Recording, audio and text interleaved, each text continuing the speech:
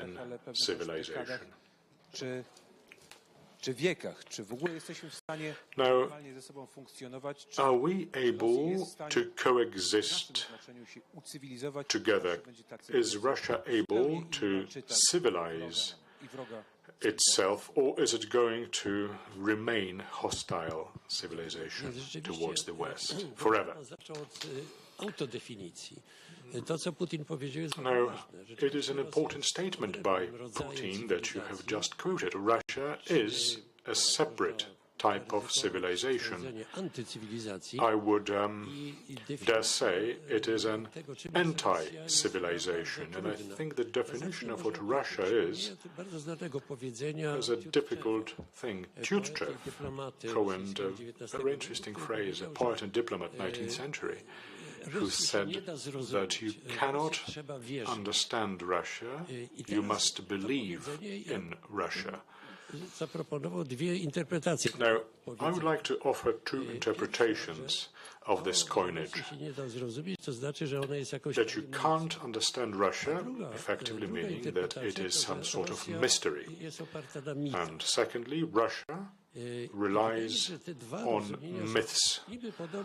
It would seem that the two statements are similar, yet they are in conflict. If it is a mystery, then it is attractive, enchanting, it makes people come closer and familiarize themselves, and perhaps risk their health and life. The second statement, Russia as a composition of myths, requires that these myths should be deconstructed and understood what Russia truly is. Now, I'm afraid the first approach is very popular in the West, and to decompose the myths, perhaps, that Russia stands for is more popular in our part of Europe. And as Professor Krasnodębski said yesterday, talking about Russia and the Russian culture, normally you hear Dostoevsky, Lermontov, Pushkin, and so on and so forth. Well, I believe that the magnificent Russian culture consists in unmasking Russian myths. Is it Russian culture or anti-Russian culture? Alexander Bloch, in the beginning of the First World War, wrote the following: to fall asleep in the duvet, enjoy your sleep, and Russia, you are dearer to me than any other state in a free translation, of course. It was a poetic verse. And then he said something different, almost contrary. Russia is a sphinx, shedding black blood, throwing thunders, all being rejoiced. She looks at you, looks on with love and hate. In front of the beautiful Europe, amongst the pine trees and oaks, we will spread out to threaten it with our Asian mug. Please note, it is a Russian poet who says that. Now, that would mean that the ideals of Russia is laziness and barbarity. And there are different sources to point to that. Now, I would draw my intuitions about Russia from Russian literature. If you say that these are Polish prejudices, then please try and understand Russian literature, which itself debunks the Russian myths. I think the list of the Russian myths will be a long one. Let me start from the basic ones. The Third Rome, the myth of the Third Rome. The Orthodox religion, understood as the only legitimate religion only because it is an instrument in the hands of the empire. Well, there are different orthodoxies. There is autokephalian churches, there is Constantinople, but for them the only legitimate orthodoxy is the Russian Orthodoxy. Then another myth is the paradise on earth. This is a communist myth, the homeland of the global proletariat.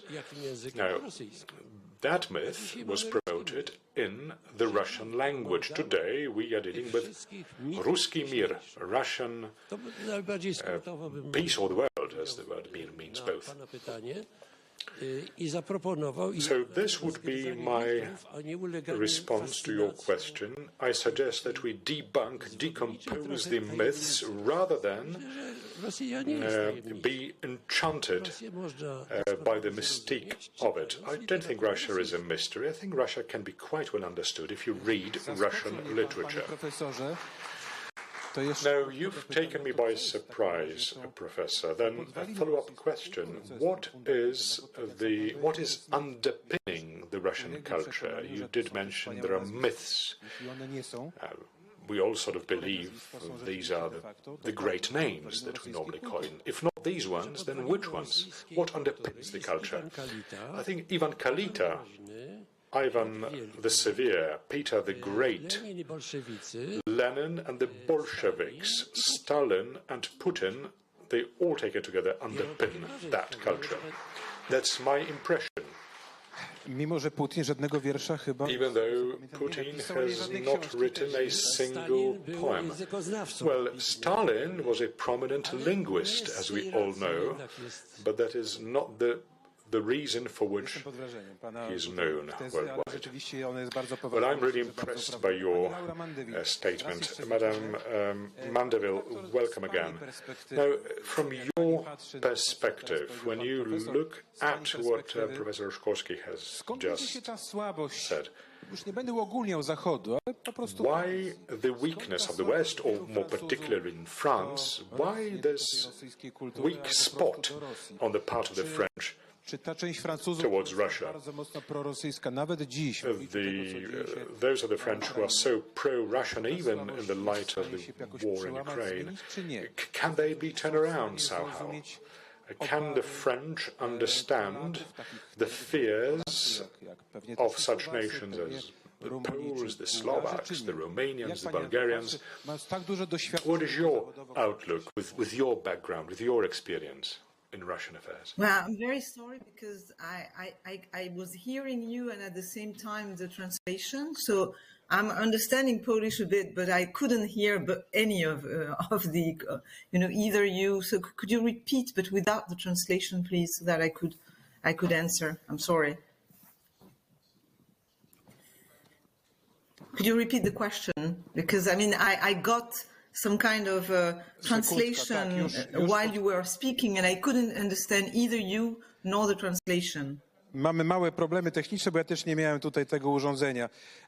Dobrze, usłyszałem, że mam powtórzyć pytanie, więc pani redaktor, pytałem o to, skąd bierze się ta, w skrócie, francuska słabość do Rosji, rosyjskiej kultury, ale też i rosyjskich polityków, którzy dzisiaj pokazali całemu światu, tak nam się wydaje tu z perspektywy Polski, czym naprawdę są. To, co mówi pan profesor o tej rosyjskiej kulturze, która zdaniem pana profesora, a pan profesor jest historykiem, który na Rosji bardzo dobrze się zna, po prostu postawił tezę, że ta rosyjska kultura tak naprawdę to jest kultura oparta na Stalinie i Putinie, a nie takich wspaniałych poetach, o których często uczyliśmy się w szkołach.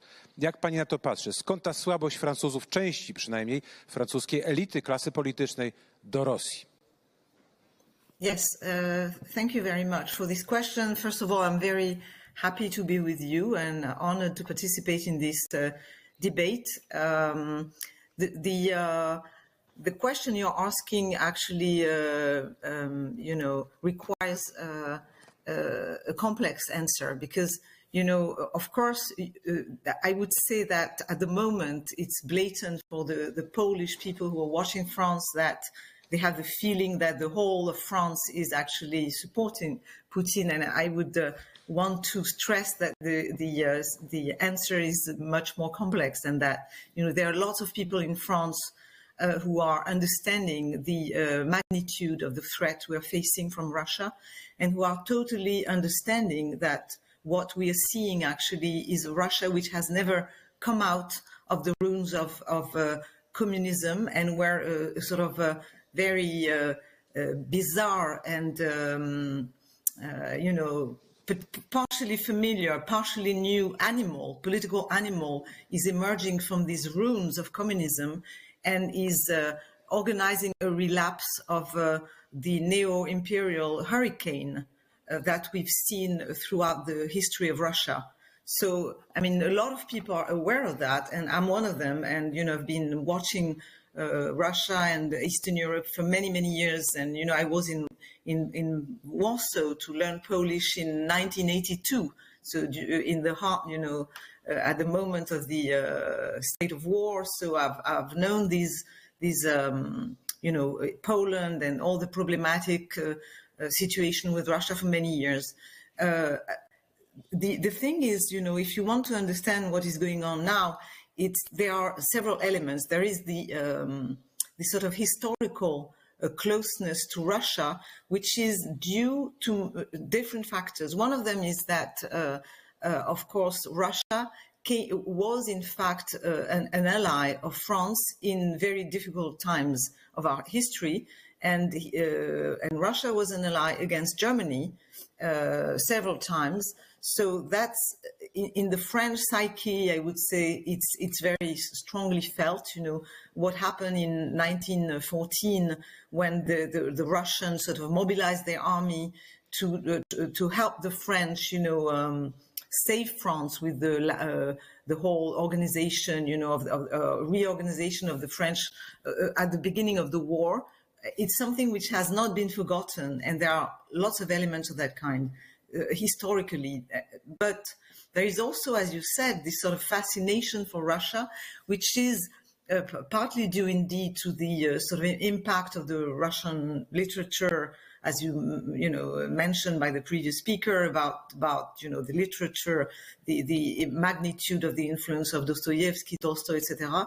But I think also I would say an ignorance. This is coupled with an ignorance, I would say a lack of deep knowledge among the political class and the sort of broad elite about what is really hiding behind these sort of romantic vision of Russia, and it's paradoxical, because I would say that we have very fine experts of Russia in France, but it's not.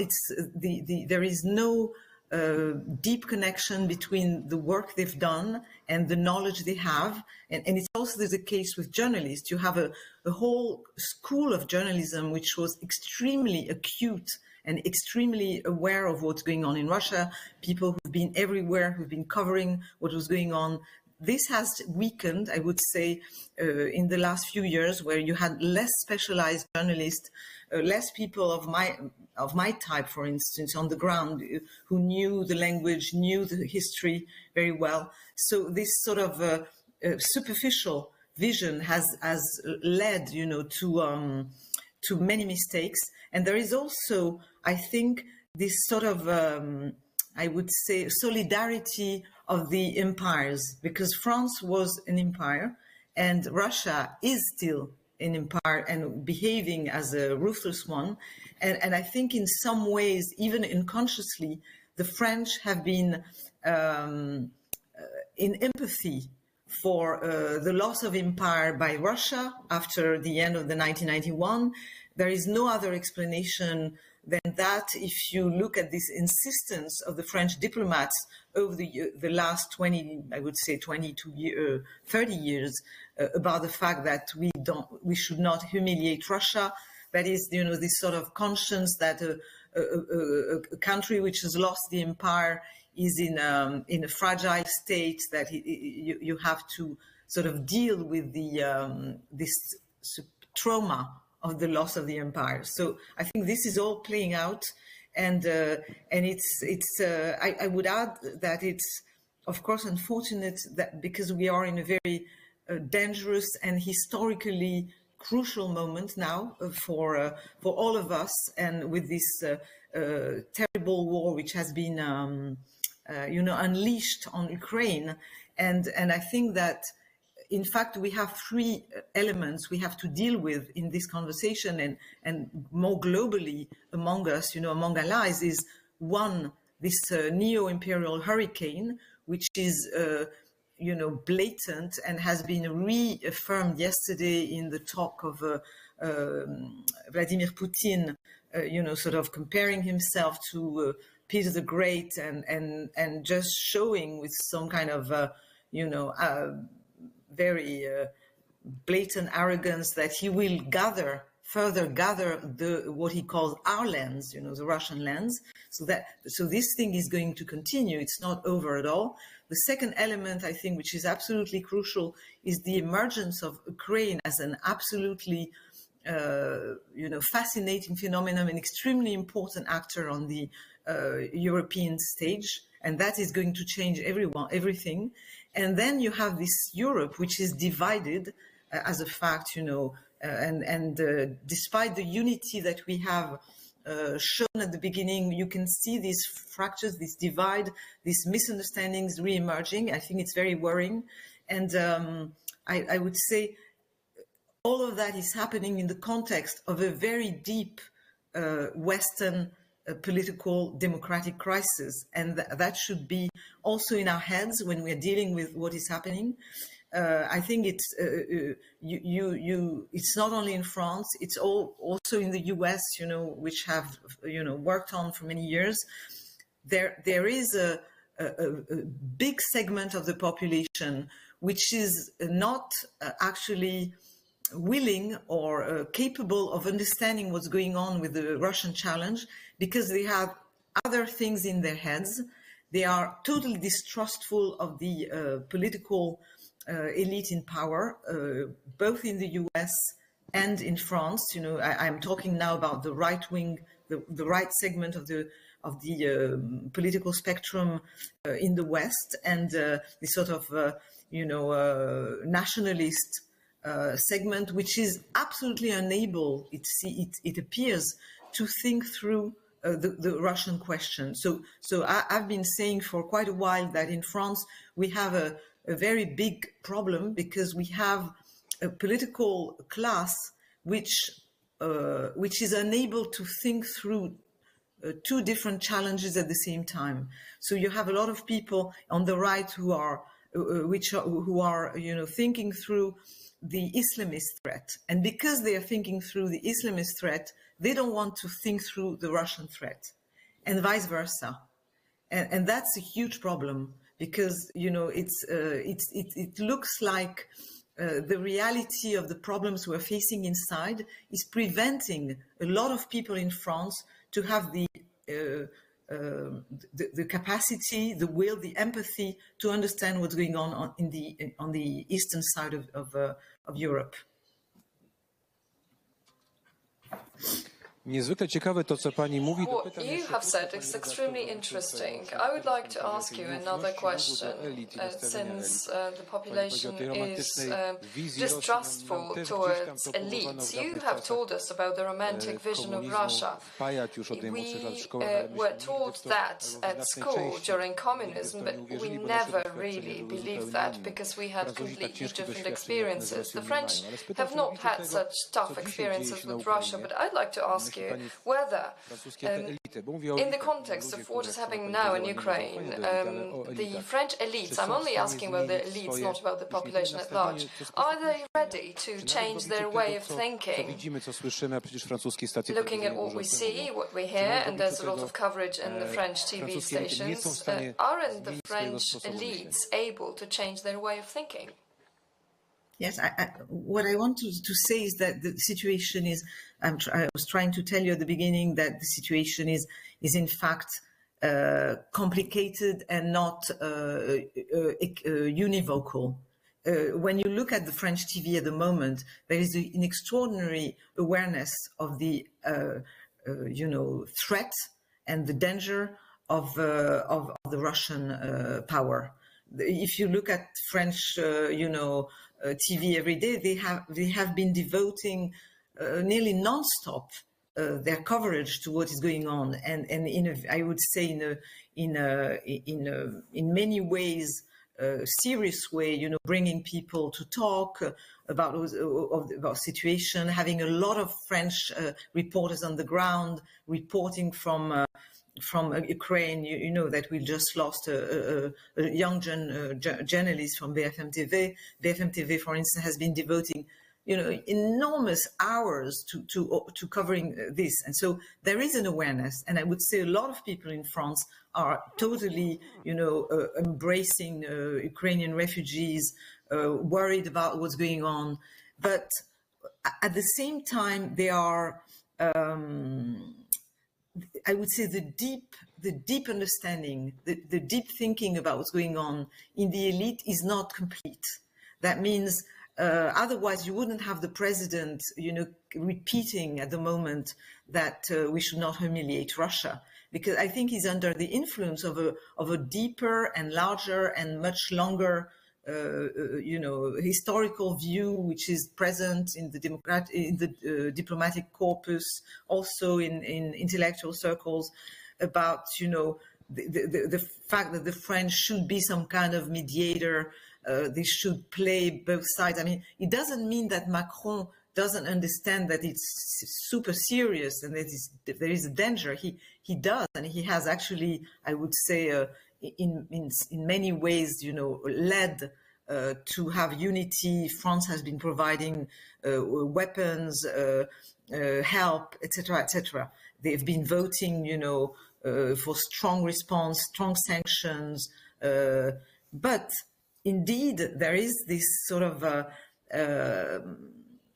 willingness to fear that, if we don't address this Russian issue, it's not the whole situation could evolve in the wrong direction. I mean, it's complicated the way it is framed. I totally, of course, disagree myself, and I'm writing about this very openly in my paper about this hesitation, to be very forceful in our approach. I think this sort of idea that we're going to convince Putin to go back at the moment through these discussions of our president with him, I think is totally unrealistic and I would say embarrassing.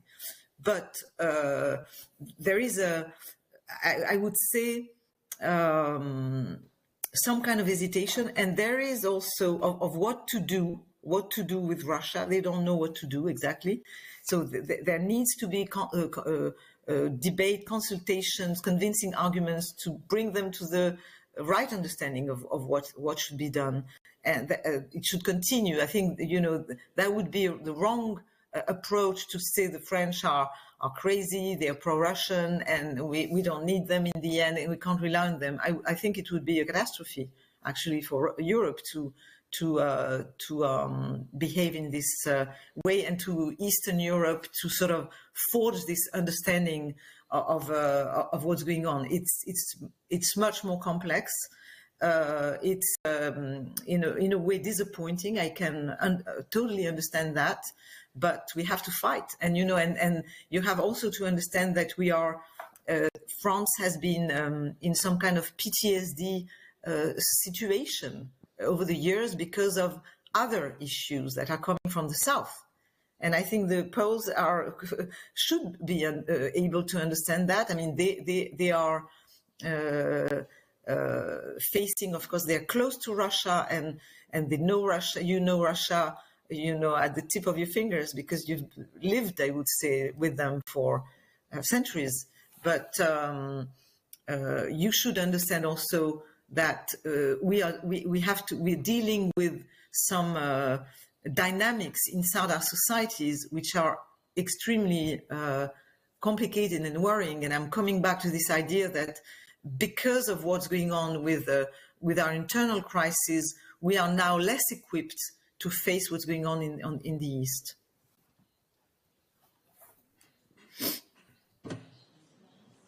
Bardzo dziękuję.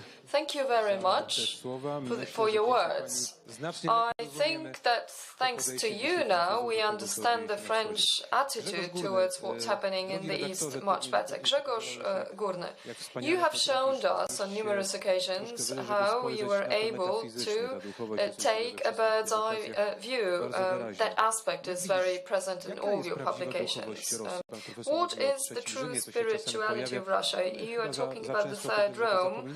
We tend to forget about that too often. We also see how the Russian Orthodox Church is used as a tool to pursue the Kremlin's policy and Putin's policy. What is Russia's spirituality today, not only of those who are there in the Kremlin, but also those who are far away from it? Yes, today's spirituality of Russia is very much pagan, very much secularized and atheist.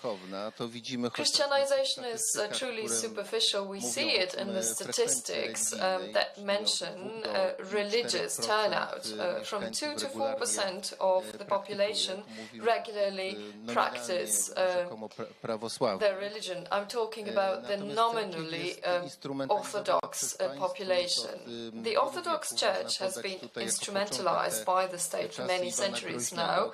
In the times of Ivan the Terrible, where there was a dispute between the clergy and the secular powers, that was quite similar to what was happening in the Latin world. And then the Metropolitan Philip Kołychev and the Ivan the Terrible dispute ended in the Metropolitan getting suffocated at the orders of the Tsar.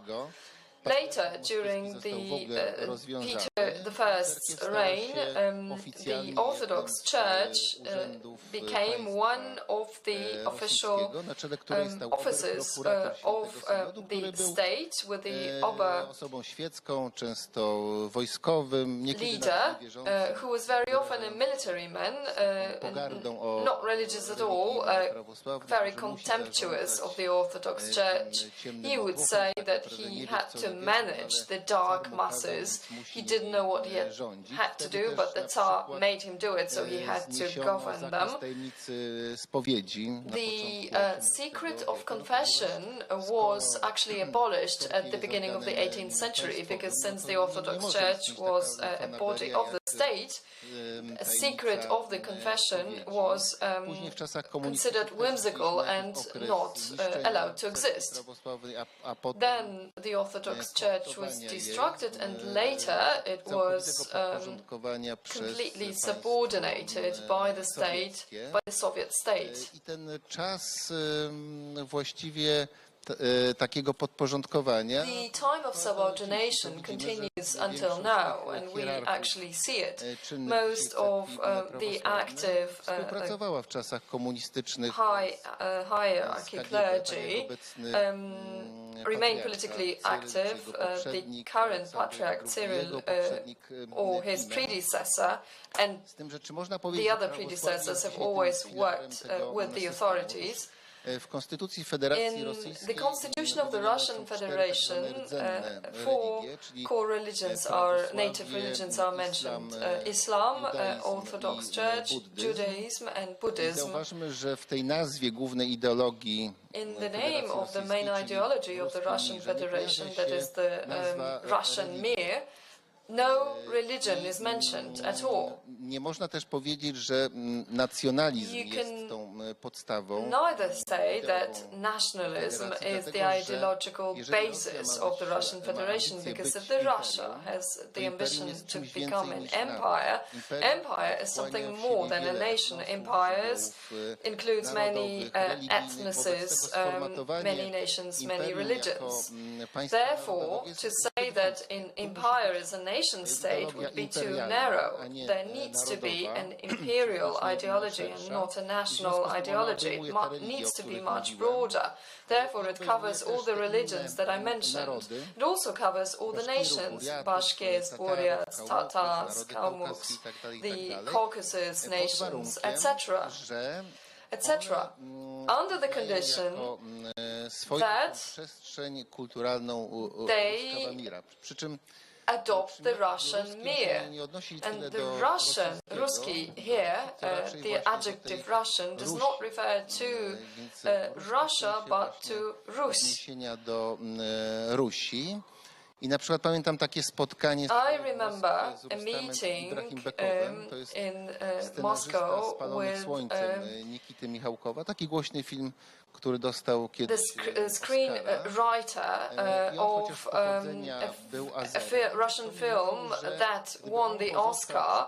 He was Azeri by origin, but he told me that if he had stuck to his Azeri culture, his native culture, he would only be able to function somewhere on the borderline. Somewhere on the margins. It is only thanks to him becoming a part of the Russian culture that he was able to come in touch with the greatest achievements of the world international culture. It was also a kind of a societal promotion, prestige, so civilization progress. So in this sense, the Russian mir is deemed to be attractive by the nations that were won over by Russia. Would it be attractive for Poles? We were sort of persuaded in the 18th and 19th century that it was attractive and we should be happy to be part of it. However, within the Russian Federation, it is something that is imposed on them, and Ukrainians today do not want to adopt it because they do not get identified with that civilization progress, with that kind of higher culture. Niestety Zachód daje się very often, unfortunately, the West gets cheated and illusioned, as Ms. Laure Mandeville mentioned. But this is related to an excellent functioning of Russian diplomacy.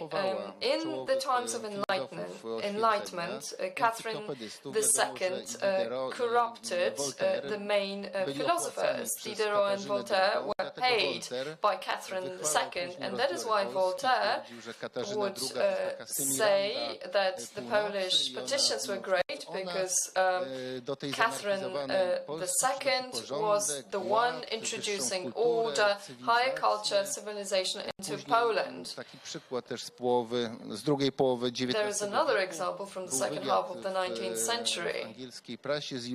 There was an interview in the English press with Jules Verne, who said he was writing a book about a certain revenge, a certain captain of a submarine who was a Pole, who fought in the January uprising, and now he's getting his revenge on the Russian vessels, destroying them all over the world.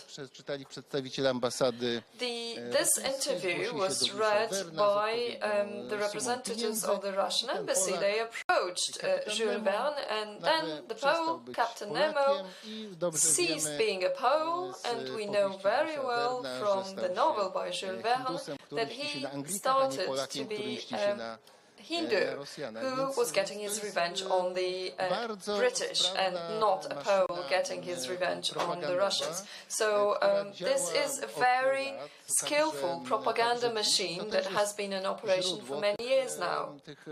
This is also a source of success in the PR policy of Russia in the West. However, I'd like to add a couple of words to what you said. Professor, when you mentioned the ideological foundations of contemporary Russia, you mainly mentioned the surnames and names that were Russian. Ivan Kalita, Ivan the Terrible, Lenin, Putin. But I would like to add Tatar and Mongolian names here, because as it comes to the main ideological foundations, the Great Moscow duchy was under the governance of Tatars and Mongolians, and it is from them that they adopted the main rules of political governance and the main political system rules. The tax system that it was imposed on Moscow by them was in operation until the Bolshevik Revolution. There are also some offices in Russia that were adopted from the Chinese system, that were transferred from the Chinese systems by the Tatars and Mongols. Property and law is something that is inherited from the Far East, Far Asia. We need to remember this today, because this is the kind of heritage that is something very important for Russia today. So if we're talking about spirituality of Russia, it is not based on the values of the Latin civilization that we would like to belong to or that we identify ourselves with, but to the Far East. Let me give you an example. In Russian, there are no words indicating I must. So no words to say I have or I must or my name is. What do they say instead? I am called. Меня зовут. У меня есть. There is something that I have. I should do this because someone told me. So I'm not the subject of the sentence, I'm the object. And somebody assigns me property, somebody tells me what I should think, and somebody calls me something. So it's not that I get identified as something that I call myself. In Russian, there is no privacy. The word privacy does not exist because that area did not exist before. If it had existed, they would have a word for it, but they don't. So this only shows that the heritage of the Golden Ord has already got integrated with mentality. Taras Kompaniczenko, during the concert yesterday, said that both Poles and Ukrainians, we always thought of ourselves as citizens and not subordinates, not subjects. But now the First Secretary, Tars, and the governors of Russia today, they think everyone in the country are their subjects. Their will is what the law says. So that's the difference in civilization. The problem is that the Great Duchy of Moscow accepted that for 40 years. They agreed to it. They accepted all the rules, all the norms. And it is not a coincidence that the greatest hero of Russia in a recent plebiscite was deemed to be Alexander Nevsky, whose 800th anniversary of birth was celebrated last year. I'm sorry, the 800th anniversary of his death. So he fought on the one hand with the Swedes and with the Knights of the Cross, so with the West, but on the other hand, he came to an agreement with Tatars and Mongols, and he subjected himself to them. So he got subordinated to them. He is pictured today as an ideal governor who fights the West on the one hand, and on the other hand comes to terms with the Asian power. Z wielkim podziwem i zarazem też zrozumieniem tego, o czym mówisz. Yes, a big applause for this contribution. Fascinating. Surprising how many persons have been enchanted by the concept of the Ruski Mir as something that could be Panie profesorze, nasz panel ma tytuł Rosja, problem dla świata ze znakiem zapytania, ale słuchając Russia, problem for the world, question mark. Że to powinna być kropka albo może wykrzyk.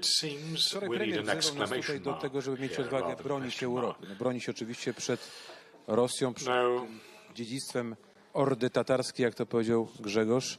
We should be able to stand up for Europe Ja będę pytał, skąd against brać odwagę, ale jak to Tatar zrobić? order, Jak uświadomić Europie, że rzeczywiście to zagrożenie jest całkiem realne? how do you make Europe realize that the threat is quite real?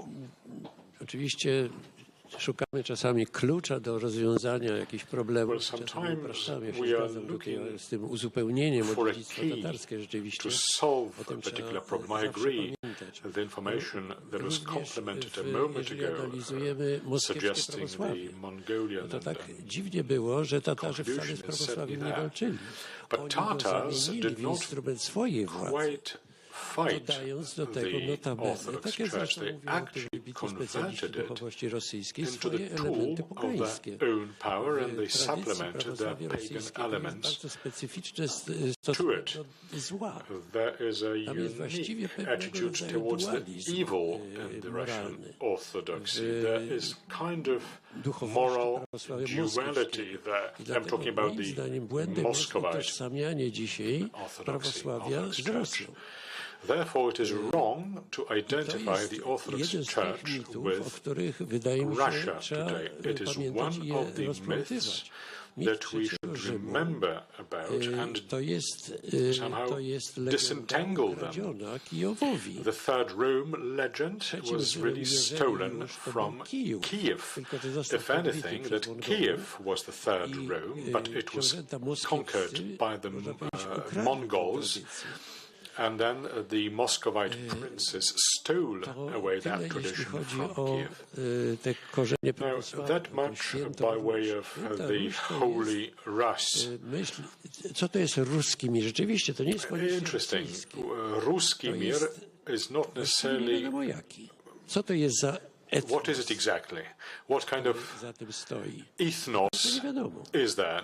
Nobody Rosyjski imperializm próbuje Russian wchłaniać imperialism elementy, które nie są attempts rosyjskie. to incorporate No, w XVII wieku aż do Pacyfiku, że tak powiem, elements that are not szli i Russian. wchłonęli w rosyjskość, w They ruski moved mir. towards the Pacific and they reached the Pacific and they incorporated Buryats, Yakuts and many others into the Ruski Mir.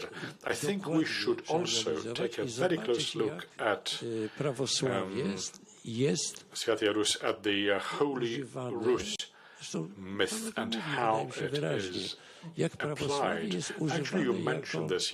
You did say a moment ago that taka duchowa atrapa, jeżeli nie ma w Orthodox Church, the orthodoxy is used nic, bo moim zdaniem jest bardzo niewiele, to używa się as a prawosławie, spiritual prosthetic, if you like. If there is nothing spiritually, then you implant orthodoxy there, but it has been washed out of any Christian content. Now, poradzenia z Rosją jest tak wielka. is it so difficult for the West to handle Russia Z trybuny Parlamentu Europejskiego, adequately? We z oftentimes ust hear różnych in the przywódców zachodnich European słowo Parliament wartości or from europejskie. European leaders, European I values szczerze mówiąc, keeps coming ja up. nigdy prawie nie słyszę, co to jest. But I never Co heard to są wartości the europejskie? definition of it. What are the European values? Jeżeli my w Europie nie Now, wiemy, if in nie Europe używamy określenia wartości europejskiej use w sposób zupełnie the concept of European values in a no to w jakimś superficial sensie manner, zbliżamy się do rozumienia wartości przez Rosję, we przez are ruski mir. approaching Tam the też understanding wartości of prawa values chrześcijaństwa in Ruski prawosławnego, Mir. tego z Konstantynopola, nie obowiązują. The values embedded in Patriarcha Cyryl nam to dokładnie the powiedział. Constantinople-based Jakie orthodoxy wartości are not przyświecają binding ruskiemu there. mirowi, What który values dzisiaj are bombarduje there domy in cywilne, morduje Ruski kobiety, Mir at dzieci the i tak time when they dalej. bombard O jakich wartościach residential to mówi? Ja estates, nie mówię, że Unia women, children, and so on and Europejska so kogoś forth. bombarduje. But I'm not oczywiście. saying that the EU is Tylko shelling someone at w the sensie moment, duchowym that this is się not sama happening tak very wyprała clearly. z wartości, But że do spiritually, rzeczy dogaduje się bez problemu. it has washed itself out of any values, and therefore they Wydaje mi się, że find it easy to communicate with the other party, jeżeli mamy sobie which z seems Rosją to zacząć enjoy the radzić, same spiritual status. My, Europejczycy, wszyscy, od Portugalii do the Europeans, Kijowa, all of us, from Portugal to Kiev, and please God, Minsk and where not, the Baltic states are standing for themselves, but przywiązywać wagę do wartości. quite effectively. To, co się dzieje But dzisiaj we na are now Ukrainie, wydaje mi trying się, to jest takim attach more krzyczącym importance to przykładem values. What's happening in Ukraine tego, today że wolność, o której często się mówi na Zachodzie, jako blatant wartość, example of the fact that ale mówi się na freedom Zachodzie jako wartość referred to in the właściwie West as pusta. a Bo nie value, wiadomo, czemu ta wolność ma but an służyć. empty value, Ukraińcy because we wiedzą, don't czemu ta know what wolność ma purpose służyć. it should serve. Jeżeli nie Ukrainians będziemy wiedzieli, know po co walczymy o wolność, the meaning of freedom. If we do not know what values we need to attain with our freedom, then the West and Russia would find it very easy Tylko to panie profesorze, to jest make bardzo deals, to długofalowa communicate. But polityka. professor, this takes Potrafi na a to też odpowiednio long-term spojrzeć, a policy, boję się, że mamy tutaj doesn't it? zagrożenie realne, całkiem And bliskie. here we wartości are having a jako real threat on our plate. jakiś wspólny język tych, course. którzy chcą się bronić przed Rosją, cywilizacji zachodniej. Those who want to Ja wiem, stand że up against zaszliśmy bardzo Russia daleko to od tego, defend o czym Western civilization against mówimy. Russia. I know that we've Natomiast jeżeli dzisiaj nie ma departed innego quite wyjścia, far to from przepraszam bardzo, ale main topic jednym here, but wyjściem jest it to, seems które narzuciła that Rosja. To if znaczy there is wojna. no other alternatives, then the only solution is the one Przykro mi, ale to imposed jest by chyba Russia, dzisiaj and that is wyjście. the war.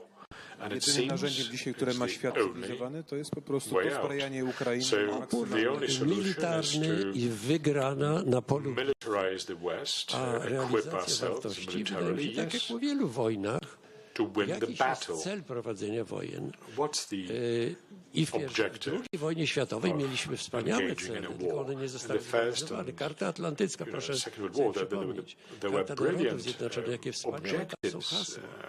Tylko one nie zostały zrealizowane. Charter of the Nations, for Więc example, jeżeli was a dzisiaj mamy brilliant się document. przeciwstawić barbarzyństwu rosyjskiemu, But was never to musimy implemented.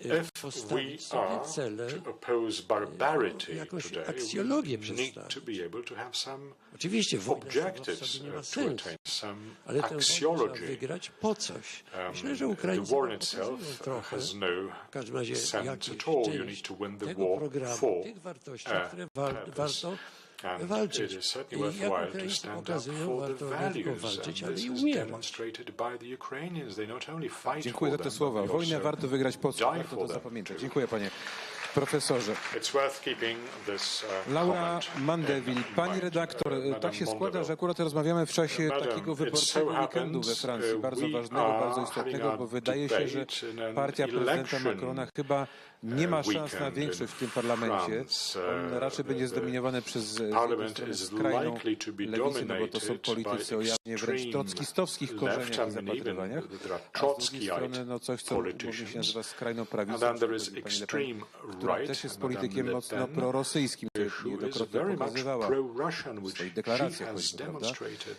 Czy w takim razie, jeśli rzeczywiście ten przyszły parlament time tak and by time again. wyglądał, czy Now, Ukraińcy, if Ukraina this is what będzie miała will emerge jakichkolwiek w as ogóle the sojuszników French w elitach parliament, francuskich? will Ukraine have Bo to any chyba jeszcze bardziej allies skomplikuje to nastawienie amongst the właśnie French elites? do Ukrainy i jej Because the niepodległościowych composition of dążeń. new Jak pani na to parliament patrzy? might Czy jest further jakakolwiek szansa complicate polityczna matters. na Is there zmianę any wektora tutaj w political Paryżu? opportunity for a turnaround?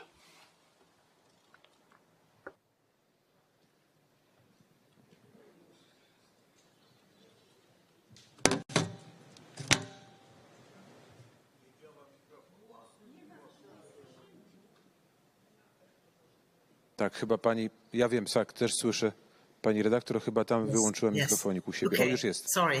Yes. Before answering directly your questions, I just wanted to go back to what was said and that I thought was extremely interesting, and I learned something about Jules Verne personally. So I thank you for that. You know, I didn't know that the evolution of the Jules Verne Captain Nemo was due to a special operation of the Russian diplomacy, and I think it's quite interesting to go back to that actually. And I must say that it is absolutely obvious that the war that the Russians are waging now is not only waged in the in the fields of Ukraine, but it's being waged in the space of public opinion in the West, in France, with a huge number of people who are being used, for this matter. And there was also something. I was also very interested in what was said about the fact that in Russian, when you say "Меня зовут," it's not "I'm called" or "Je m'appelle." Donc this idea that indeed, in the Russian political culture, the subject is hardly present. I think it's very important. I would nevertheless add to that for me, what was always very striking is I think that Russia, importance of the what you call the Orda, the horde, is in a state of schizophrenia, intellectually, politically, culturally, for centuries, because the whole cultural class, nevertheless, was absolutely, I would say, shaped and molded and in total always contact with the West, with France, with Great Britain, with Germany, with Europe. When you read Pushkin, his daily newspapers, I mean, he was following every event, happening in France. He was not only a great writer, but also a fine observer of what was going on and talking about different figures of the Russian culture. So there is a schizophrenia, and you see, and there is this political power which is Asian, or I don't know how you should call it, the horde, or which is somewhere else. But you have these Russian Europeans that Vladimir Pastukhov is talking about, who are actually now in totally marginalized and looking for a way out. And of course, some of the political leaders that represented an alternative in Russia have been killed. I was reading back yesterday or listening to Boris Nemtsov's views on Ukraine and how he was explaining the difference between Russia and Ukraine. And it was just absolutely striking to what extent he was right, in his analysis. So I think there is this tragical situation. Russia, which still exists, even if it's in the minority or it's in prison, like Alexei Navalny, exists and probably is still, battling for a way in the future, a way out, and a different way for Russia. So I wanted to mention that. And returning to the current drama and the situation, I would say, yes, indeed, concerning the political situation in France, we are in a very worrying moment, because indeed, when you look at the last polls in France, we are a day before the first tour of the parliamentary elections.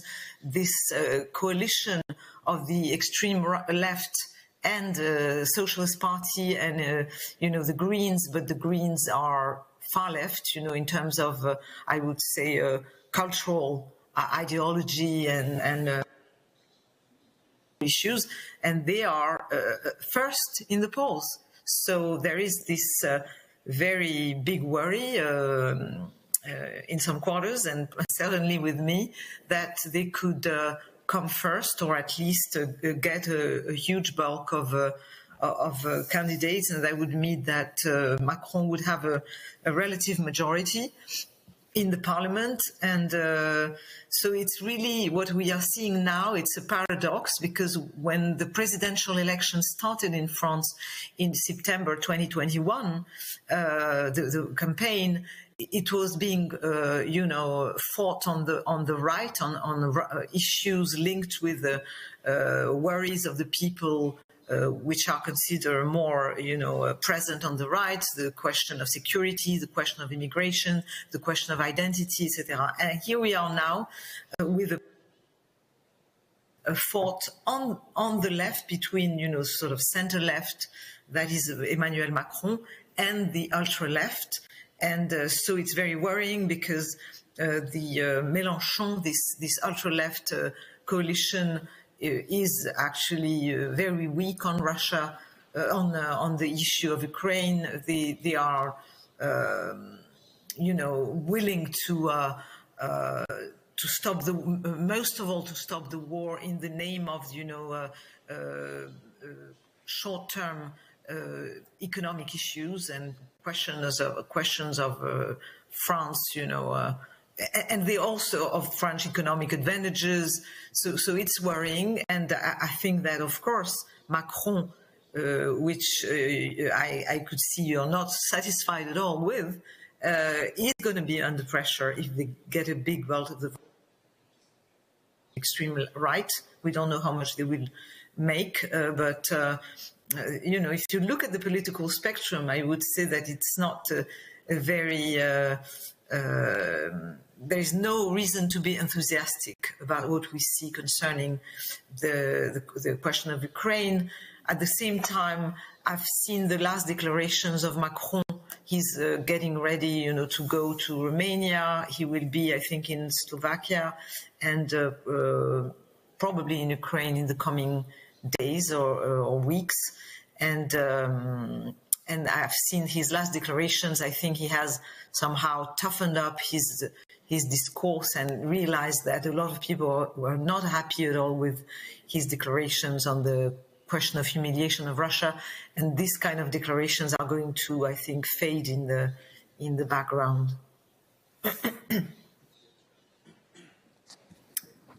Czyli jeszcze króciutko jednym zdaniem, jakie światowe tunelu very jest, briefly, there is a spark of hope despite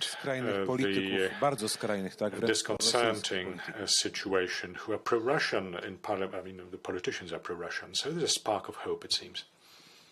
There is. I mean, I think that the reality of the dangers are there, and there is, as was mentioned also by the other speakers, this fact, this sort of obvious and I think reassuring in a way fact, and I would say galvanizing factor morally of what the Ukrainians are doing, and I think it should be a lesson for all of us. In fact, you were talking about values.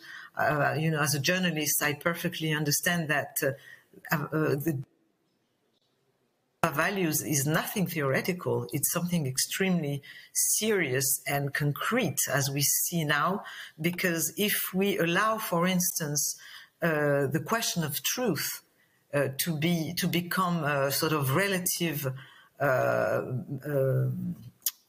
topic, that truth is something relativized,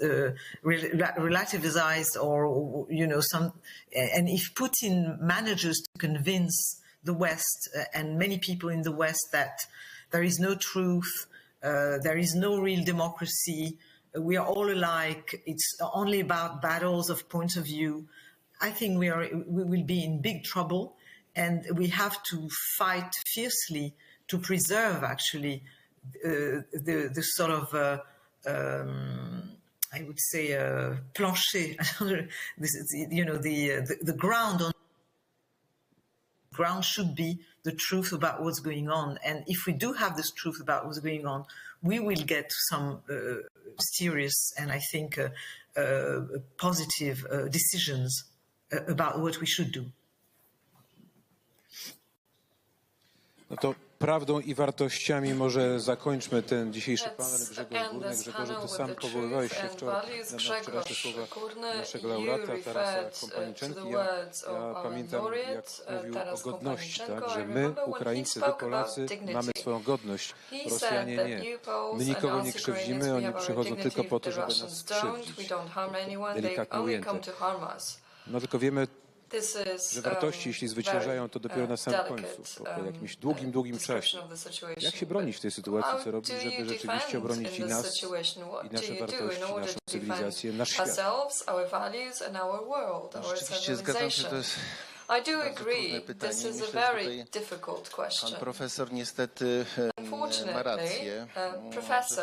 Właściwie jedynie czymś takim jest wojna. Dlaczego? Dlatego, że jeżeli chodzi o strategiczne cele, to dla Rosjan jest czymś oczywistym, że nie ma czegoś takiego jak naród ukraiński, że państwo ukraińskie jest zjawiskiem sezonowym i że trzeba sobie podporządkować Ukrainę. Albo wchłonąć, albo uczynić z niej coś w rodzaju Białorusi. Dla Ukraińców jest czymś oczywistym, że są odrębnym narodem, chcą być narodem wolnym i sami kształtować swoją przyszłość. Czy da się pogodzić te dwie rzeczy? No nie da się pogodzić. Nie można mieć tego i tamtego. Więc jesteśmy skazani moim zdaniem na konflikt, tym bardziej, że Ukraińcy mają determinację, żeby bronić swojej wolności, a Rosjanie mają determinację, żeby bronić w tej chwili jest pytanie, czy Zachód będzie miał taką determinację, żeby wesprzeć Ukrainę, by broniła swojej wolności. To jest w tej chwili, myślę, podstawowe pytanie, This is the key question that we need to find an answer to. Wczoraj wieczorem oglądałem Last night, taką relację z wizyty Władimira Putina watched a visit of Vladimir Putin to Moscow at an exhibition devoted to Peter I, because right now they are celebrating the 350th anniversary of the birth I on tam, of Peter mówiąc o wojnie północnej, czyli o tych czasach, kiedy Rosja Inflanty, Estonię, mówił, że my wtedy nie zagrabialiśmy tych obcych ziem. To było tylko powrót do macierzy i konsolidacja z Rosją. We came back to our motherland and we consolidated with Russia, but Estonia or Inflanty never po raz pierwszy zostały belonged to them before. They were robbed by the Russia at the first time, and he said it was not a robbery, land robbery. Our aim today is return to the past and consolidation. And he started smiling. He started saying with lots of joy that our destiny today is exactly the same thing. And what he meant was Ukraine. He had a joyous smile on his face. Za dobrą monetę w Rosji. Unfortunately, this is very well received in Russia. We're only hoping it's the elites that are in power in Putin. But the thing is that most of the Russian population actually supports Putin. I quite often find videos, video clips with combat songs shot in Russia, illustrated by bombardments of Ukrainian cities and the attacks by Russian soldiers, and there is an affirmation of all of that. The day before yesterday, I read an interview with a leader of a rock group from Russia, Alisa, and he said, well, I do hope that the Ukrainians will wake up and will understand finally that we are one nation. Somebody did some brainwashing to them, and they think we are two different nations. They are two different nations, the Russians and the Ukrainians, and we are not. This is an opinion that prevails in most of the society. This is not something, a figment of imagination of the governors from the Kremlin. And now we actually observe the phenomenon that the longer the war lasts, the more there is of the consolidation of Russians around the people in power. They think that the West is attacking them by providing armaments to Ukraine. We were hoping for the support for Putin to shrink. Unfortunately, we are observing quite a reverse trend. So it is quite difficult to hope for a compromise now, hope for an agreement. So as I'm saying, what Professor said before is a sad truth. Wojna, trochę smutna konstatacja, ale może na pocieszenie, tak? Przypomnę słowa wielokrotnie zresztą padające ze obecnego prezydenta Stanów Zjednoczonych, że celem Stanów Zjednoczonych jest maksymalne osłabienie, przynajmniej na dekadę, Rosji, tego, co robi, chce zrobić weaken Russia in what Russia wants to do with the world. Yes, but the administration of Putin used to send three different communications to the world. First of which was that Putin is a criminal and we need to find Russia. They need to capitulate. The second one, that Russia should be maximally weakened, and the third one, we need to find a common way with Russia because there are so many problems we need to solve together. For example, climate issues. But you need to use different means to pursue those objectives. So in order to defeat Russia, you need to do different things than to maximally weaken them. And one thing is to provide Ukraine with offensive weapons, and another one is not to provide offensive weapons to Ukraine and to get condemned to a long-lasting conflict that will make them lose blood.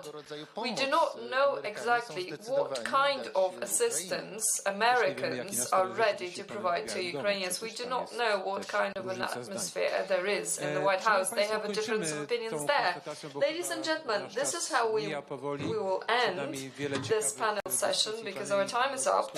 We have many other interesting panel sessions. The statement we heard that there is a conflict ahead of us, that is not the only conflict. Now we are facing a panel about Laure Mandeville, bardzo dziękuję pani redaktor za obecność z nami. Podziękujemy brawami. Laure Mandeville, I'd like to thank you very much for being with us, our guest from France and our guest from Warsaw, Professor Wojciech Roszkowski. Thank you to you too. And editor Grzegorz Górny, I thank you very much for participating. We have just a very small break before the next panel about the political system of the EU and the dispute about the treaties. We'll be back very soon.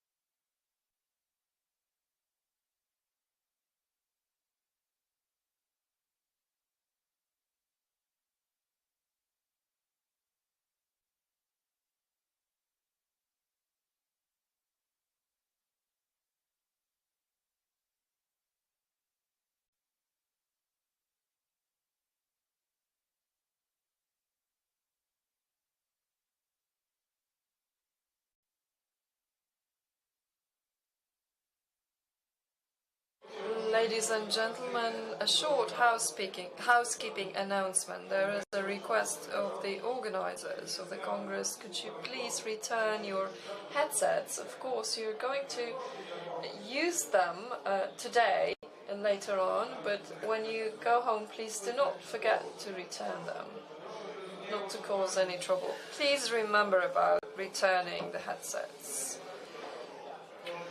where you got them from.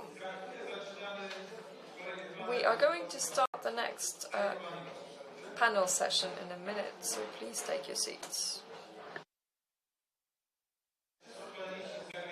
I hear that all our foreign guests are already present, so come forward, please. We're going to start in a minute.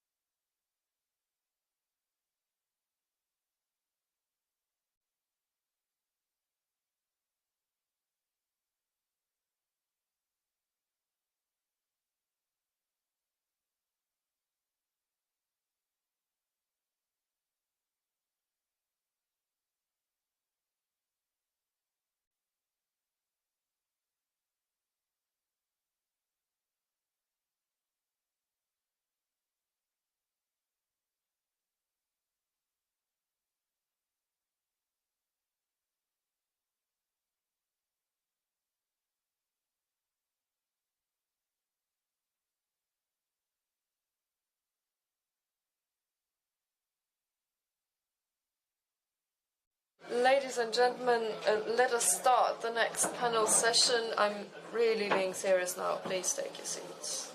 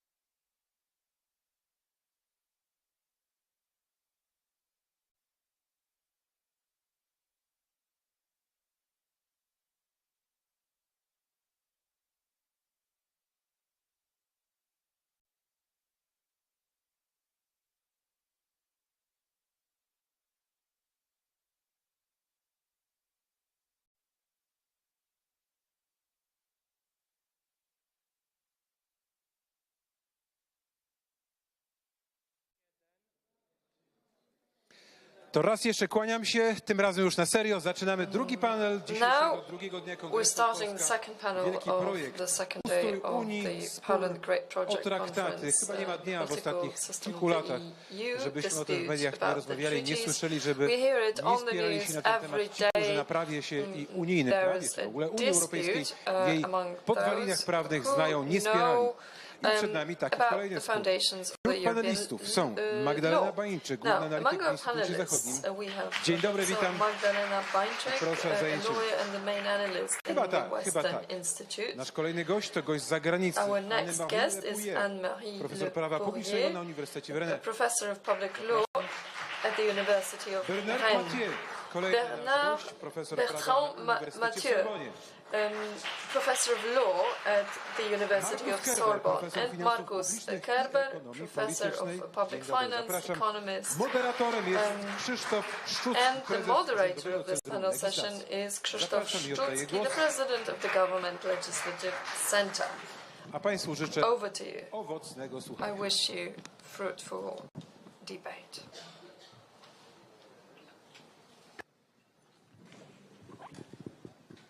Witam Państwa bardzo serdecznie, bardzo dziękuję za możliwość poprowadzenia tego panelu. Temat bardzo ważki, Ustrój Unii, Spór o traktaty. Proszę Państwa, chciałbym zacząć takim fragmentem, który przeczytałem w tekście pana profesora Zdzisława Krasnodębskiego, pod tytułem "Debata pod ścisłym nadzorem".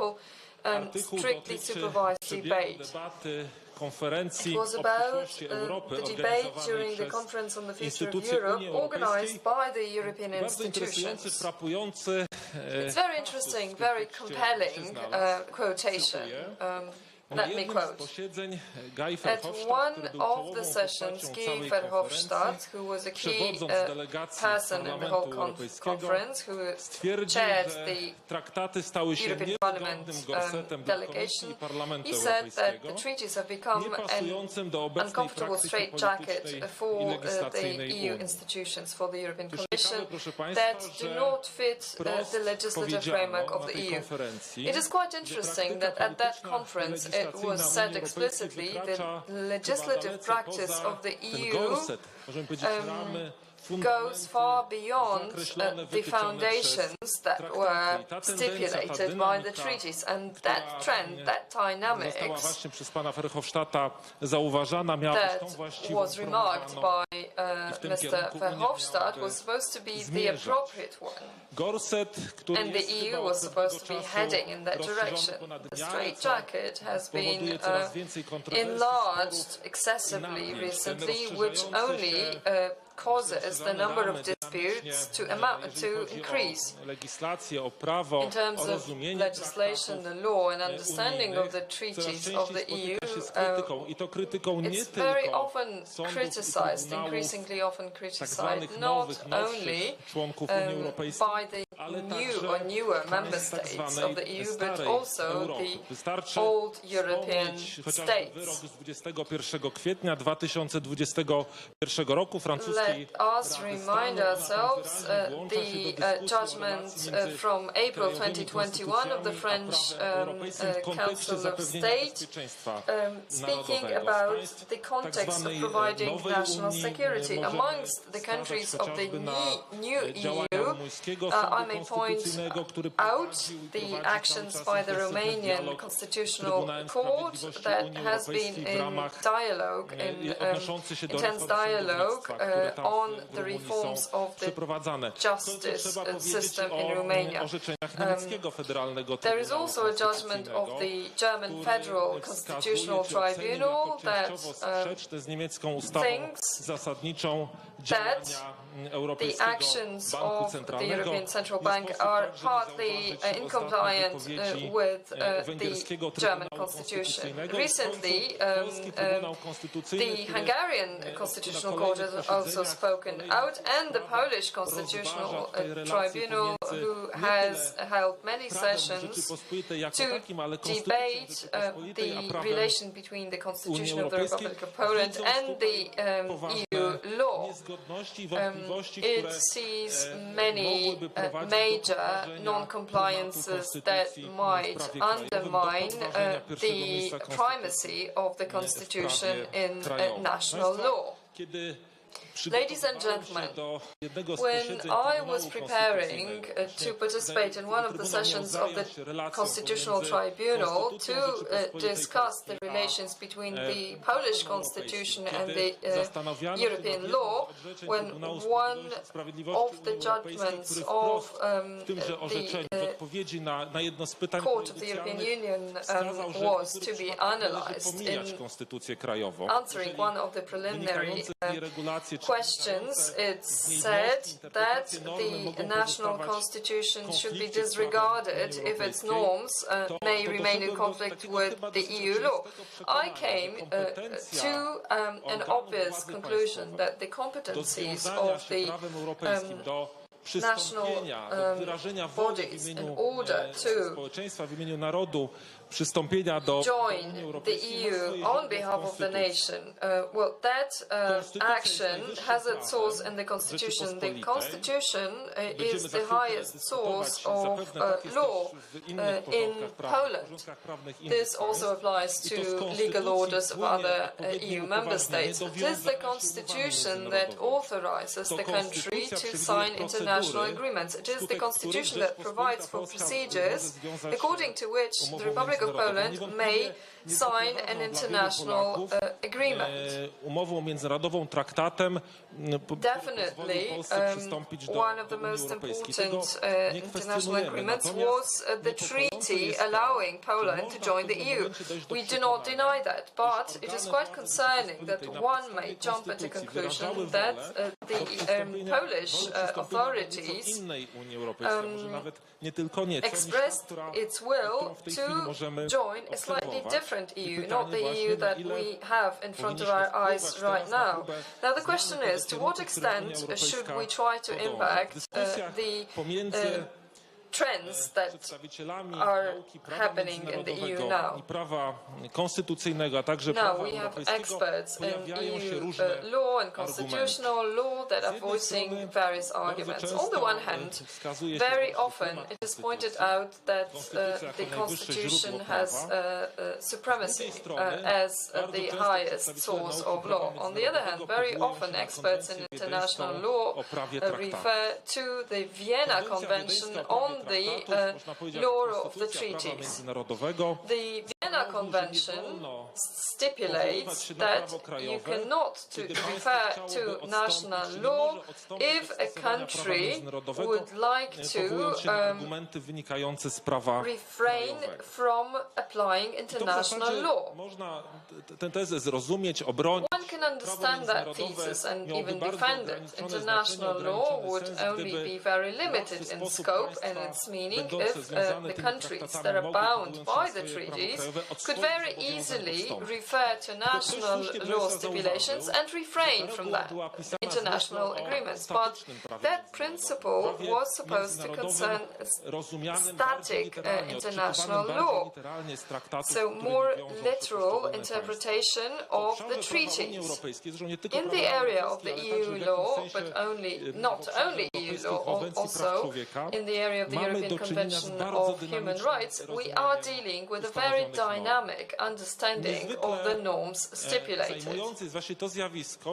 It is quite compelling to observe that a norm that was binding when we signed the treaties 10, 15 or 20 years later might be interpreted in a completely different manner because there are very active judicial bodies such as the European Court of Human Rights and the Court of Justice of the EU.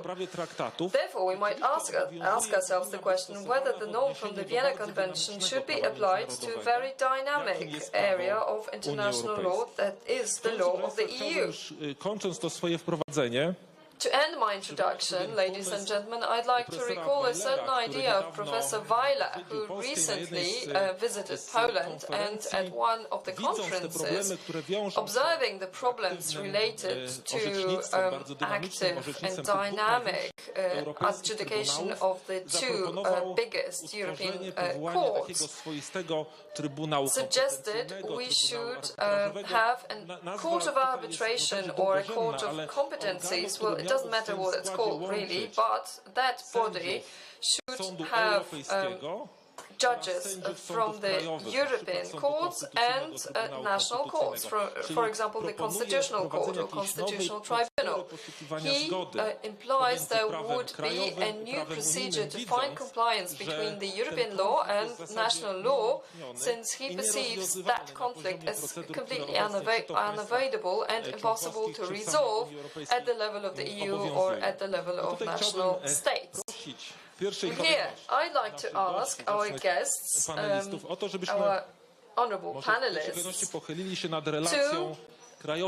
to think about the relations of national constitutions and the European law and how possible conflicts could be resolved, conflicts that have already arisen and that will definitely arise as to a clash of the national constitutional law and European law. The first person that I'd like to speak is Professor Anne-Marie Le Poirier from Rennes University. Merci beaucoup et merci aux organisateurs de ce congrès d'avoir invité des juristes français à venir parler de ce qu'ils observent aussi, car il n'y a pas évidemment que en Pologne ou dans les pays de l'Est que l'on observe un réel conflit, un réel problème d'interprétation des traités et de principes de primauté avec des conflits latents mais qui deviennent de plus en plus tendus entre la revendication des États à la protection de leur identité constitutionnelle et de leur identité nationale et la propension à ne pas vouloir s'incliner devant et respecter ces identités nationales. Donc nous avons toute une série de conflits. Là-dedans, certains éclatent en jour, d'autres sont plus larvés, mais il y a actuellement des tensions très fortes au sein de l'Union. And there are very strong tensions about the two positions in the EU itself. Now, we are dealing with two hierarchies here opposing each other. We have the states that make up the EU, then we have the European institutions, the European Commission and the Court of Justice, but the Court of Justice would follow the European Commission in 80 or 90% in its jurisprudence. Would adjudicate the Commission right. We have new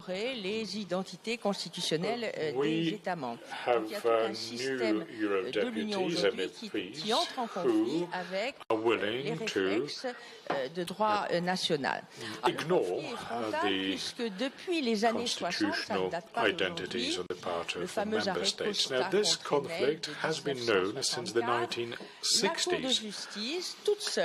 Back in 1864, the Court of Justice, of its own accord, that was not enshrined in the treaties, they devised the principle of the primacy of the European law over and above the national legislations, including national constitutions. And in one of the decisions reached, the Court of Justice rather bluntly affirmed the primacy of the European law over the national law. And that is how the conflict started, because for member states, for the judges in member states, their constitution is the supreme law. So there is a conflict. The member states say we have our domestic legislation and the constitution, which is more important than the European law. Now, constitutionalist lawyers, car la loi fondamentale allemande a une particularité, c'est qu'elle a une clause dite d'éternité qui interdit de réviser le caractère démocratique de la République fédérale d'Allemagne.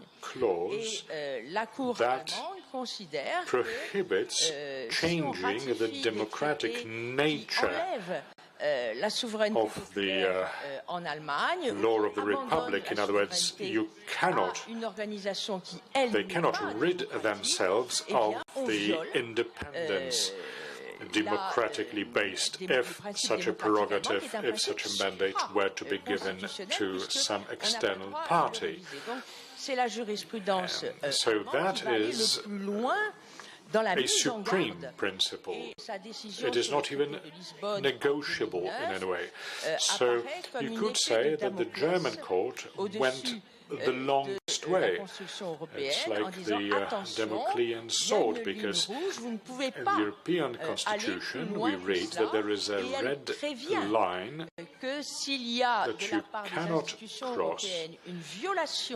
And if the European institutions will continue to violate the division of competences, if they abuse their competence in the system, then on the domestic level you can always conclude that the treaties are violated, and therefore the German institutions will be entitled not to implement the EU decisions. And now there was a major discussion around that, and major tensions arose, especially that some other constitutional tribunals went down the same road. For example, the Polish Constitutional Court that concluded, no, the national constitution reigns supreme over ce qui fait l'identité constitutionnelle donc de la du pays. Et donc nous avons un véritable conflit qui est un conflit de valeurs. Alors, bien sûr, parmi les valeurs de l'Union, dans l'article 2 du traité, il est marqué l'état de droit. Mais le problème, c'est que l'état de droit en Allemagne, en France ou autre, c'est la Constitution au sommet de la hiérarchie. Mais pour les institutions européennes, l'état de droit, c'est au contraire le droit européen au sommet de la hiérarchie. In the EU, it's just the opposite. It is the European law that tops the hierarchy. So there clearly is a conflict between the two approaches. Allow me to add that the German Constitutional Court le made it considérant patently 332 de la décision de black and 2009, white, que that les valeurs de l'Union, telles qu'elles sont énumérées à l'article 2 du traité, ne l'emportent pas, n'ont pas la primauté sur l'identité nationale des États, puisque l'article 4, il faut pas l'oublier, l'article 4 du traité sur l'Union européenne dit bien, et ça, les institutions européennes l'oublient, ne cite jamais cet article 4, le relègue l'article 4 du traité dit bien que l'Union respecte l'identité nationale des États membres, inhérente à leur structure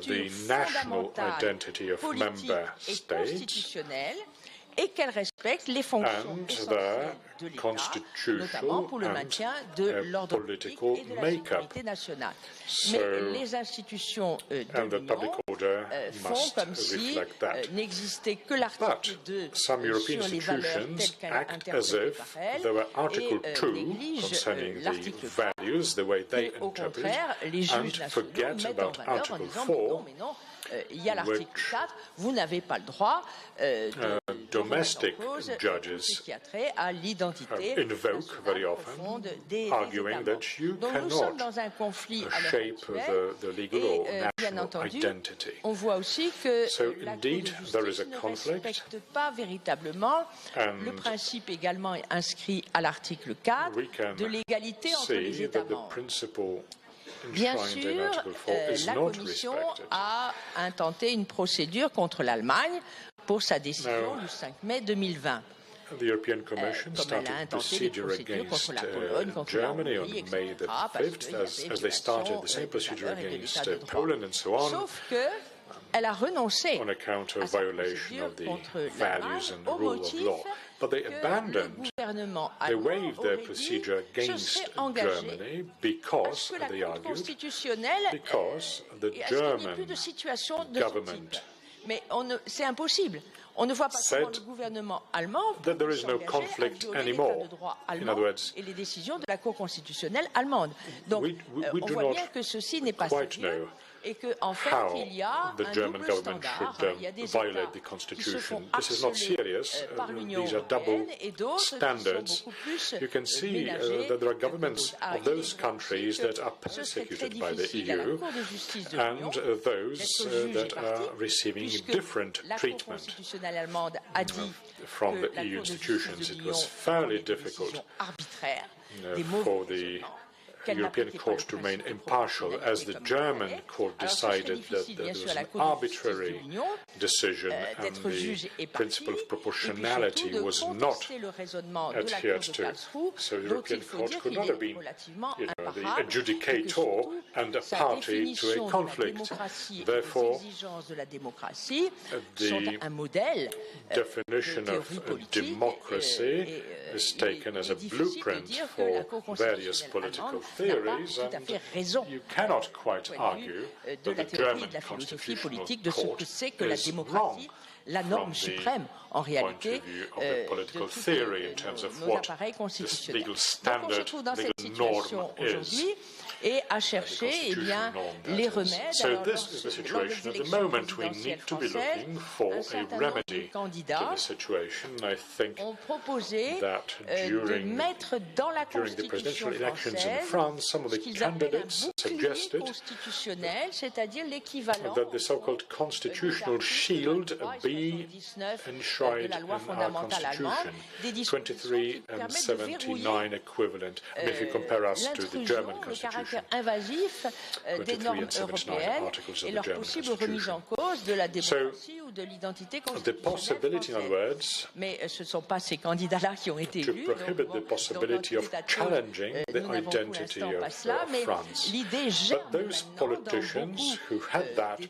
savoir comment faire have not been elected, la Commission, but the seed has been sown. reculent un petit peu dans leur politique extrêmement invasive et qui consiste, ça va même, je dirais, au-delà du fédéralisme, parce qu'aux États-Unis, ce serait impensable. Ce serait impensable beyond federalism in the United States, it would be unthinkable to go as far as to violate the autonomy of the respective states. So we are really dealing with the notion of the empire to be created. I think it is very important for all member states to stand against this pressure. We need to stand in solidarity, especially amongst those who are most vulnerable now. Thank you.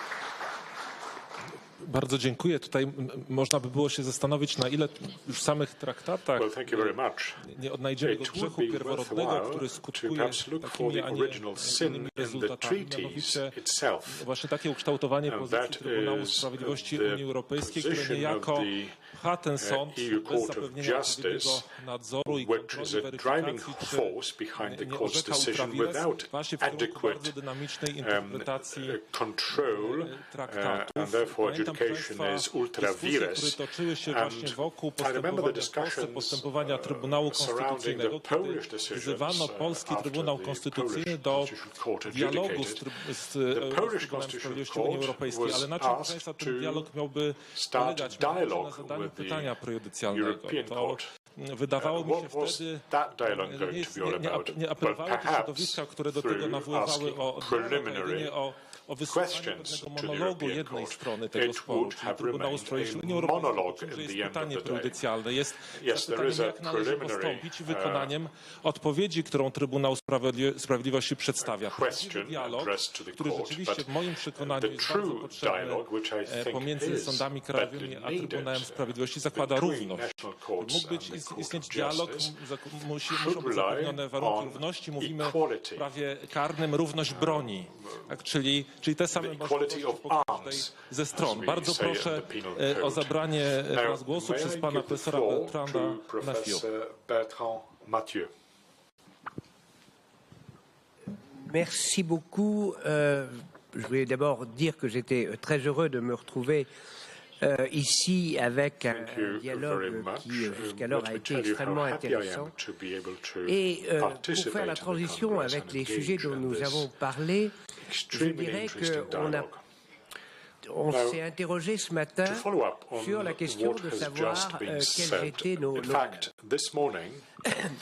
étaient nos valeurs. C'est finalement une question relativement complexe puisque on a d'une part le renvoi à des valeurs nationales et d'autre part le renvoi à des valeurs communes.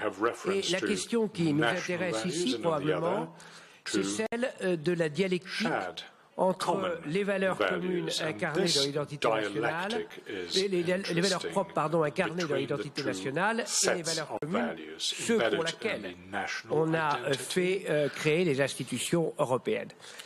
Et cette dialectique, elle fonctionne, comme ça vient d'être dit par Anne-Marie Le Poirier, avec un certain nombre de difficultés. D'abord, la première difficulté, c'est que on a globalement un mouvement d'internationalisation de ces valeurs et aussi de ces principes d'organisation politique qui posent deux problèmes. Cette internationalisation, d'abord, elle est extranationale par définition, et d'autre part, elle échappe très largement au pouvoir politique. Moi, ce qui me frappe, c'est que l'on est finalement dans un gouvernement et dans un dialogue politique. Le problème se règle entre les juridictions nationales et les juridictions supranationales. Et ce qui s'efface un peu dans cette affaire, c'est le politique. Or, la légitimité démocratique, d'abord, d'autre part, l'expression de ce conflit, il s'inscrit dans une logique qui est la suite. Il convient que les États ne se voient pas imposer des contraintes auxquelles ils n'ont pas librement adhéré, puisque le principe du traité, c'est la libre adhésion. Mais d'un autre, d'un autre côté, les États doivent être contraints de respecter les engagements qu'ils ont pris. Et toute la difficulté, elle est là. Comment arriver à tenir ces deux exigences ensemble? Alors, le problème c'est que ce système est un système qui n'est pas hiérarchisé. Comme le disait Anne-Marie Le Poète. Il n'est pas hiérarchisé et c'est un mécanisme de régulation. Et avec un mécanisme de régulation, finalement, on fait un peu ce qu'on veut et on a l'impression parfois que c'est celui qui est le plus fort, le plus puissant, qui va l'emporter. La clé du système relationnel, il me semble, se trouver dans l'article 2 du traité de Lisbonne, qui renvoie aux valeurs de l'Union. Ces valeurs de l'Union, elles sont d'abord exprimées de manière très générale, et d'autre part, elles sont un instrument extrêmement efficace d'extension des compétences de l'Union européenne. On y trouve notamment le respect de la dignité humaine, la liberté, la démocratie, l'égalité, l'état de droit, le respect des droits de l'homme, y compris les droits des personnes appartenant à la minorité, le pluralisme, la non-discrimination, la tolérance, la justice, la solidarité, l'égalité entre les hommes et les femmes. Si, je sais bien que ce n'est pas aussi automatique, mais si on considère que toutes ces questions-là ont finalement touché aux compétences de l'Union européenne, on peut tout absorber, y compris les politiques budgétaires d'un État. En fait, ces valeurs-là, on est d'accord, elles font l'objet d'un consensus. On est presque tous d'accord sur ces valeurs. Le seul problème, c'est qu'on ne leur donne pas exactement le même sens. Par exemple, le respect de l'état de droit implique le respect de l'individu et sa protection contre l'arbitraire. Et ça relève du patrimoine européen. Mais il peut être utilisé, par exemple, pour reconnaître des identités sexuelles, des systèmes institutionnels. Par exemple, est-ce que la séparation des pouvoirs, ça implique l'indépendance du juge ou l'autonomie totale du pouvoir judiciaire? Et on s'aperçoit que là, on est sur une question où il n'y a pas nécessairement la même vision entre tous les États. Et en fait, on est d'accord sur les valeurs inscrites dans les traités, mais on n'en donne pas. Alors, je ne reviens pas sur ce qui a été dit, c'est qu'on a manifestement un phénomène de résistance. Phénomène de résistance constitutionnelle en Pologne, en Allemagne, en Hongrie. As a result, we see it in constitutional courts in Poland, Germany, Hungary, and also in France, although that opposition is milder. À des solutions, parce que toutes ces jurisprudences, elles interviennent dans un laps de temps relativement court et elles sont l'expression all these decisions are taken in a particular time. Je ne crois pas personnellement que l'on puisse se contenter de s'inscrire dans une logique de résistance. Si on s'inscrit dans une logique de résistance, ça veut dire finalement que l'on ne s'inscrit pas dans une logique de construction de l'Union. Moi, je crois qu'il faut essayer à la fois de maintenir un mécanisme de construction, d'évolution de l'Union européenne et de respect des identités nationales. C'est ça probablement le travail qui est devant nous. C'est ni imposer, ni se soumettre. Uphold respect for national identity. No need to impose anything, but then there is no need to feel subordinated. Je crois qu'en fait, il y a deux directions, et ça a été dit aussi par l'intervention de Marie Pouriette. Je crois qu'il y a deux directions. D'abord, il faut en effet que les États définissent clairement ce qu'ils estiment relever. C'est-à-dire, vous comprenez bien que si, comme dans la Constitution, le juge constitutionnel a dit que lorsqu'était en cause l'identité constitutionnelle nationale, ça prévalait sur, ça pouvait prévaloir sur le droit européen. Mais ce n'est pas une bonne solution. Ce n'est pas une bonne solution. Pourquoi? Parce que finalement, c'est le juge constitutionnel français qui va décider ce qui relève de l'identité française. Il faut, je crois, en effet, inscrire dans les constitutions ce qui relève Therefore, we need to enshrine in the Constitution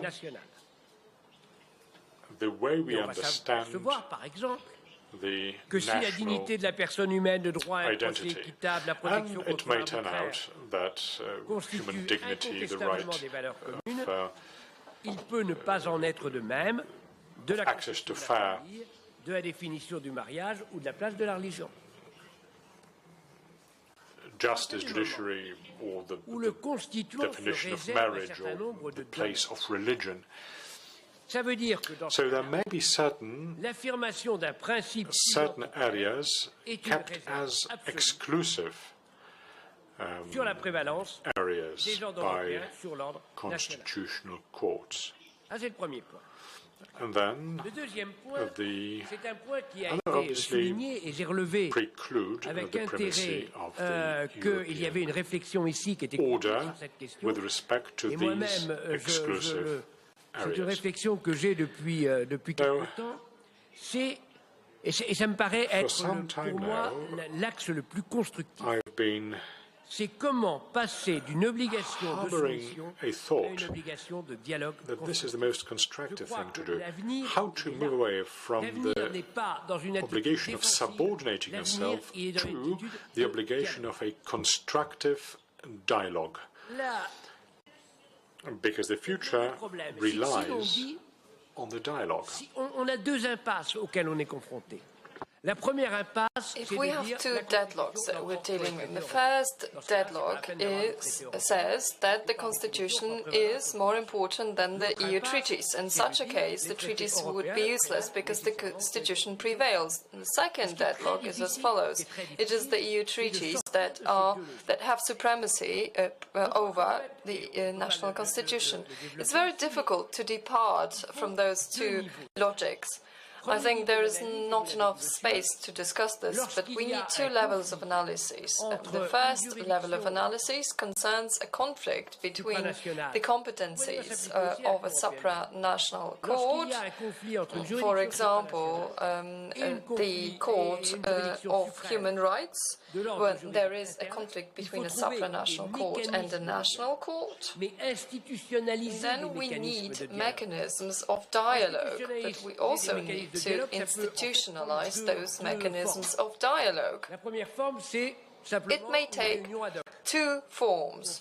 On the one hand, there might be an ad hoc meeting between the judges concerned from the European Court or supranational court and the national court. And when there seems to be a systemic issue, in such a situation, we would need to have a framework of dialogue structures, but we may not stop at this. Why not? Because, in my opinion, these issues may not be solved as a result of a dialogue between judges. Sooner or later, I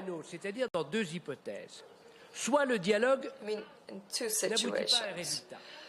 The dialogue may not lead to any effect, any result, or the issue might be concerned too important for the judges to be able to determine it. Then we need to go back to the political authorities, and we need a mechanism that would trigger the participation of the political authorities in the dialogue. So there is one level, the dialogue between judges, and then the political powers who could take control over it.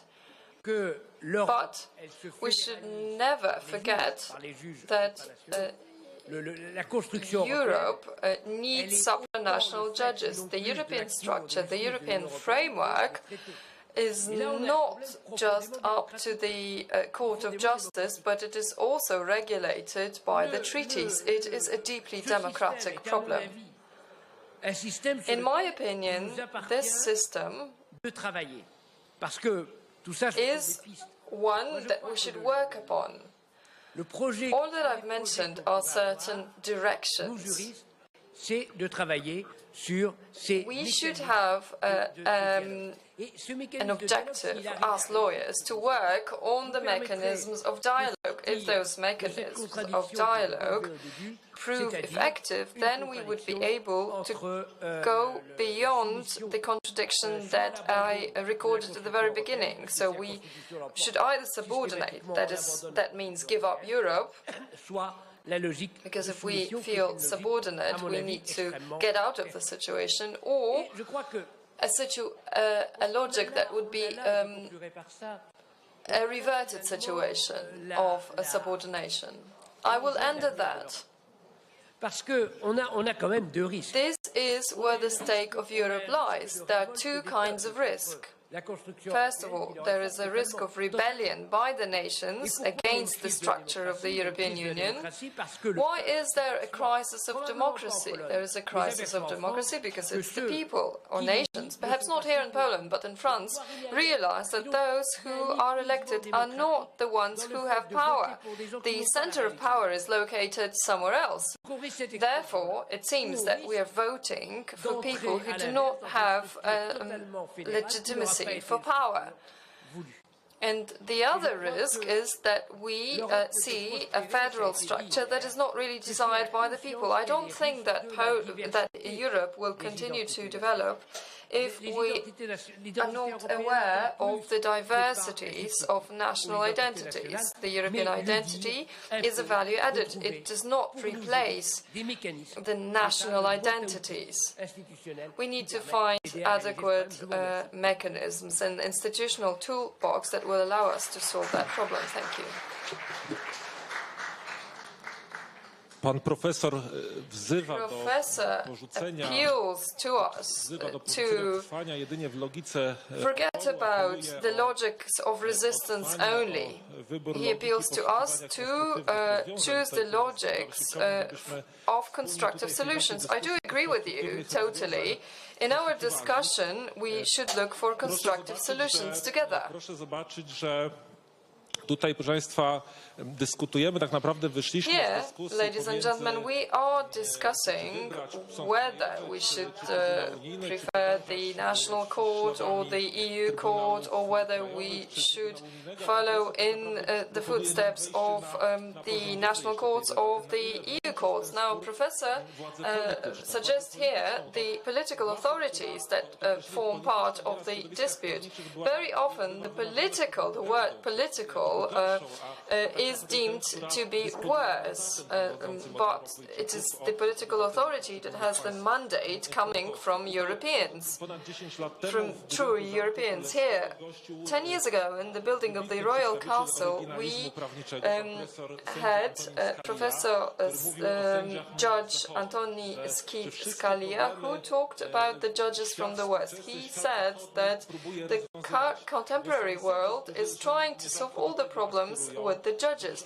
They very often aspire to that. Aaron Barak, who's a very renowned president of the Supreme Court in Israel, says that every problem should be dealt with by the courts, because it is only there that we can find a legitimate answer today.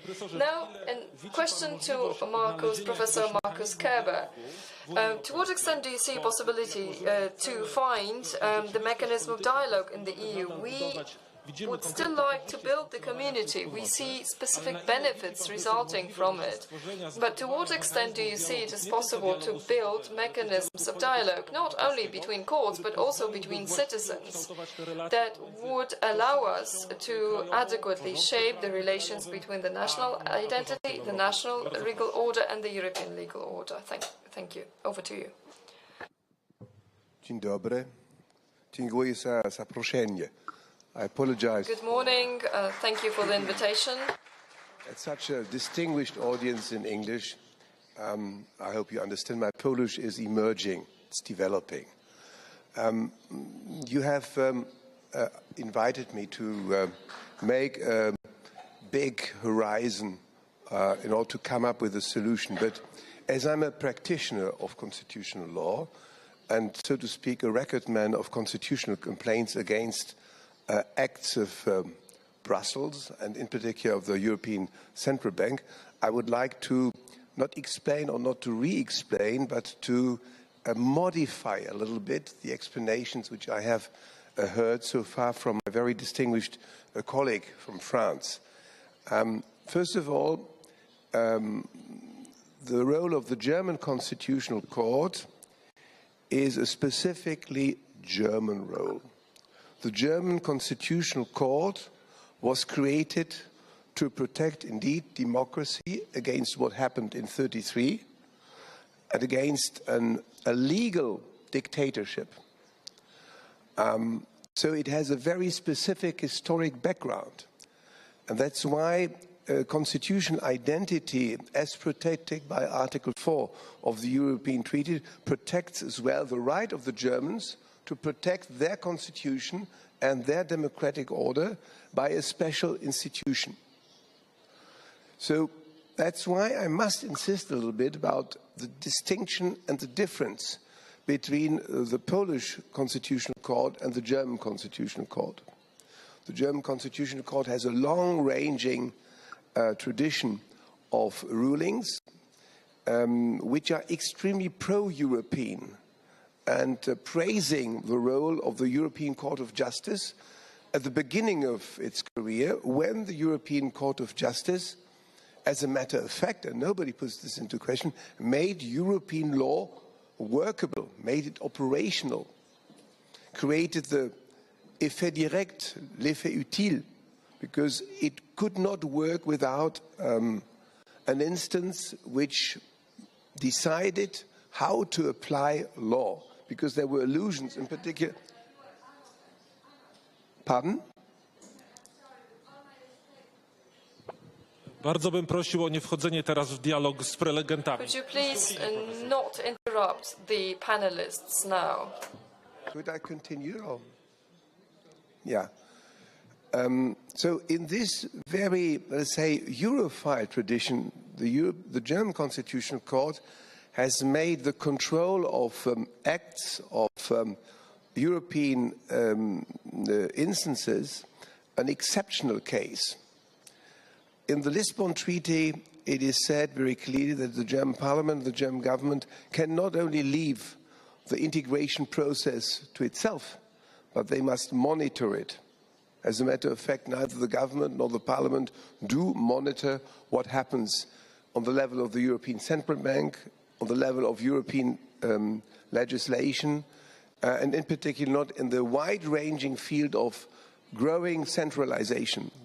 The banking union is a good example of that, of the EU Next Generation project with the unique case of common debt, of which we are all liable, is a clear ultra vires act. But the German Constitutional Court doesn't claim the right to say itself, well, we qualify this as ultra vires act and we reject it. They say, first of all, it must be a very grave, a very severe act of going beyond the competences of what has been enshrined in the European treaties. Secondly, it submits its judgment, not its judgment, but it must question the European Court of Justice for the right interpretation of its findings. And the special case we had on the 5th of May 2020 for the huge program of bond purchases, the German Constitutional Court says exceptionally we cannot accept the ruling of the European Court of Justice, which is normally binding, but we cannot accept it in this particular case because it cannot be understood by any reasoning whatsoever, because the European Court of Justice has totally missed the good interpretation about the principle of proportionality. So this is the worst case you can imagine, when a constitutional court says to another high court, in this case the European Court of Justice, I can no longer follow your reasoning. Your reasoning is completely irrational. And as a matter of fact, the European Court of Justice, for the second time, justified, legalized a bond purchase program, which was heavily challenged not only by economic thought, but especially by all sorts of legal experts who said that the European Central Bank is not allowed to distort competition on the capital markets by buying huge amounts of bonds. Let me remind you of the fact that by the time we are talking today, 4,000 billion euros is the volume of state bonds which is purchased by the European Central Bank or by the Euro system, which is more than 1/3 of European debt, of Euro debt. And this gets very, very close to monetary financing. We have another case pending in the German Constitutional Court, which is the pandemic purchase program, which has put the level of purchases to this enormous amount, and the procedure is going on. But I have to modify a little bit the interpretation of the rulings of the German Constitutional Court. The German Constitutional Court does not simply claim the right to say, we reject this or that judgment of the European Court of Justice. It only rejects these judgments in as much as it can no longer follow it. And as I'm a practitioner of these cases, I can tell you the German Constitutional Court was already very much tempted to reject the ruling of the European Court of Justice in the OMT case, because the reasoning of the European Court of Justice was very close to, let's say, whitewashing or legalizing a practice of the European Court of Justice, of the European Central Bank. But then they didn't want to go to a clash and said, we are going to give an interpretation of the ruling of the European Court of Justice which makes it, so to speak, compatible with our constitution and with our understanding. So there is obviously a conflict, and this conflict has its origins. I want to praise again the work of the European Court of Justice at the beginning of the European Union, when Poland was yet not a member of the club, unfortunately, not for the reasons you know. The role of the European Court of Justice has ever since totally changed. And as a practitioner of these procedures, I can tell you the relationship of the European Commission, represented by the legal service, for which I worked in 1980 as a young man, is a totally different relationship as the relationship to the parties to the court, the complainants. We are summoned by the president, we are given 5 minutes. You make your plea in 5 minutes. At the beginning, at the end, you have another 3 minutes to make your case.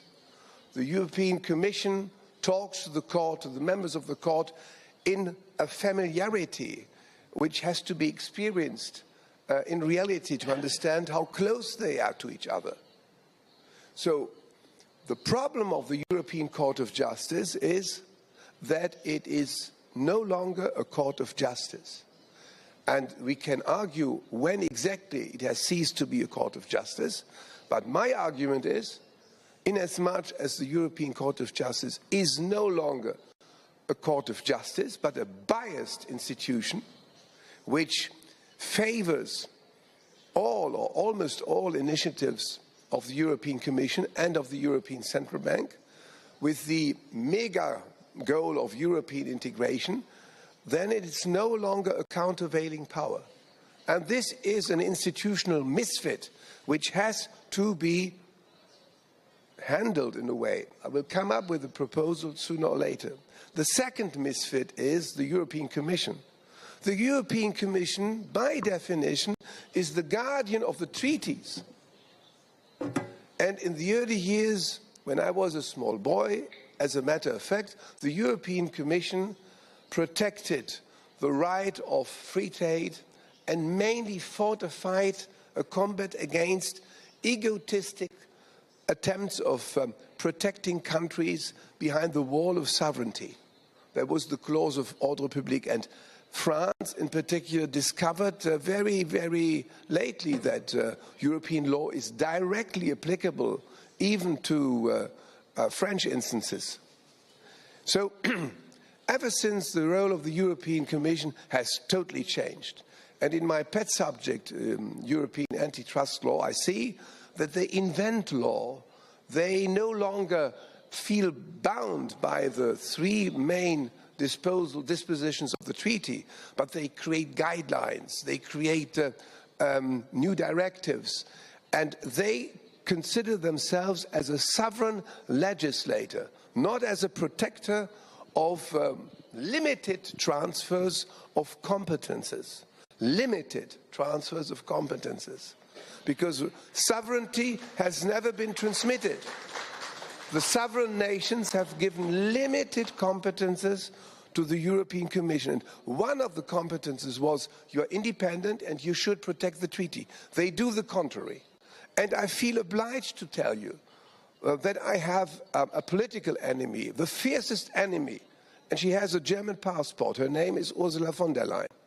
She initiated a procedure, as you rightly pointed out, against Germany and against the German government, simply because a constitutional court had done its duty and had applied law, German constitutional law, protected by Article 4 of the European Treaty. And she did it for what purpose soever. At least she wanted to prove that she is more European than German. But she did it as an agent of this Brussels gang, of this Brussels regime, which today finds itself totally sovereign in making decisions. I could endlessly talk to you about decisions by the European Commission which do no longer follow the limited authorizations of law, in particular in the field of procurement, where national industrial interests play a far bigger role than legal considerations. So this is the second evolution, of the second development, which we have to pay tribute to. So we have two institutions who help each other, who will go hand in hand in order to create a European superstate which is no longer accountable to nation states. Because we should not forget the nomination of judges in Luxembourg is highly complicated and does not pay tribute to the weight of the population of each country and does not pay tribute to the quality of legal tradition in the different countries. So I think it has to be reformed. It has to be reformed very quickly. So having said this, I think it's not time for dialogue. It's time for legal combat. And we have very good arguments in the European Treaty. The arguments which we exposed against this ridiculous attempt by the President of the European Commission to engage or to initiate a procedure against Germany, against the German government. The German government was summoned with questions to act against the German Constitutional Court. What a silly request. This shows us that something has to be done. So we have a total imbalance of powers within the European Union. We have a very dangerous development. And I would even go as far, and please forgive me if I make this not very academic statement, but this is a Congress as well. We have some sort of conspiracy between the European Court of Justice and the European Commission in order to push the European project in the sense they define, and they claim the right to define the objective of the final objectives of the European project. So very recently, the European Union, the European Commission organized a conference on the future of Europe. This was a pseudo-democratic assembly with expensive marketing, having invited representative citizens of non-governmental institutions, being more or less sympathetic or likable to the European Commission. Something very, very dangerous is developing in Brussels. And this is not only anti-Polish, and it's not only directed against democracy, it is directed, this is my fundamental belief, against the construction of Europe. Because it has never been question of a European superstate with the central government in Brussels. We want to have a confederation of free and sovereign nations, dominated and defined by law.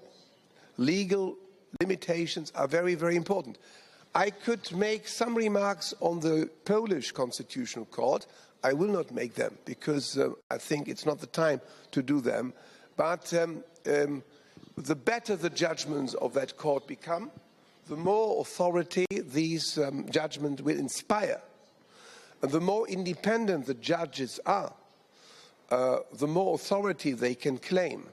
Constitutional judges are always close to political establishment. And it's not a black and white situation. The nomination of German constitutional judge is a process of political bargaining rather than of nominations. But we have to reform very quickly the European Court of Justice to make him again a court of justice.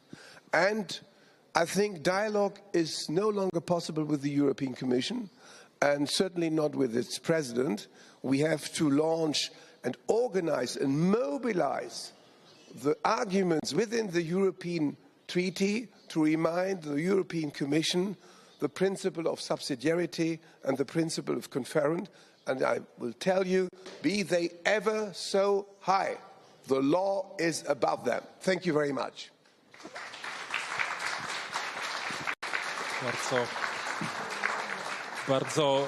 Bardzo dziękuję. Pan profesor stawia tezę. Well, thank you very much, Professor. You said, Professor, that it is not time for the dialogue. This is time for battle, to change the model into which the EU is evolving. Now, let me address Professor Bainczyk. Now, how do you see the relationship between the EU law and the domestic law, and also to what extent the Polish institutions, also judicial institutions, can benefit from the dialogue or dispute in the old union between the judiciary domestically and the Court of Justice in the EU. Well, thank you very much for giving me the floor. With respect to Professor Kerber and Professor Bertrand, indeed, this is not the time to discuss legal concepts. I think we all had a chance for that. Each one of us, we've written extensively about the primacy of the EU over the domestic law, or the other way around. I think this is time to take action, and there are manifold reasons for that. Poland has been and will remain in Europe because we are Europeans, and at this particular point in time, we are called upon to defend the EU given the conflict in Ukraine. The EU must be reformed, but not along the directions proposed by the Commission and European Parliament. The attempts at reforming the EU are already underway. We must be aware of that.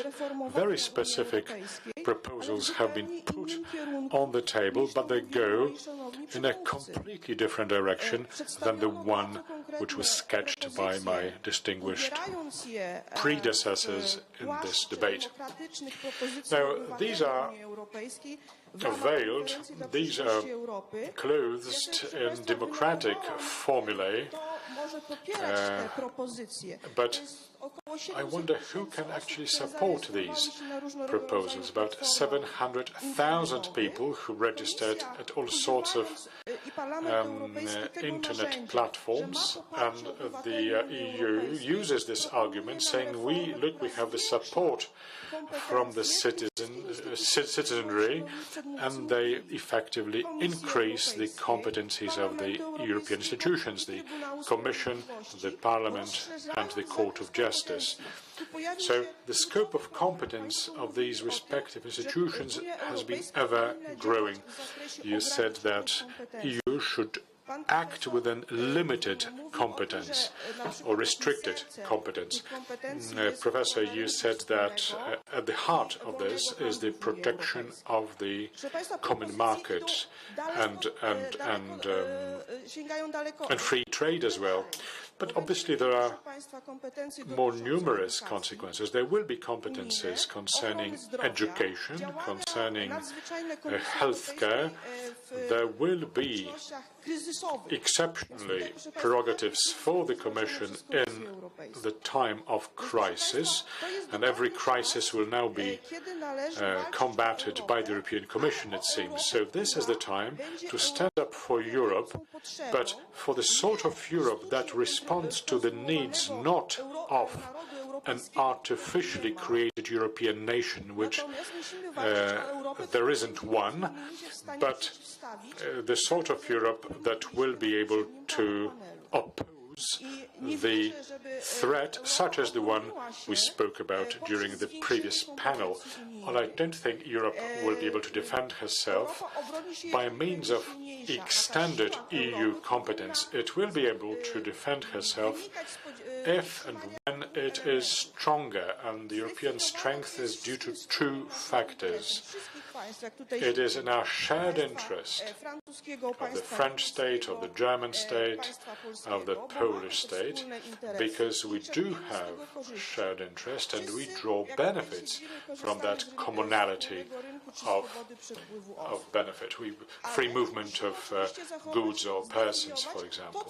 But we need to also define what we differ on, and the differences do not need to be internationalized necessarily.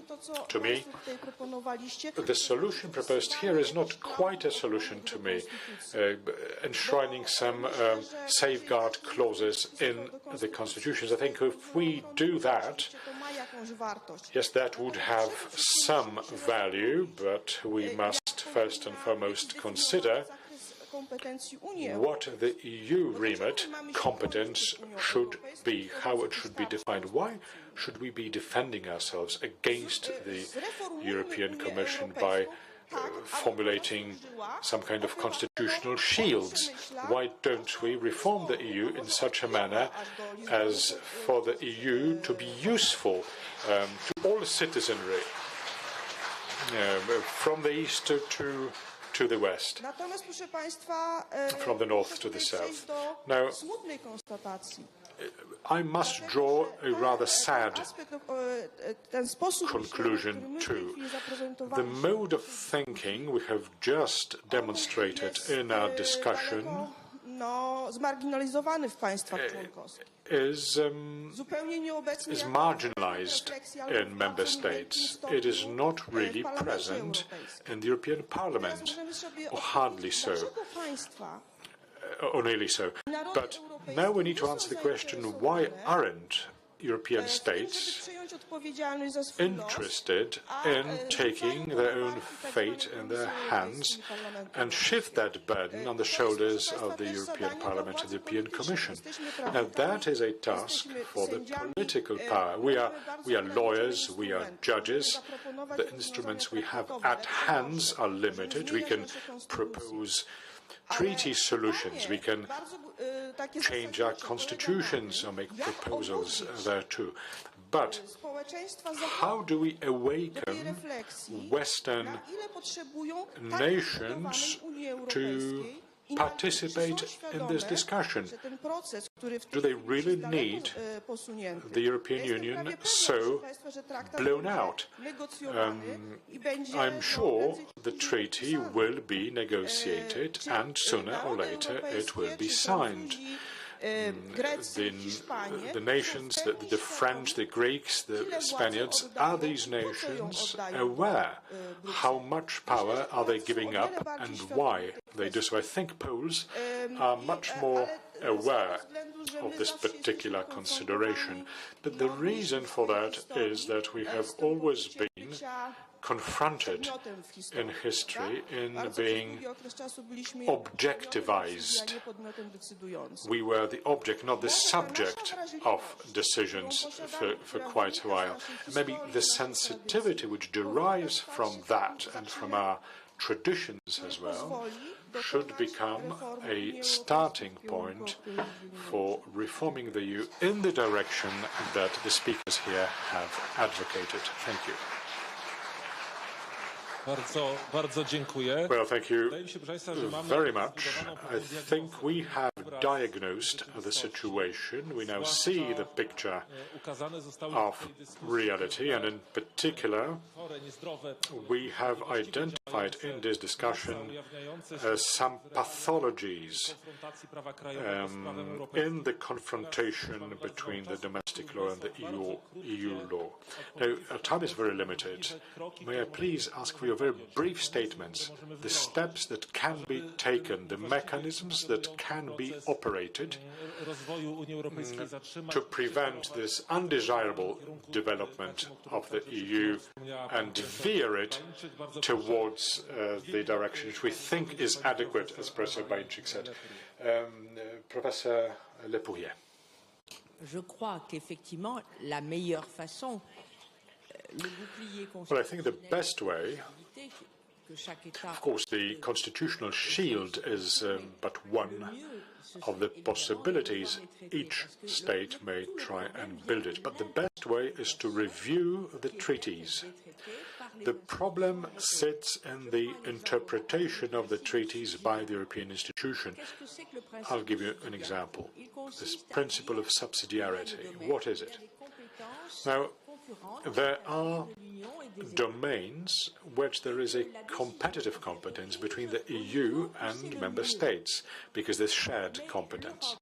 There, however, the EU will say the European level is the best level for these decisions to be reached on. And this will mean that there is a continuation of the same, ever more competence to the EU. The treaties are phrased in very imprecise terms, which effectively makes it possible for the European institutions to ascribe these competencies to themselves at the expense of the member states. If we look carefully at the Lisbon Treaty, there will come a time to say no. I mean, no was said to the draft European Constitution, and even though the Lisbon Treaty was ratified in a parliamentary procedure with disrespect to popular vote. People said no. They wanted to adhere to the framework of the nation, the national state. So the French are disconcerted with these developments. Therefore, on the level of the Council of Ministers, the European Council, I think the language should be somewhat different. I think it should be said that the Commission is going too far, the Court of Justice is going too far, national competence is not respected, and the EU should rely and does rely on confederation. Federation was not opted for. Therefore, we all agree that the EU enjoys competence which is conferred upon it by the member states, and the EU should not exceed, should not go beyond the competence conferred upon itself. The problem sits in the interpretation of it. The EU tends to say we want more and more.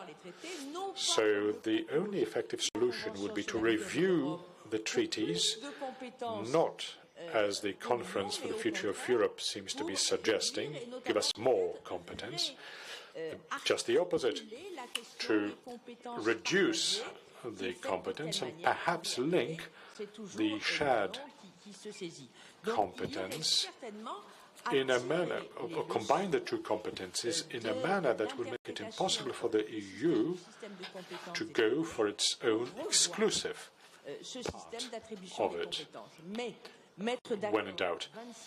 So, yes, I think we should review the system, and then, but for that you need to obtain a consent from 27 member states. That's why political action is needed. In other words, the governments of member states must decide to tackle this problem immediately. It is not the judges who should be deciding this by themselves. It must be the politicians who should take over control and say Europe is a confederation, is a movement of independent state, as the German Constitutional Court has said. There is no European nation. It is not a federation that will be building some kind of European democracy. So it must be redefined. The best way to go forward is to review the treaties. Pan professor Bertrand Mathieu. Oui, je vais reprendre en fait très rapidement trois points. I would like to go back to 3 points briefly. De bouclier constitutionnel.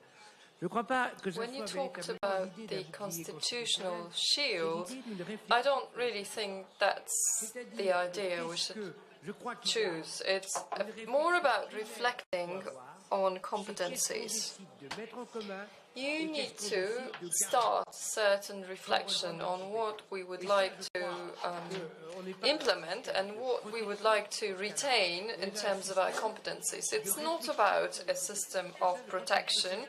It's about a system of reflecting about our competencies and what can be enshrined in the Constitution. Now, the second element is the dialogue. You said it's not the time of dialogue anymore, but for me, I'm not talking about any kind of abstract dialogue. There are some legal instances that should run the dialogue, but we need certain mechanisms to do so. And the third element,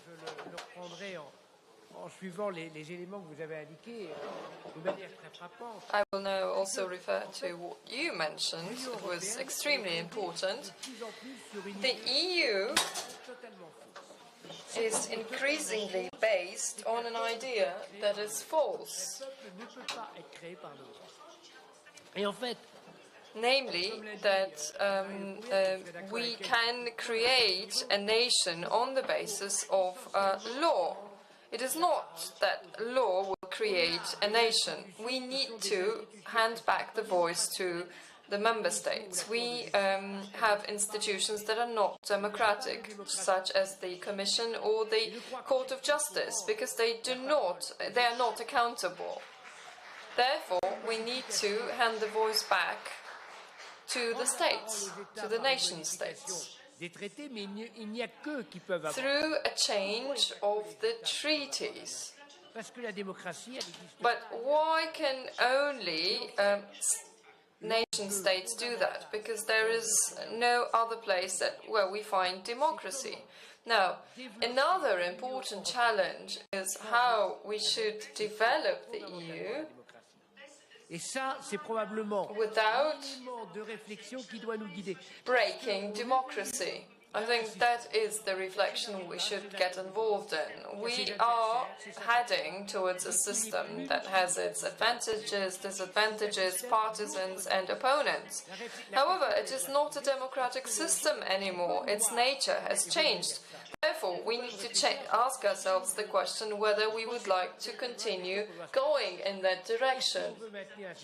We need to ask ourselves that question. If we want to have a democratic system, we should perhaps get equipped with means that will allow us to come up with solutions. Thank you.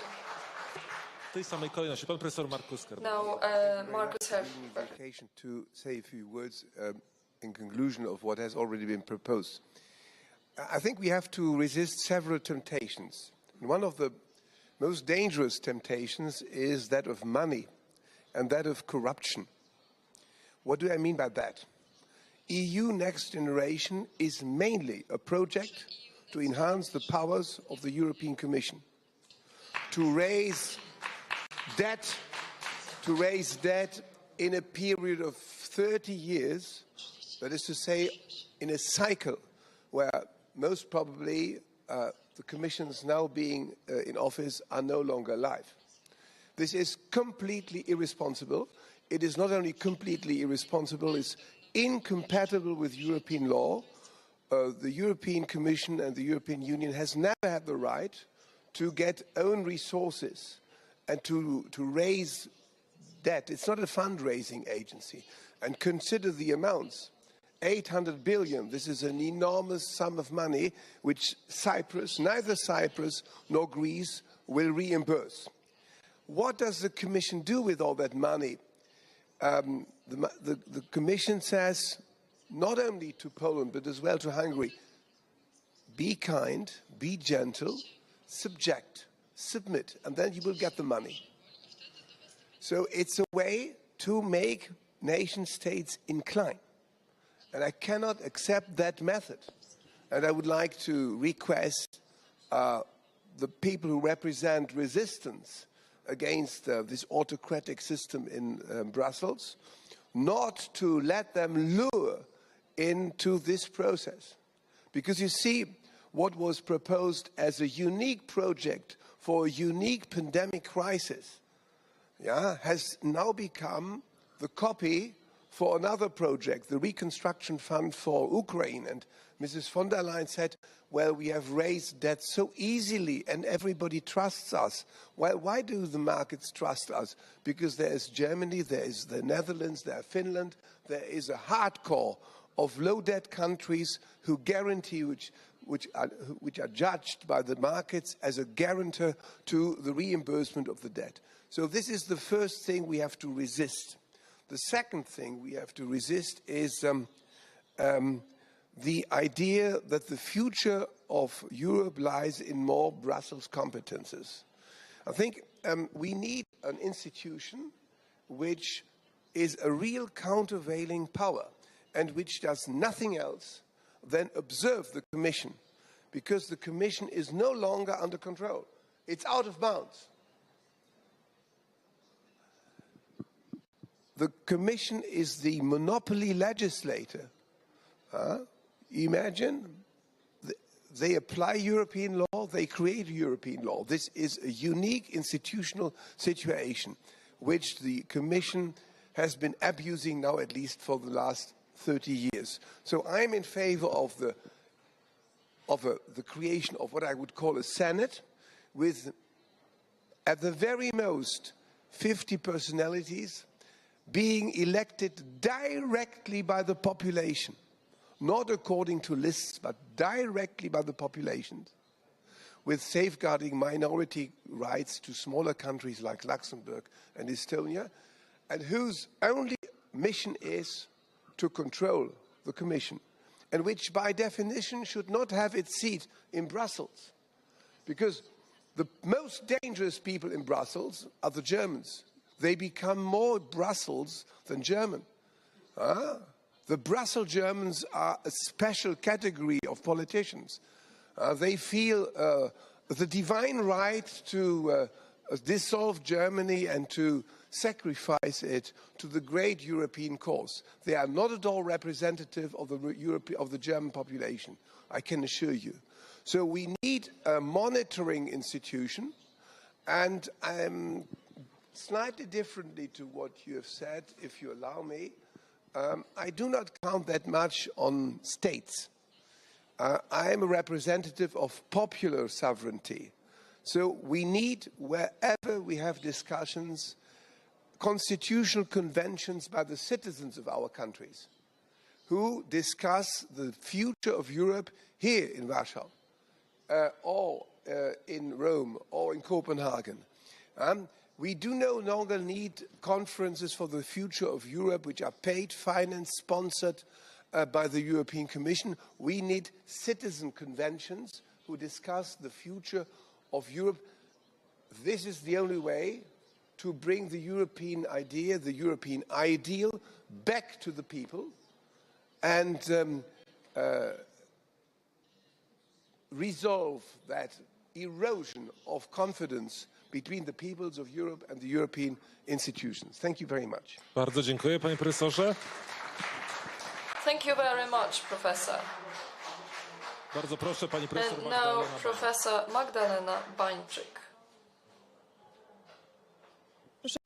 Ladies and gentlemen, I will be very brief because everyone has got the right, human right, which is right to lunch. I would not like to infringe on those human rights that form a common basis for all the European states. Of course, ladies and gentlemen, changes in the treaties, curbing the competencies of EU institutions and accountability of the European Commission.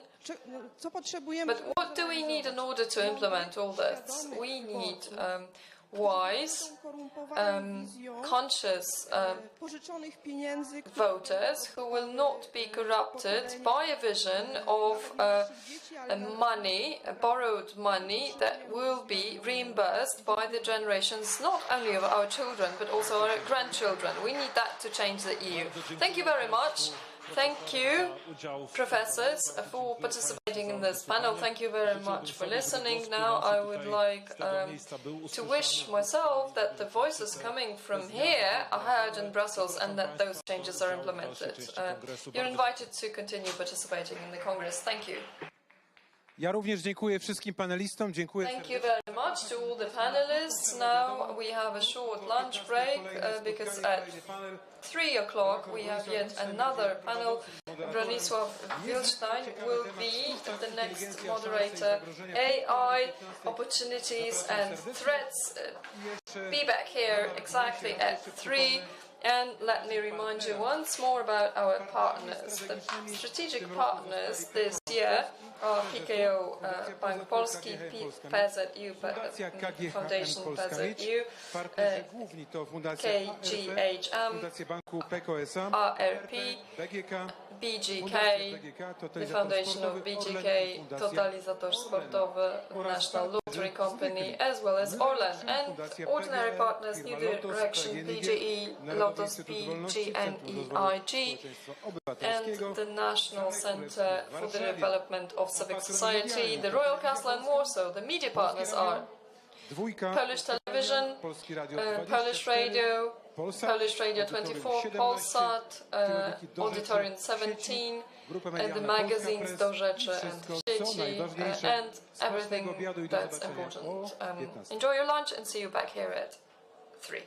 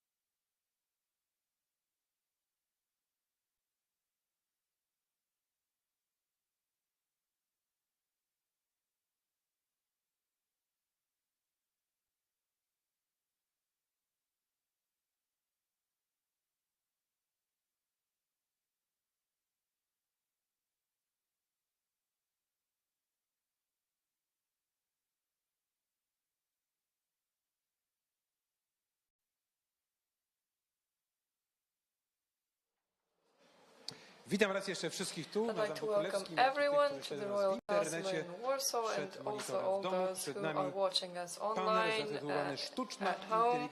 Now the next panel is AI, Opportunities and Threats. It's going to be moderated by a publicist, journalist and writer, Bronisław Wilczstein. I think it's him who's going to introduce the guests, or am I supposed to do it? Dobrze, no to już ja przedstawię. Okay, I will then. Andrzej Kisielewicz, professor of mathematical sciences, professor Jerzy Surma, academic professor, and professor Andrzej Zybertowicz, sociologist, analyst, political consultant, editor Bronisław Wilczstein. Over to you. Good afternoon, ladies and gentlemen, dear panelists. Sztuczna inteligencja. Artificial intelligence is an ambition. Creating an intelligence is the top of human ambition. It is comparing yourself with the divine capacities of creation of God. Stworzenia racjonalności samej. Creating rationality itself. Z tymi wszystkimi nadziejami, but as it comes to all those greatest hopes, they are very often transformed into worse nightmares. Historii kultury europejskiej, in the history of European culture, in parallel with those dreams about creating a human artificial human being, because creating an artificial intelligence means creating an artificial humanoid being, because the intelligence that we know about is only found in humans. There are different types of intelligence, but we don't have so much in common with them. So to be able to imagine that we are able to create such a being caused fear in many people from the very beginning. All those figures like golems who would get revived and then would show their destructive power, or apprentices of the wizard who couldn't control their powers, are very often accompany those ambitions in European culture.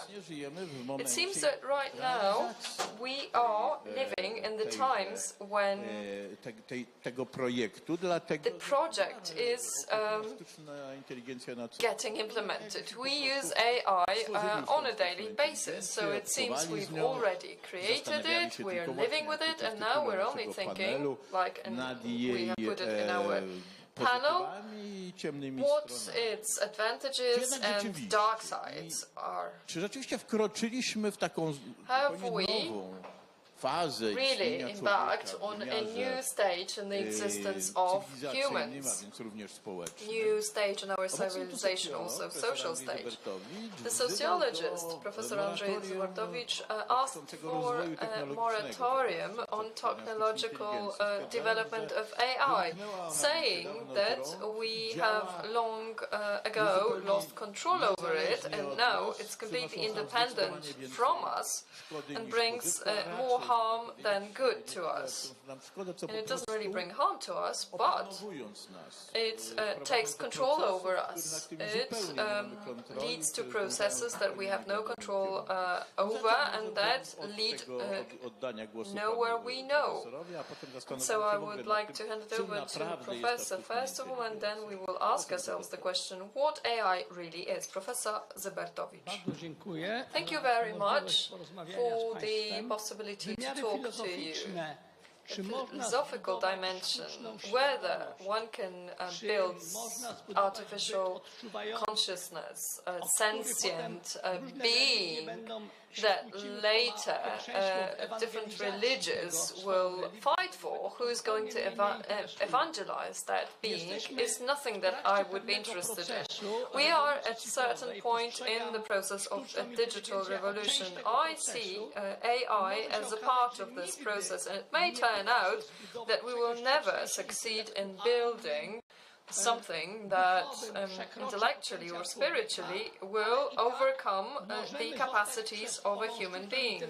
However, still, we can be outwitted by that AI, that kind of AI. So if somebody is able to cheat you, it doesn't mean they have to be better educated, more sensitive, or have a greater knowledge. They can be just a clever guy from a marketplace who will cheat you playing cards.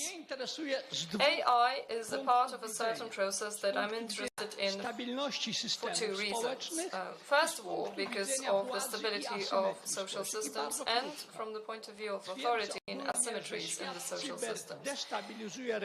The cyber world destabilizes the real world. We do not know what kind of an architecture there is in the social world, and the digital revolution tampers with the basis of that world. The digital revolution has caused an unprecedented accumulation of resources in humanity. Two great shocks. Shock number one, the pandemics. Shock number two, war in Ukraine, are both related to big techs, GAFAM, Google, Apple, Facebook, Amazon, Microsoft, growing in power. The market value of all those companies has grown during the pandemics, and when the war breaks out, those companies are supposed to fight disinformation that they reap benefits on over the last decades, and they think that the world will be better then. But the local pandemics would not have become a pandemic, a global pandemic, if it wasn't for the digital world. And well, it is the big tech that benefited both from the pandemics and the war, and has prevented us, they have prevented us from getting to know what the real nature of the dangers is and how we can find those prejudices. That was very synthetic, Professor. I'd only like to tell you that I do remember. Well, the world was unprepared both for the pandemic and for the risk. Well, before the technological explosion happened, well, let's go back to the Second World War. Did anyone expect that? Was anyone prepared for that? It is not a coincidence that right now we refer to those analogies while describing the EU politics, especially such powers as France or Germany towards Putin. Of course, one should not exaggerate. Now, I would like to approach professionals. Professor Andrzej Kisielewicz wrote two books on AI, solely about AI. Do you think it is a failure? Czy cała ta porażka sztucznej inteligencji jako pewnego projektu... Would the failure of an AI as a project be contradictory to what Professor Zybertowicz said? No, zaskoczony jestem, że się akurat z tezami tymi, które wygłosił profesor Zybertowicz, zgodzę. Well, thank you. Surprisingly, I agree with the statements just made by Professor Zybertowicz, and I thought the reason I was here was to disagree with him. Now, let me start with the sztucznej inteligencji. Rzeczywiście napisałem książkę o porażce, internet. I did write about AI to sort things out because the term is used in two completely different meanings. A więc tak z 20 parę 30 lat temu przez sztuczną 20 or 30 years ago, umysł artificial intelligence was understood as autonomous mind artificially created, equaling to human brain or exceeding it, kind of Golem being built, and then you saw Terminator, the Blade Runner, and other AI, artificial intelligence, who would show to us robots which were indistinguishable from human beings, but much stronger. So that's one meaning of the term, and many persons actually have this kind of concept in mind when they say AI. But if you look up more professional pages, you will find out that AI is the sub-area of programming of software that require human intelligence. Now, you will not typically read that these programs, that this software is very limited. I mean, the tasks are very limited. They need human intelligence, but the tasks given to them are performed very well indeed. In fact, better than intelligence. There is an intelligent washing powder, again, labeled under AI, or an intelligent or smart oven, and so on and so forth. So this is the tasks given to AI, oven, washing powder, and so on. So, asking about threats and opportunities, I would say continued digitization, threats and opportunities. Well, the chances for continued digitization is exactly the same as the chances of science in general are. A lot depends on our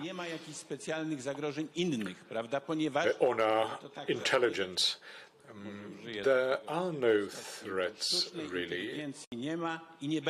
Well, I would say that there is no artificial intelligence, and will never be one, to use metaphorically the words of Minister of Finance Roszkowski. I would say that there is no artificial intelligence in the broad term of the word, general artificial intelligence, and you cannot really see on the horizon any research that would probe into that, i.e. the first definition of the concept. Hence, there are no threats related to such developments which simply do not happen. Now, the opportunities are massive, because they perform very complex tasks. For example, cars without drivers, driven by AI, and many other things. But I see opportunities in three areas. Firstly, you can digitize any routine human activity, because people perform many mind-related tasks, yet these are routine tasks easily replaceable by a computer. You can go to a software developer and they will automate it for you. Deep learning, that's number two. The idea which is being probed into and has already proven extremely successful. I tutaj jest taka szansa, że cały czas jest szansa, że jakaś nowa idea się pojawi, która znowu da takie przyspieszenie. Beating humans in Go and so on and so forth. But from the point of view of AI, we are seeing acceleration in the business world as well. You see AI, machine learning, deep learning. Everyone seems to be able to apply such solutions to create the image of success in business. Thirdly, we cannot be sure if, perhaps, a new technology will emerge almost overnight, but we cannot be sure of that. We have no crystal ball. But Polish programmers, Polish software developers count among the best. The US, China, Poland. I mean, the Polish potential there is huge, and I don't think we are using this potential to the maximum. And I should have added Russia too in terms of software development. So Russia has just come up in a positive context for a change. Professor Surma, who's a mathematician and an economist. Now, what about the quotes we are reading, Kurzweil and others, that a fundamental change has happened? We've set in motion a process which is out of our hands. The artificial intelligence is now self-programming and indeed programming humans. How much truth is there in such statements? Well, thank you very much for this point. When you raise this topic, given the babble that the gibberish you find in the internet, it is good to define your notions. As Professor Kisielewicz has just said, it's important to understand this exactly. In the United States, there is a manual called Artificial Intelligence, written by Peter Norwig. It's about 700-page long. Everyone active in this business must know it. And in his introduction, the author does what Professor Kisielewicz has just done. Strong AI and weak AI distinction is made. General artificial intelligence, oftentimes referred to in such a manner in literature, is exactly the illusions that people often talk about, trying to replicate humans.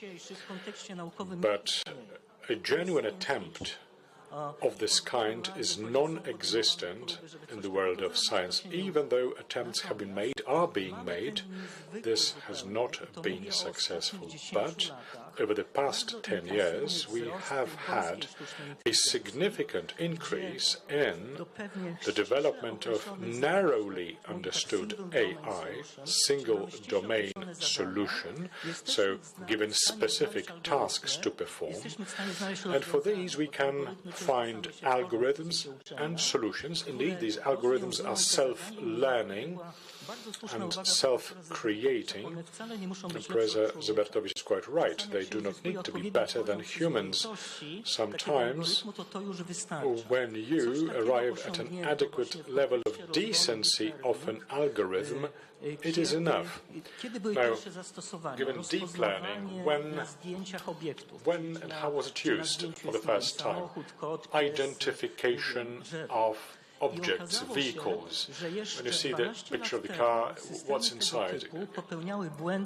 Cat or dog or human.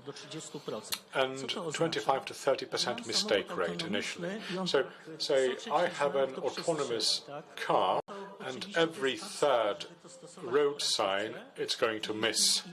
Well, we are far from possible applications, if that's true. So the world of business is not quite yet interested. But at a time when the precision error goes down to 5%. And by the way, in ImageNet, you can see how humans identify such objects. Humans are at 3% mistake rate. Now, Google took interest in this approach. They purchased a company that was working on it at a time when the precision went down to 7%. And they realized that, all right, their machine is not better than humans, but then they can automate dozens of processes built in in their architecture. So these are typically business processes that are, shall I say, perfect enough to be replaced by humans and, given the scale of data processing, do a wonderful job. They have an amazing property. They work round the clock, 7 days a week. They do not ask for a wage hike. They do not complain. They do not go on leaves. All you need to do is to provide electricity, adequate temperature and air, humidity for the servers to run. And run they will, and very effectively at that.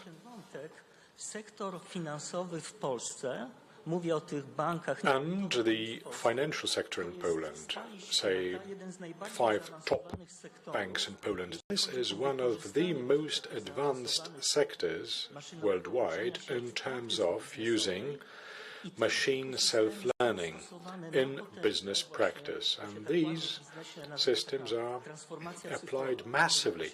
A neat term for that is digital transformation.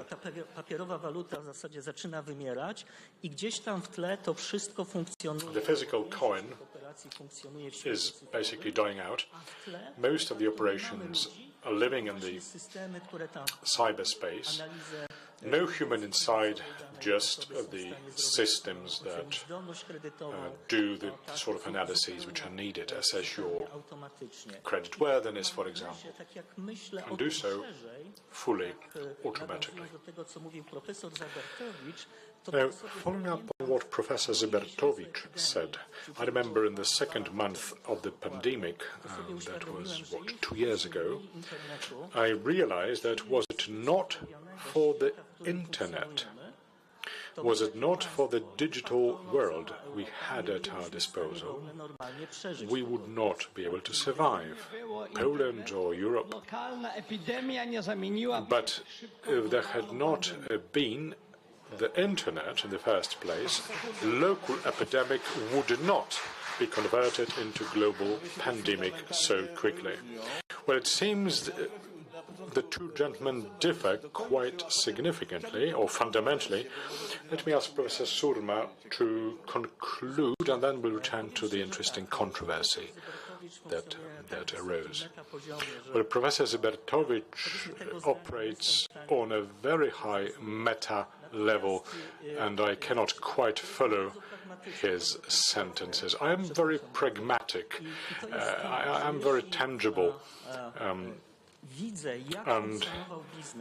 And down to earth. If I see how business operated and how the economy grew owing to digital services, so we can implement massive number of business processes and functions. A number of industries suffered from the pandemic. True, say event organizers, they had a yearly break in operation, but most of the other industries survived, could manage, and saw major changes. For example, letting people work at home. Before then, nobody would allow corporate staff to work at home. And what would probably take 10 years happened over a few months, and now people using VPN type of network services can work from home. So I see a number of advantages of what is not an absolute, an absolute tragedy in this sense. All right, Professor Zybertowicz, could you please expand on that? What do you mean? If there had not been AI and the internet, there would have not been pandemic. Well, I'm afraid I may go too much down. Well, let me rephrase that. Both panelists contributed very interestingly, but the gist is what AI and new technologies, when AI is embedded, sewn in, if you like, every new technology, what do they do to humans and the society? So they are managed by the algorithms that are managed by AI would monitor that people who switch on their smartphone, internet, Netflix, whatever, they capture your attention and manage it. Then they make sure that the content you get is personalized and meets your personality features, because big data and the algorithms with AI tested that, examined that in you. Now, once they reach you with specialized marketing, and then they reach you with their supervisory ware.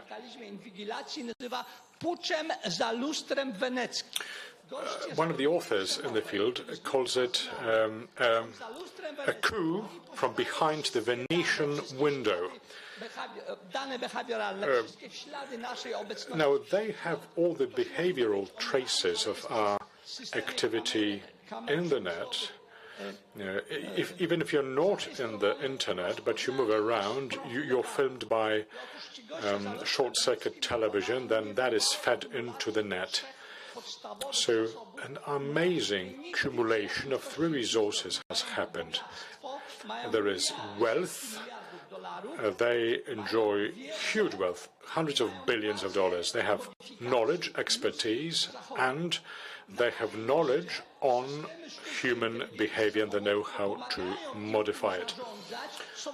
Now, the systems that help them manage human behavior are only in the budding stage, but Gato has not been mentioned here. Gato system is specialized, it's AI, but it can perform 600 tasks at a time. Some argue that this is a step towards the general AI. I'm not really going into that.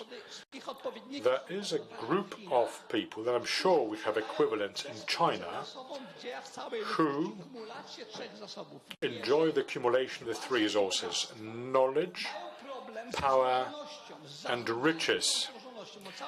Now, they have a problem with managing this complexity. But if they manage to beat time, i.e. before the architecture of social system collapses, and they receive AI systems as effective tools of their power, we'll see radical asymmetry. What do I mean? In history, we've always seen accumulation of resources in the hands of organized minority that wanted to manage disorganized majority. But then the majority would have its own ways. Italian strike action, for example, to reduce the asymmetry. Once we arrive at radical asymmetry, there would be no possibility of rioting against it, because even our docile imaginations will be effectively managed. Well, wait for the applause, please, until the end. This ain't a stadium, shall I say. Professor Kisielewicz is ready to take the floor, I can see. But the new technologies, human creations, obviously open up new possibilities to us. We know it in terms of armament, for example. Nuclear arms was developed for completely different reasons. But in terms of power, now, you're saying this is a completely new phenomenon. In all the despotisms, power was accumulated in single hands. There is no power without knowledge. If the ruler loses knowledge, he or she loses power. But never before would the ruler enjoy the knowledge of the mentalities of each and every one of his or her servants.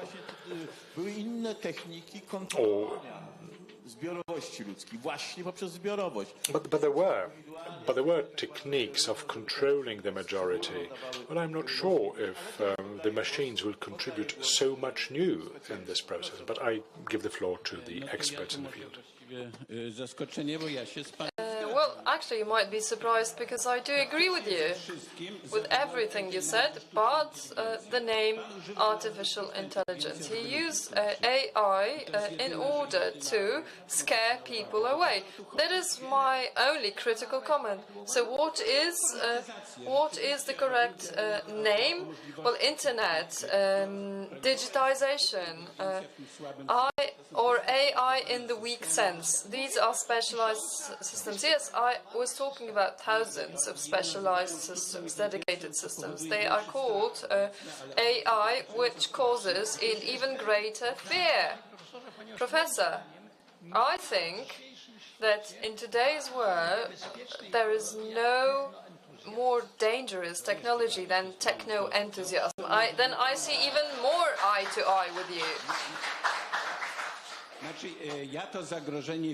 I do see the threat, contrary to my colleague and former student, actually, because both of us come from Wrocław. He is, of course, entitled to have his own opinion, but I am older. Perhaps I have more fear. I do agree that there is a huge threat from the technology. What you discussed is a completely new situation. When internet appeared, well, I treated it as an ingenious tool to gain access to knowledge, to propagate knowledge to a much larger extent than so far. In our pocket, we have huge knowledge sources thanks to the internet. But I think right now, the internet is propagating stupid content to stupidity to a much larger extent. There are supposed to be more fake news on the internet than real news, and they are disseminated with the speed of light. So to speak. So, well, you said it yourself, and I do agree with what you said about the pandemics. It was a media pandemics. Without the internet, without instant information flow, no one would even have had time to get scared. Does this mean we would not have had a pandemic? Am I right to say that? My thesis is as follows. The digital revolution increased mobility, and amongst others, it contributed to optimizing container movement as well as no-frill airlines. Without it, the mobility would have been much smaller, and we could have controlled the epidemics locally, and others would have had time to calm down and work out recipes proportional to the real threat. Now, the information overload caused our governments to react as they did. Some people said that the number of infections would have grown exponentially, and we had to introduce lockdowns. Well, my answer is 100 years ago we would not have even seen it was a different kind of illness. It was a kind of a flu, and that was it. We would not have made any attempts to combat it, because what we noticed 100 years ago was the fact where there was a high mortality and people would get scared. But with this kind of mortality, with COVID, we would not have even paid attention to it. So the fact that we paid attention to it and that information was disseminated, lots of information which was not exactly true, lots of hysteria caused the whole phenomenon. Of course, it is multi-dimensional, but it is related to the development of technology, and this is completely new. Before I hand it over to Professor Surma to finally have an element of a discussion here, I would like to introduce two comments. As far as I know, Professor Zybertowicz is talking about the danger of technological progress. I think it's better to call it AI, because then people get more scared. But AI technologies can only accelerate. It's all of those technologies that are accelerating it. Each and every one of them accelerates things and generates the next level of technological progress. Your model, in which there are always small groups that govern collectives, bigger unorganized groups, but the big groups can also get organized and overthrow the small groups. Well, there is another model. Those who are in government get divided amongst themselves, and when they start fighting for power, then the situation changes, and the technology will not change anything there in that aspect, in that respect. Now, let's hear Professor Surma, who is going to contradict what we've just heard. Well, this is quite an awkward context for me, because I would not like to pick up on it, because generally the thesis related to the fact that a very restricted group of people has got a huge advantage. Well, the asymmetry aspect mentioned by Professor Zybertowicz in terms of having access to huge data, well, we have not seen that in the history of mankind. I have a whole class devoted to it for my students. Please pay attention to the fact that all kinds of electronic or digital footprints that we have on our smartphones. So if we shop online, or if we publish a post on social media, or if we send an email, or if we are somewhere, because I do hope you know that no matter if your GPS is on or off in the smartphones, your location is actually known and very well defined. That digital footprint is pure behaviorism. It is the truth about human beings. If I'm here in this building, this is really happening. It's not that I declare in a survey that I am participating in this or that meeting, or that I am religious or not, or I hold these or those political views. And now, departing from the world of science based on declarations towards science based on behaviorism is a new it's a new domain. It's computational social science.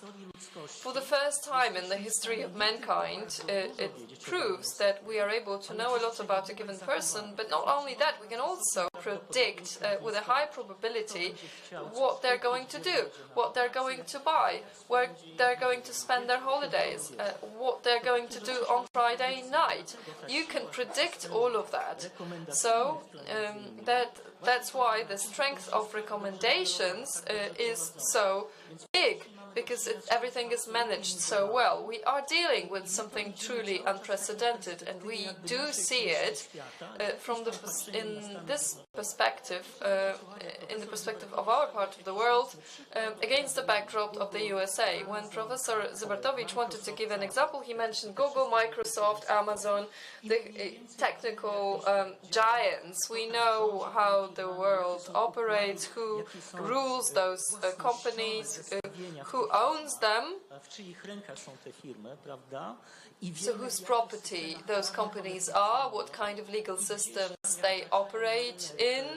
If they enter the EU market, then they are seeing various attempts at regulating it. This world is very well defined to us, but there is a completely different world which is completely unknown here in Poland and also in this part of the civilization. I'm not saying it's going to overthrow the whole puzzle, but it is several years ahead, and it construes everything in a completely different way. I'm talking about the Chinese People's Republic. The digital services are extremely developed in that country, and they are ahead both of Poland and the US. By the way, I'd like to tell you that the US is actually behind Poland in terms of digital services. For example, in terms of mobile payments that we do on a daily basis in most cities in the US, this is completely unthinkable that you can pay for something with your smartphone. It's like mission impossible. What does China do? As you know, this is an authoritarian regime. They have communist power in government. They have a meritocracy. So in their narrative, they call it creating a system of well-educated and wise people who have to complete an education process. This is the narrative of the Communist Party. So they need to get trained to start managing, start ruling. In China, when we were talking about the companies, you've got Twitter, it's one of the companies. Facebook, there's another company. Mobile payments is another company, but you use OLX to do shopping, that's something completely different. So these are just islands of systems that record your data. In China, everything is integrated. The most popular app in China, WeChat, is an app where on one display you have Twitter, Facebook, news, email, fora, payments. You cannot really rent a bike without it now in China. And of course, every phone is registered to the name of a certain person. So it is assigned to the number of a given person, to the identity. And what China does is something completely unimaginable, because at the scale of their huge society, they are trying to build a huge system of social engineering, thanks to which they are going to try to anticipate what kind of moods they can see in the society and how they can globally manage the society, which means maintaining power. I'm coming to a close. Now, social score. They have this system. Every citizen, this is still in the pipeline. And they have a very wise strategy. They are not going to deploy it all over the country. They have chosen 10 cities of different sizes all over China, and they're testing various scenarios. But what does this mean at the end of the day? Let me give you the most trivial scenario. If I cross the street at the red light on a pedestrian crossing, or if I do not put paper in the trash bin where I should, and I throw it in the glass trash bin or plastic, even today, those technologies can record such situations and decrease my score of a good citizen. This is a very subtle example in order to illustrate the phenomenon. Of course, it works the other way around too. If I act in line with the guidelines of the party, then I can get bonus points too. But what is the aim of all of that? It's a huge social experiment where the big data is in fact in the hands of the state, because every company there operates under the state umbrella, and it means building a society, building a country where everything will be managed based on data, digitally. Thank you very much. Here we have touched upon various interesting issues. You talked about China as an authoritarian regime, but clearly they have totalitarian ambitions. It is a totalitarian project. They want to have total control over social life, over all of its citizens, and to manage them with scores, with the number of points, by positive and negative stimuli. So this is where they are heading. We are dealing with the degenerate state, but I would like to decrease your consolation resulting from the words of Professor Surma, who said that in the West we have Google, Facebook, Twitter, all separate, PayPal, etc. And in China, they all have it in one app. Well, in the West, there is such a market as data brokers, and all the technological giants can buy allegedly anonymized data from others and throw it into the same with their own big data. You can answer straight away. Yes, this is true. There are data brokers. There are B2B companies. It's a bridge between Spotify and Facebook, for example. For example, Axiom is a company like that. Nobody knows what it really does and that it exists, but such a data transfer exists, but it is hugely limited. I would say it is not a global phenomenon where free data flow occurs. Yes, it does occur, but it is very restricted in scope. So such companies do exist, but it is extremely difficult to use that model. This is my comment. This is really essential. I would go back to a clear difference between the Western model and the Chinese model. Professor Surma talked about meritocracy, mentioning China. It's not only China who uses that term. It's very popular in the West as well, in a positive sense, most often, although there are opponents. For example, a great philosopher, Michael Sandel, wrote a paper against meritocracy, and here one might say that meritocracy is the effect of market actions.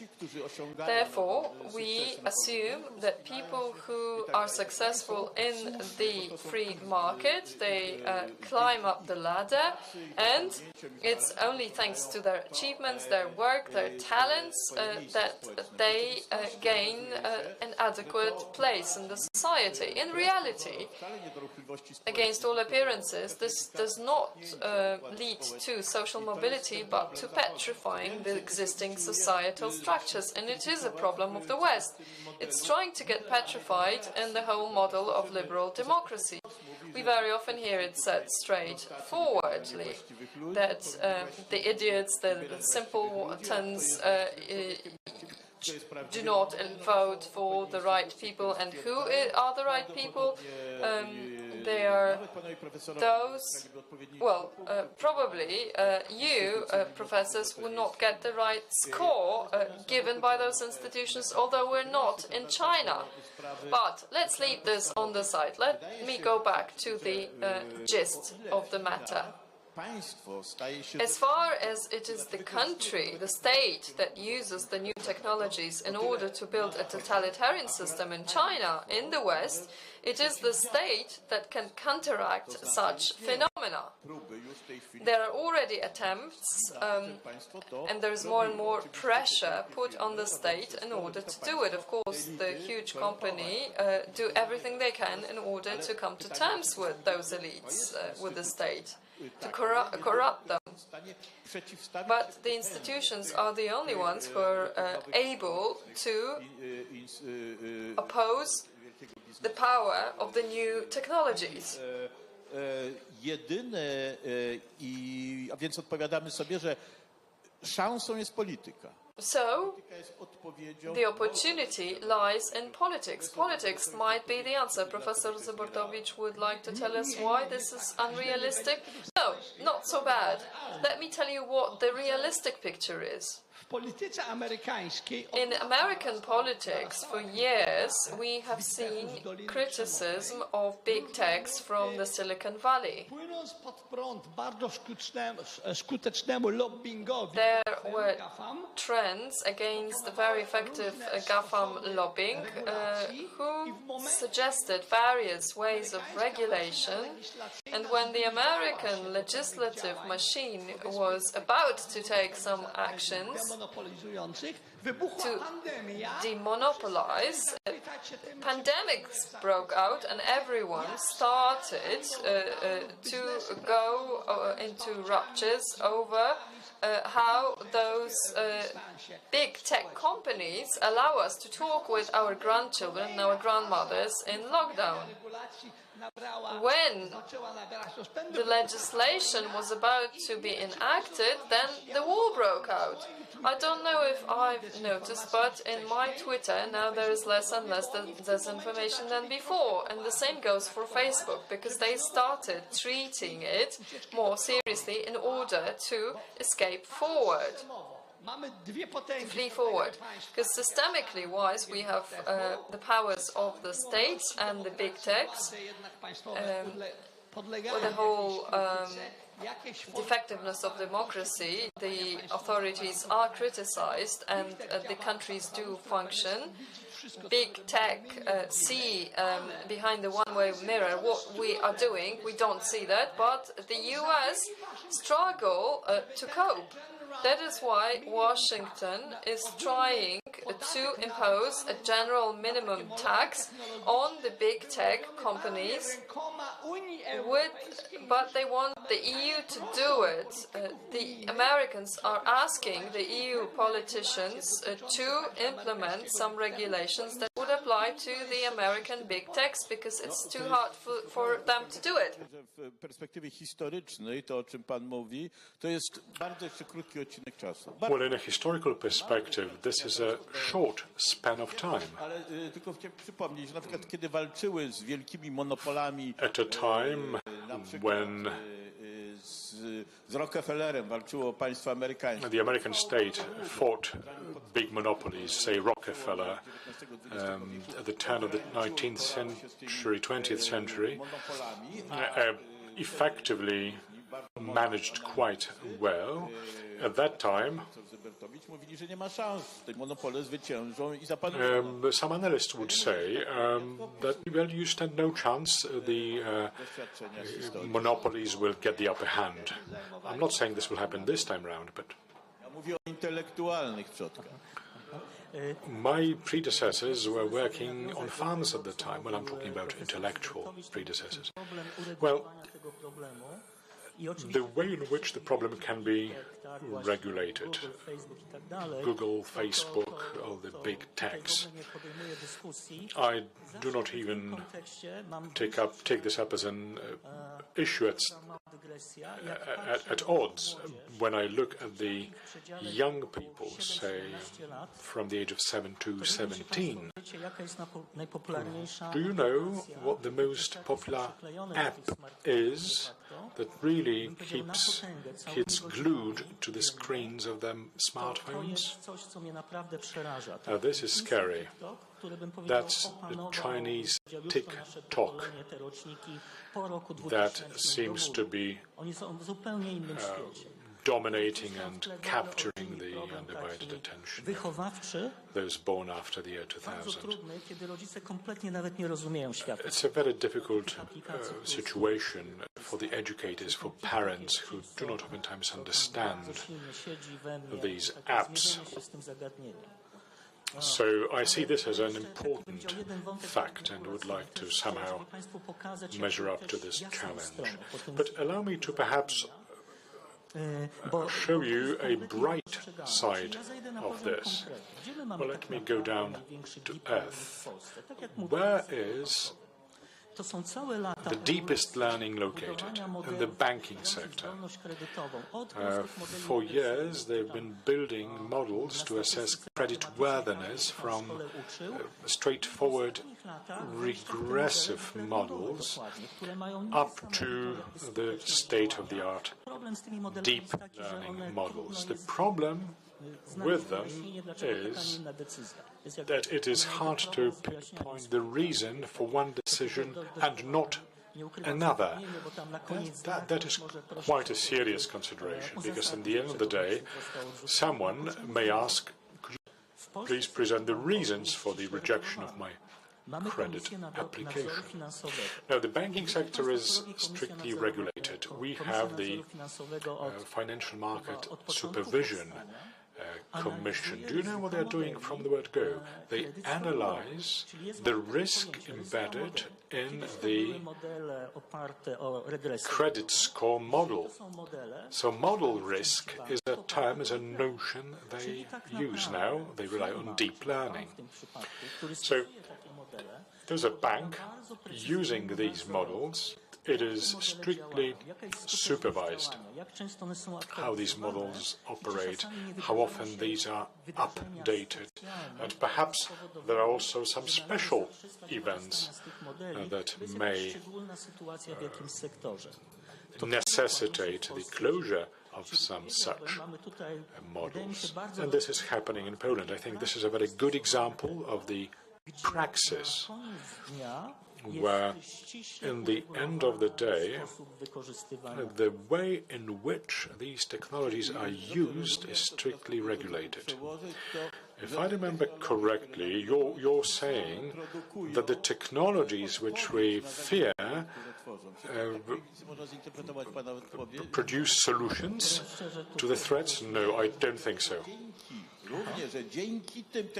But owing to the technologies that Professor Zybertowicz would like to put a moratorium or disband them entirely, we can look at how they operate.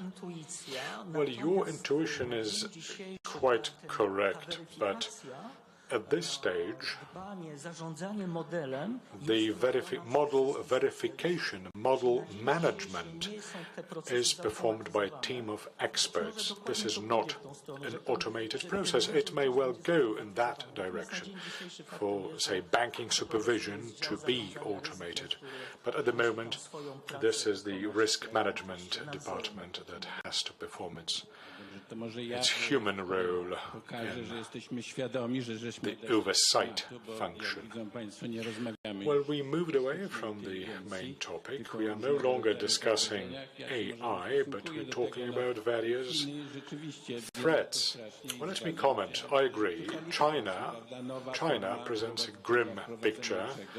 It's a totalitarian system, but one could hope that in democracies all these threats will be one way or another. Well, we don't know what's going to happen in 10 years to come, what happens with big tech, and how democracy will respond. We simply don't know, because we don't know how that works. In China, we don't know either. Maybe we'll see a big collapse, a major catastrophe. So, all in all, it is not about AI, but about the development of technology as such. Że nazwa sztuczna inteligencja, jeśli ona jest tu w ogóle wywoływana, to tylko właśnie artificial intelligence brought up here is only as a może jedno tak scarecrow. Mieli przykład rozpoznawanie, to o czym mówił tu profesor Surma, rozpoznawanie obrazu. Professor Surma mentioned image recognition as a major achievement. But note how it actually works. Your software, when it sees a picture, it gets pixels, 65 different 1,000 colors, whatever. They receive information on which color flashes up where. And the program is to tell you, is this a monkey or not a monkey?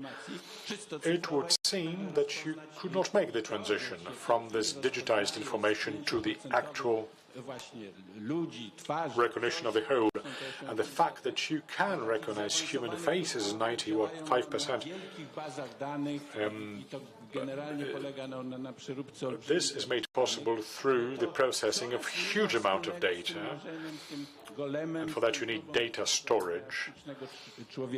But how is that related to Golem or an artificial man? So it's not threats and opportunities of AI, it's the threats and opportunities of the growing technologies that do not really have much in common with AI, the way that the majority of people understand the term Terminator type, humans, if you like. Be interested in your opinion, Professor. You would probably agree that in specialized AI, especially over the past 10 years, there has been huge progress. Deep learning has brought major success. So these systems can not only perform processes better and faster than humans, but they can do things that humans cannot do. For example, reading medical images with a diagnostic potential, or reading your eyeballs with personality or character diagnostics. Characteristics, diagnostics, I think we're going too far. All right. What I'm saying is that, without doubt, we can say that specialized systems, specialized AI, if you like, are growing. At the same time, the same systems that manage digital techniques of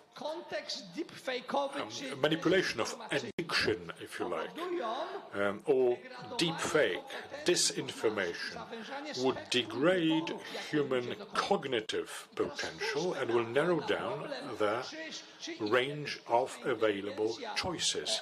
Now, whether AI will ever exceed the human capacity, two curves, imagine. One goes up, more and more efficient AI, and then the curve of human competence, which is going down. One is going up, this is going down. Now, they will crisscross, but the outcome may be very painful. The AI may not meet the expectations of being quasi-human. Well, I must say I'm not entirely convinced, because if, on the one hand, we have a machine that adds up your beats better and better, on the other hand, you have a human being who says, all right, the competence of this machine is going up, and humans are not terribly interested in doing their own calculations, then the machine will use a higher level of intellectual development than humanity. Of course, this is a machine with specialized functions, capacities, and that will go beyond human function. I disagree. The curve is not on the up. Deep learning has reached its maximum and will be decreasing now. Now, these are highly specialized functions, face recognition based on millions of data. GPT-3 system can generate a text based on a broad spectrum of competence. All you need to do is to write a few sentences, and that system can produce text which can be seemingly creative. But that is enough to convince someone to do something or make an impression on them. So, all right, if you put an ape in front of the keyboard, it will write Hamlet. That's the same kind of statement. This is nonsense. It's like the Turing test. How do you how do you convince people that the software will imitate humans? I was surprised seeing that this text has actually been published and that the editors passed that text for publication. It's complete gibberish. Well, people produce a lot of gibberish and yet it gets published anyway, for all sorts of reasons, fear or otherwise. But you cannot say, a prominent professor says, that AI will not be as wise as I am. Why don't you use the language of our politicians? Why don't you take the criterion of an ordinary man? But you are reversing the reasoning process. If something randomly processes texts, it may appear to be, but you do not know what you're talking about. Why don't you read these? Well, Professor, we are talking about a certain technique, not AI technique, because I don't read something because I know certain principles and I don't need to read this. No, you're saying you must read it to understand fully. A few years ago, the Chinese said, never ever will a machine beat a Chinese person in the Go game. But that's no argument. The fact that somebody said something some time ago. No, you're making mistakes in the assumptions you're making. Well, I'm not talking about thinking, I'm talking about certain logical relations. But AlphaGo is a very primitive program, a very straightforward one, with the exception of some details. Let me tell you what it really is all about. Now, the gist of the software that beat the Go masters is, do 100,000 games, analyze all the moves, and choose the move with which you have won the greatest number of games. That's the principle of the game, and it beats the masters.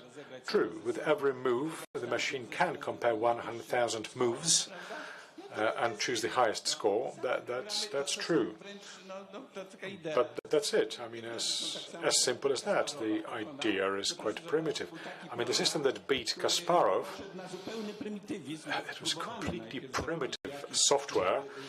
Initially, they wanted to learn from the archmasters, what is it in you that you are so good at chess? How are you thinking? And so on. It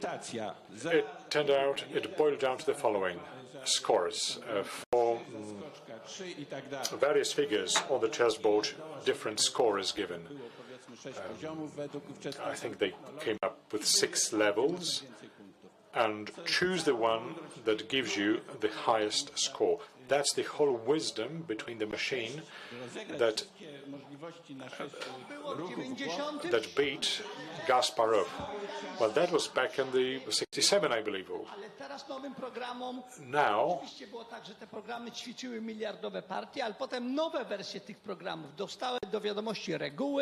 but now they are getting new rules, and based on the rules they got, they can beat the human being at a fraction of a second. No, that's not true. Professor Zybertowicz mentioned competence. I would stick to the competence of the logician and mathematician than sociologist, if I may say that. A lot of literature, I should tell you, are fake news, and that pertains to scientific publications. The scientists are interested, for many reasons, in promoting such fake news. I could easily quote a number of them. And therefore, certain information reaches the wide public, but that is certainly not true. And this may be one of such instances.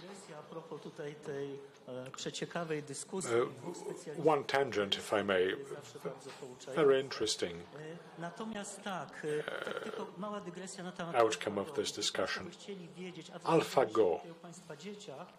If you'd like to know, your children in particular, in the Warsaw School of Statistics, we have big data faculty. Reinforced learning is part of that study, and there they will learn how to apply such systems. In fact, but we did not envisage ad spots in this debate, Professor. Well, we have too many of students there. It's very hard to get in anyway. But there is one interesting motif in this session, and that's how we started, in fact. Professor Zybertowicz said the two curves cross. The quality of automated systems goes up, human competences go down. Now, this lecture I actually delivered this morning in my university. Ka-Fu Lee wrote an excellent book. Ka-Fu Lee is a scientist. He headed R&D department in Google for many years. Then he became very rich. He returned to China. He's a venture capitalist there. He invests in AI companies. He wrote an amazing book, AI Superpower. The book is exactly about how China builds its advantage. Now, there's a brilliant graphic there. I pop it up for my students always. Now, which professions will die out as the technology develops, and which professions will be reinforced or will be created as a result of technological developments? Well, you may have, I don't know, the producer of horsewhips, not very popular anymore, but HTML software designer, yes. Ka-Fu Lee takes two dimensions into account, social and asocial professions, such that require being empathetic, and hardcore professions where there is no human interaction or hardly any at all. And then there is repetitiveness of highly structured environment versus probabilistic. My students would say randomized or random environment. Now, which professions are dying out? For example, truck drivers. The systems go in the sort of direction that the trucks will be moving along the motorways in an automated manner. There may be some human function on the interfaces, but combine harvesters or tractors. Now, the autonomous systems that would do the sowing or mowing, say 20 by 30 kilometers fields, such combine harvesters can already perform automated functions. So these will die out as professions. Now, what's on the top is highly socialized, so communication, interaction between the humans, and diversified environment. For example, a nurse, this is exactly the style. Highly empathetic, unusual situations that you need to give an extraordinary response. Or head of business, again needing flexibility, or a hairdresser. It's not just a machine, a number of social functions being operated at the same time. So I would like to open up the perspective. You cannot overgeneralize. There is a gray zone there.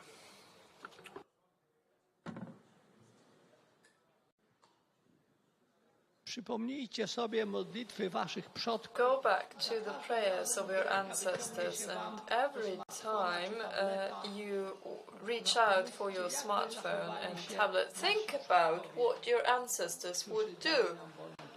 Those who fought for free Poland on our behalf. Ja akurat z tym wyciąganiem ręki do smartfona. Well, about reaching out for the smartphone, I do agree with what Professor just said. I'm not on Twitter or Facebook or anything. Ja mam taką nadzieję, że ludziom się to przeje po prostu. I do hope people will just have too much of it.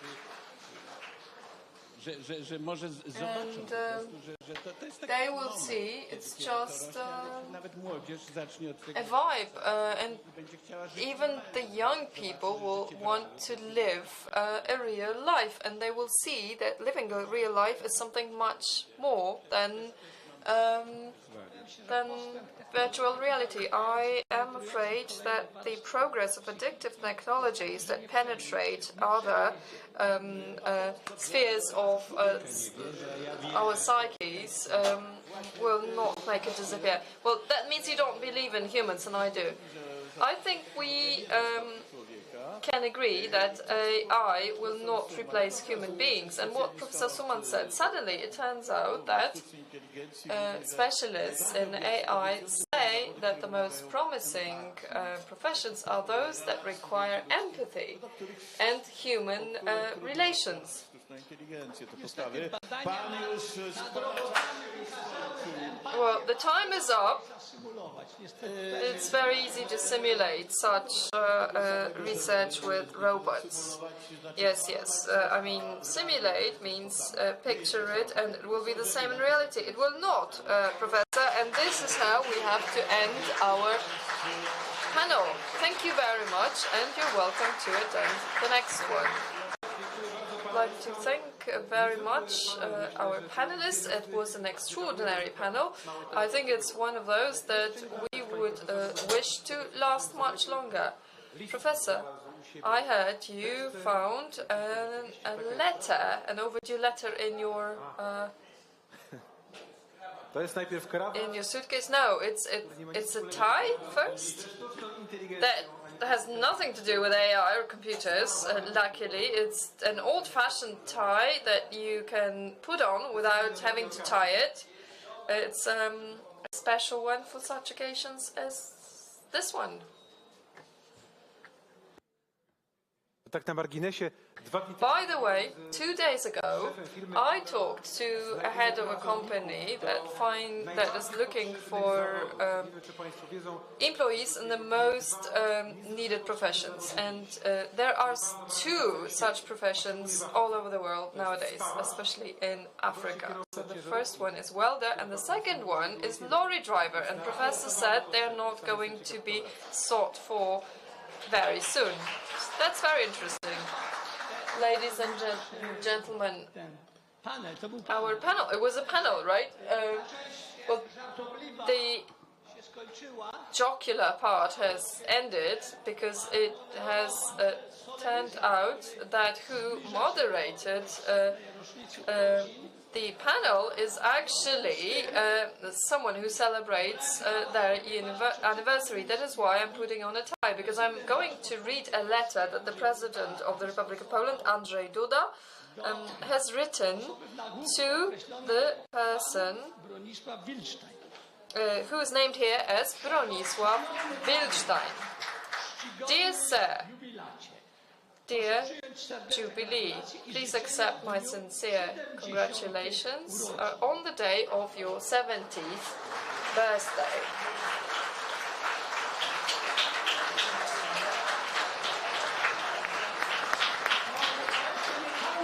This is not the end of the letter.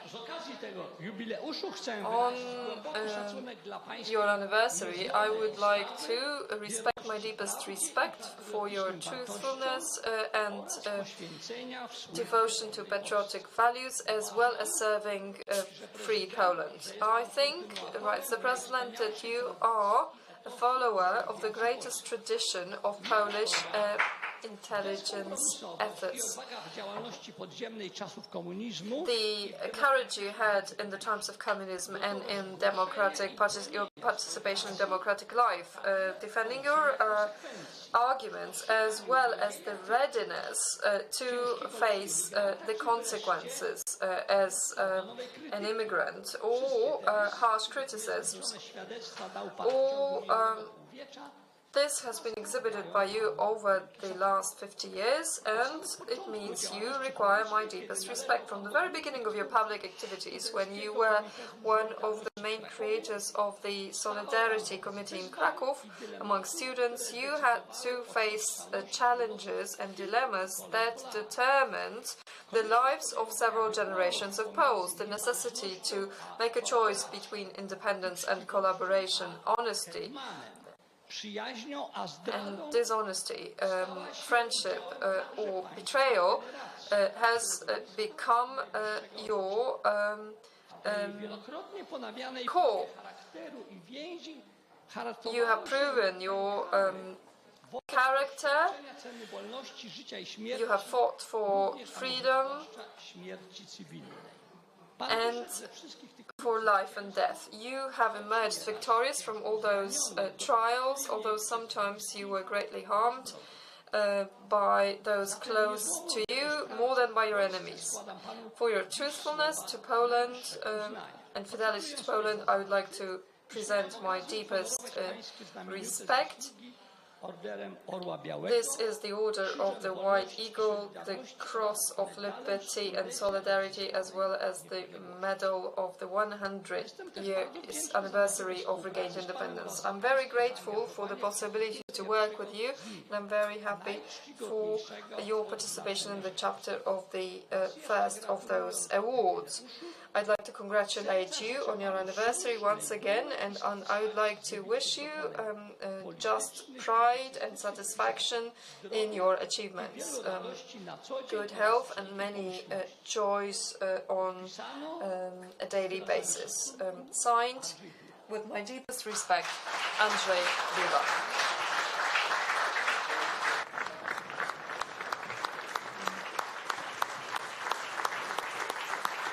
Profesor Zdzisław Krasnodębski.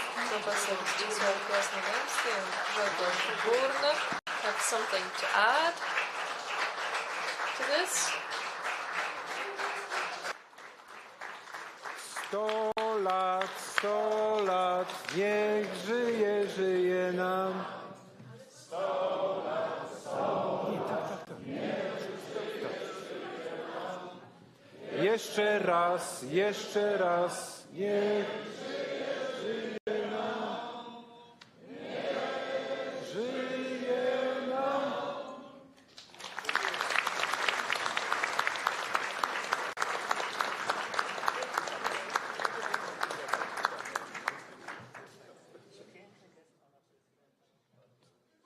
Bronisław Wiszta, brawo. 100 lat, dużo. Round of applause for Bronisław Wiszta.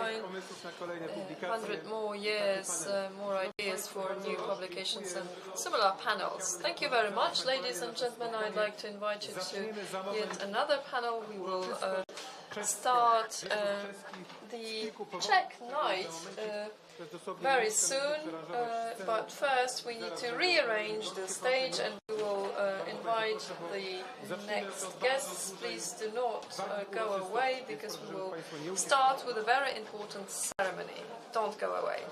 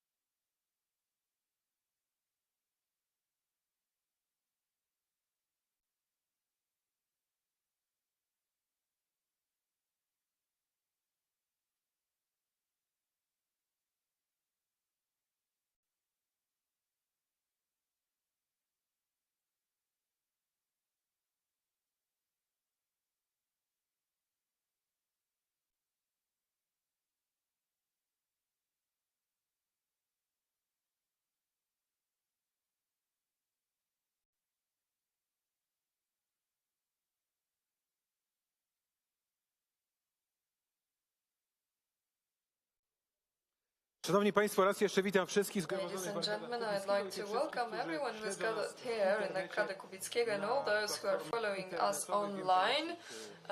I know there are at least several thousand of those participants. A warm welcome to all of you. Now we are opening the panel Central Europe, a new hope of the peripheries. Many of you are probably asking yourself the question, what kind of opportunities are opening in front of Poland, in front of this part of Europe? Now, I'd like to ask for an introduction to this panel. Maciej Ruczaj, a political scientist, publicist, and the director of the Polish Institute in Prague. A round of applause. Dzień dobry Państwu. Ladies and gentlemen. Dobre odpoledne. Skąd pomysł, żeby zorganizować ten czeski the idea for this Czech block come from as part of the Poland Great Project Kongres? There are two reasons. The first is historical. Right now we are paying back a certain debt that we have as Poland towards Czech opposition circles who started relations with the Polish Solidarity and who had a very important impact on the perception of the Central Europe and our way to freedom in the West. So the first reason to organize this is a book that was brought to us from the print house. It's a Polish edition of Wacław Benda, Parallel Police. It's an edition of letters from 1979 until 1989, so until the collapse of communism. Wacław Benda was one of the most eminent members of the Czech opposition. He was at the same time one of the three most important thinkers in the Polish opposition circles, apart from Václav Havel, who everybody knows, the later president, and Jan Patočka, the philosopher. Václav Benda was also a representative of a conservative and Catholic wing in the Czech opposition movement. That's why Poland Great Project is the event that brings together conservatives from all over Europe, and we thought it a perfect forum. I will now like to thank the Center for Political Thought, who published this book and who has been building for years now relations between intellectuals from Poland and the Czech Republic, publishing many books that are not exactly bestsellers, but they're very important for intellectual exchanges. And now let me discuss the second reason why we are organizing a Czech night at this Congress. The intellectual exchange is bringing about a new opening in the Polish-Czech relations. There is an intensification of relations proven by the recent May publication of Wszystko Najważniejsze magazine with a large block of Polish and Polish-Czech articles. Poles and Czechs know what to talk about right now when we look at our common future in Europe. These are the two reasons. We will discuss the details during the panel, but paying back the debt, let me discuss this. Right now we are going to hold a ceremony of awarding state awards. Roman Kronera, a minister from the Chancellery of the President of the Republic of Poland, is now asked to come forward to chair the ceremony. Ladies and gentlemen, Honourable guests, I have the honour to inform that the President of the Republic of Poland, Andrzej Duda, has granted public awards to Czech citizens who have achievements in fighting for democratic transition in Central and Eastern Europe. Now, the Chancellor of the President of the Republic of Poland, Andrzej Zybertowicz, will present the awards. I would like to welcome him at the stage. Zapraszam panią Kamilę Bendową. Kamila Bendowa is the first one to be invited to come forward. Uprzejmie proszę państwa o powstanie. I would like all of you to stand up. Szanowni Państwo, na Ladies and podstawie artykułu gentlemen, 138 on the basis of Article 138 of the Constitution of the Republic of Poland and the law on orders and distinctions, the decision of the Republic of the President of the Republic of Poland for democratic transitions in Central and Eastern Europe, for fighting to defend dignity, the Commander's Cross, Bertrand Mathieu, post-mortem, Kamila Bendova is receiving this distinction on his behalf.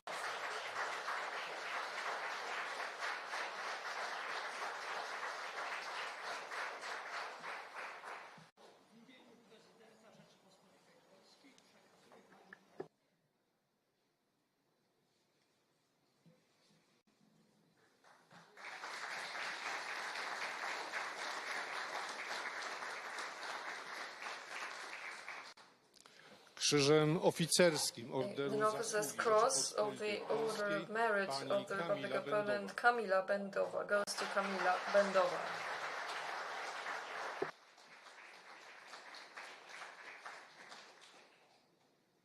W imieniu prezydenta Rzeczypospolitej Polskiej wręczam pani ten order.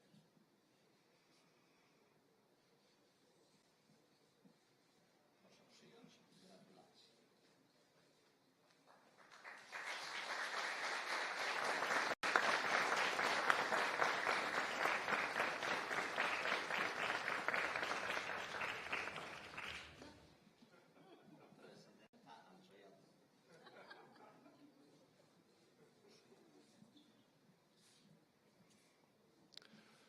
Uprzejmie proszę państwa o zajęcie miejsc. May I ask you to take your seats, please? Uprzejmie proszę pana doradcę o zabranie głosu. I would now like to give the floor to the presidential advisor. Pozwólcie, że powiem kilka słów. Ladies and gentlemen, let me say a few words upon the backdrop of the awards granted today. We continue to suffer from a certain deficit, the deficit of regular contacts with our Czech neighbors. Too many mountains between us, it seems. And I would like our decorations to be to become one of the paths to a greater proximity together. Madame Bendova is a mathematician by profession, but perhaps more important is the fact that together with her husband Václav Benda, they raised 6 children.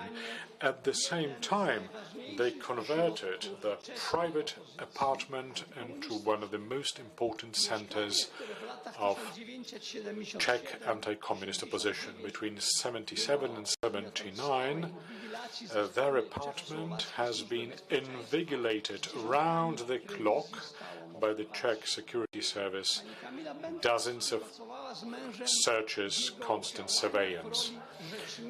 Madame Bendova collaborated with her husband as in his capacity as the spokesperson for Charter 77 and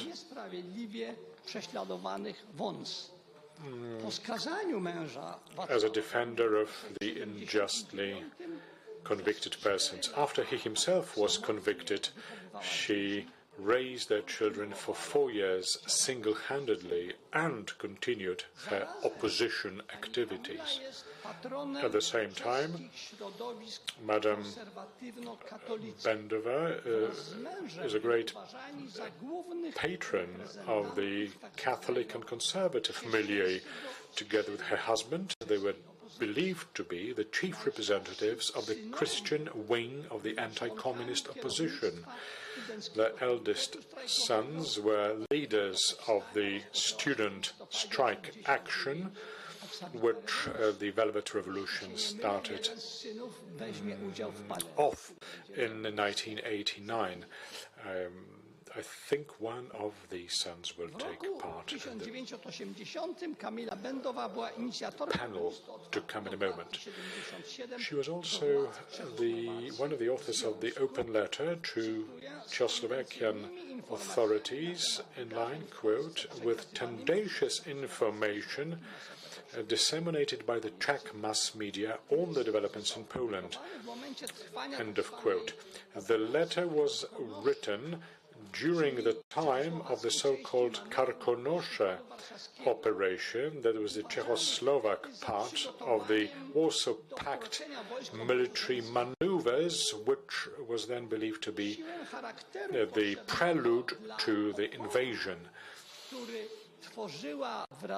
The resistance that Madame Kamila Bendova, her husband, put up, the nature of it will be better understood if we keep in mind that the Czech opposition was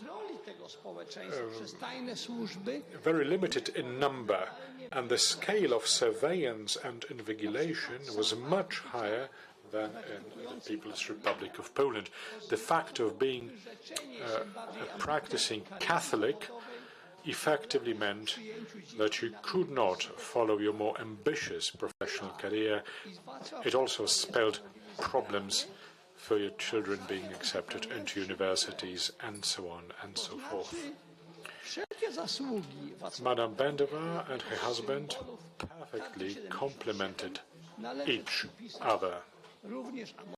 So all of the achievements of the husband should certainly be credited also, or maybe primarily, to his wife. Václav Benda was born in 1946. He died in Prague, where he was born, but he died in 1999. He was a philosopher, IT specialist, politician of the Catholic, member of the Catholic Action, a dissident, a political prisoner, and the first chairperson of the Christian Democratic Party. He studied philosophy and Bohemian studies at the Charles University in Prague.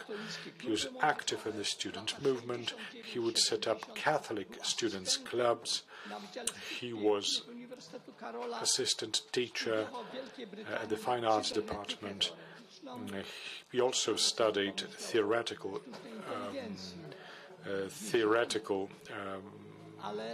cybernetics. I wonder what he would have thought about artificial intelligence, but we can only guess that. He also was amongst the signatories of Charter 77, whose he was the spokesman of, and then in 1978 he was engaged in the setting up of the Committee for Unjustly Accused. He was imprisoned 79 to 83 for the rebellious activities against the Republic, as it was then defined. He would single-handedly publish Paraf. Then he was co-founder of the Christian Democratic Party until 1993, and then he became its deputy chairman. Since in 1992, he was also chairman of the Chamber of the Nations and the Federal Assembly. Until 1998, he was heading the department for researching the crimes of communism. So, that much by way of presenting to you the achievements of the Václav and Kamila Benda. I think we will better pay tribute to their activities if we collaborate more closely between the Poles and the Czechs on future projects. Thank you very much.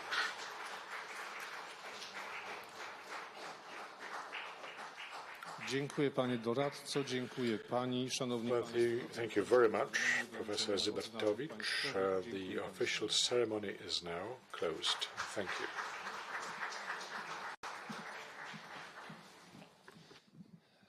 Bardzo dziękujemy panu profesorowi za szczegółowe przedstawienie. Well, thank you very much, Professor Zybertowicz, for the presentation of the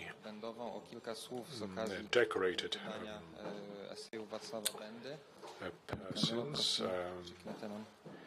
I'll give the floor to Madam Bendova now. Návrh paralelní polis byl programem nejen pro disidenty, ale pro všechny občany, kteří chtěli žít normálním. Parallel politics was a project meant not just for opposition members, but for everyone who wanted to have a normal life. Most of the structures in municipalities and political activity in municipality was fully inadequate. So I suggest we stand united and we build structures which will replace to some degree the missing public institutions wherever possible. We need to use the existing structures and humanize them. I think the parallel politics, this letter survived. No, Václav Benda, after he returned from prison, became spokesman of Charter 77. He stood up for the position. I quote, "The only real possibility of improving the world is through communicating with at least some categories of idealists." The letter from May 77 ended in the following sentences. In contrast to you, we have the experience indicating that in addition to thermonuclear war, there are other less perhaps effective means of annihilating the civilization. Therefore, some of us would like to stick to harder positions and defend it against the policy of appeasement. Well, that opinion was quoted by Ronald Reagan while speaking in the Irish Parliament. Our souls contain, but they wanted us not to believe in God, and yet our churches are full. They wanted us to be materialistic, and we are anti-materialistic and ready for sacrifice. They wanted us to be scared of guns and tanks, and we instead have no fear of them at all.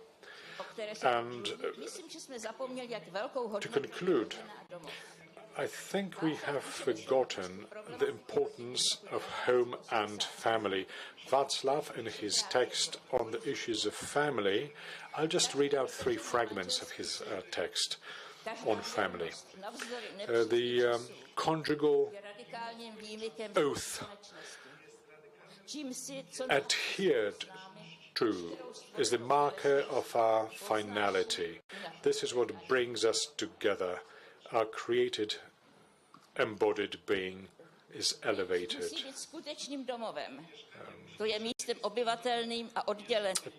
to the transcendent. Our home must be protected against the world at large, the place we go out of if we look for experience and adventure, but knowing full well that we have somewhere to return to. And the third passage, it is the right of the child to be raised in the family and hugged. It is his or her right, the child's right, to tear his trousers apart or break a window pane. The point is, however, for the child to have its proper, guaranteed place in the family and in the society, because it is only there you can give the child a natural hierarchy. If the child does not afford full rights to the child, the society cannot expect the obligations to be imposed on the children later. Nebo pubyšit, chovat se jako puberťák. Své zvyky, jak slavit Vánoce, Velikonoce, jak trávit prázdniny. Every family has its own lingo. Every child has its own habits, customs. Christmas customs, games you like to play, and owing to this, children later on in life will have the capacity to form their own opinions. I always supported the fantasy, child's imagination of fantasy, because that is the basis for further creative growth. Václav Benda writes in 1978, I would like to quote one of the significant Polish opposition members and thinkers who, until his recent arrest, and that's Czesław Bielecki, with humility and mercy you can fight for Christian faith, but Christian civilization would always defend itself with fire and the sword. Proszę jeszcze raz o oklaski dla pani Kamili Bendowej.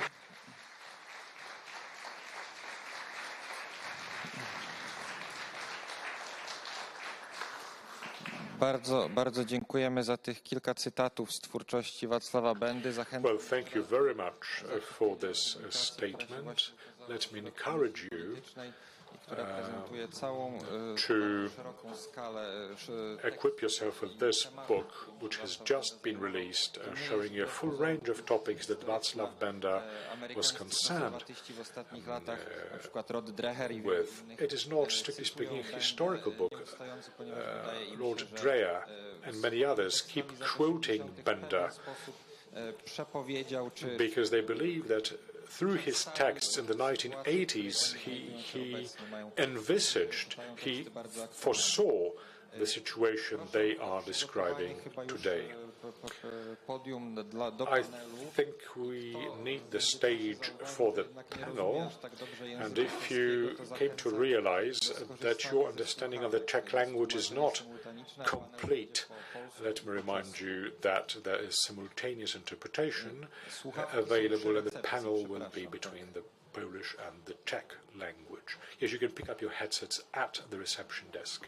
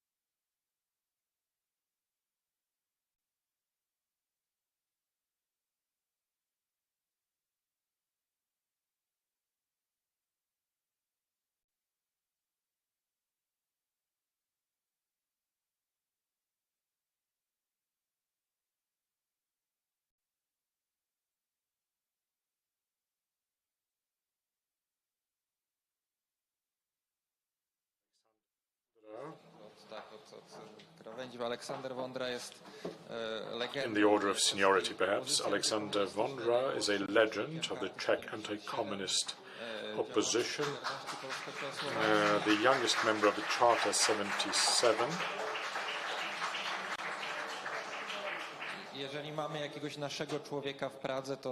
And if there's our man in Prague, then that's him. Our second guest from Prague is Mr. Marek Benda, the son of Václav and Kamila, who followed his father's footsteps, and he is a deputy in the Czech Republic Parliament. Continually since 1990, belonging to ODS, the very same one from which Petr Fiala, the incumbent prime minister, derives from. The Polish panel, Minister Arkady Żegocki, Professor Arkady Żegocki, head of the Foreign Service.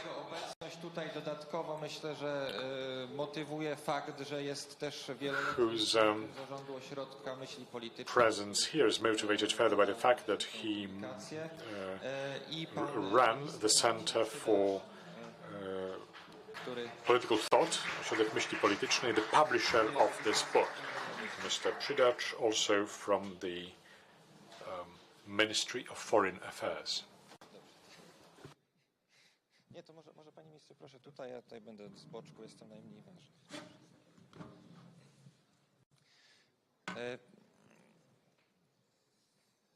Kiedyś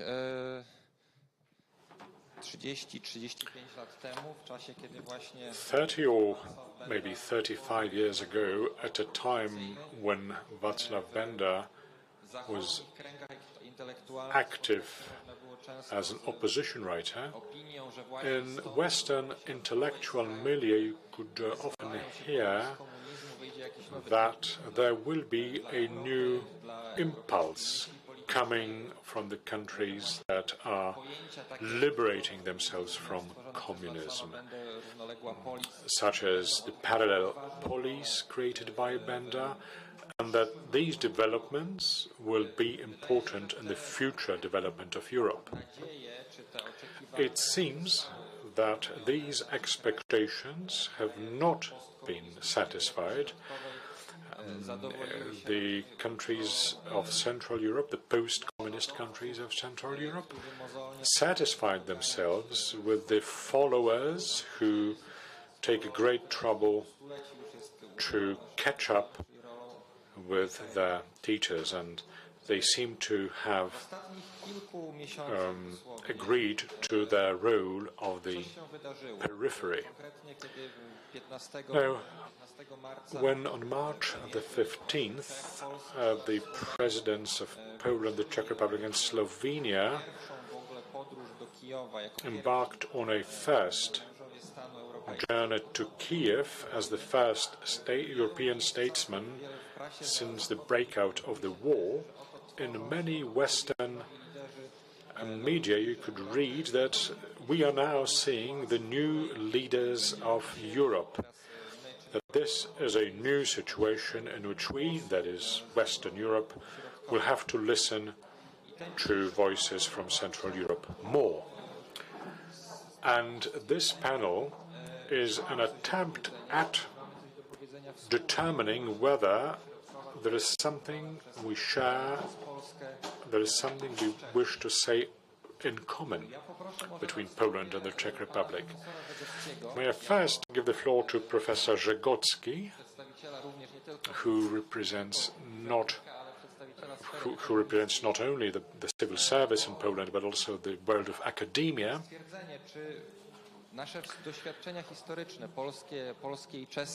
Does our historical experience, both Polish and Czech, have common points that would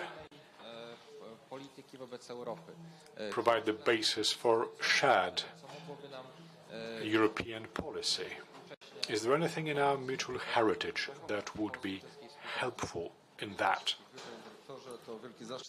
Thank you very much, Director. It's a great honor to participate in such a panel with our eminent Czech guests and to participate in a project at the Kongres, Poland the Great Project. It is the 12th edition of the Congress that does some bold thinking about the place of Poland in Europe and the world, and also as part of cooperation with our closest neighbors. I was in Prague yesterday, and thinking about the panel today, when talking to the advisor of Prime Minister Fiali, Tomasz Poraj, there we heard that the 24th of February is significant for this part of Europe, just as significant as 1989 and the collapse of communism.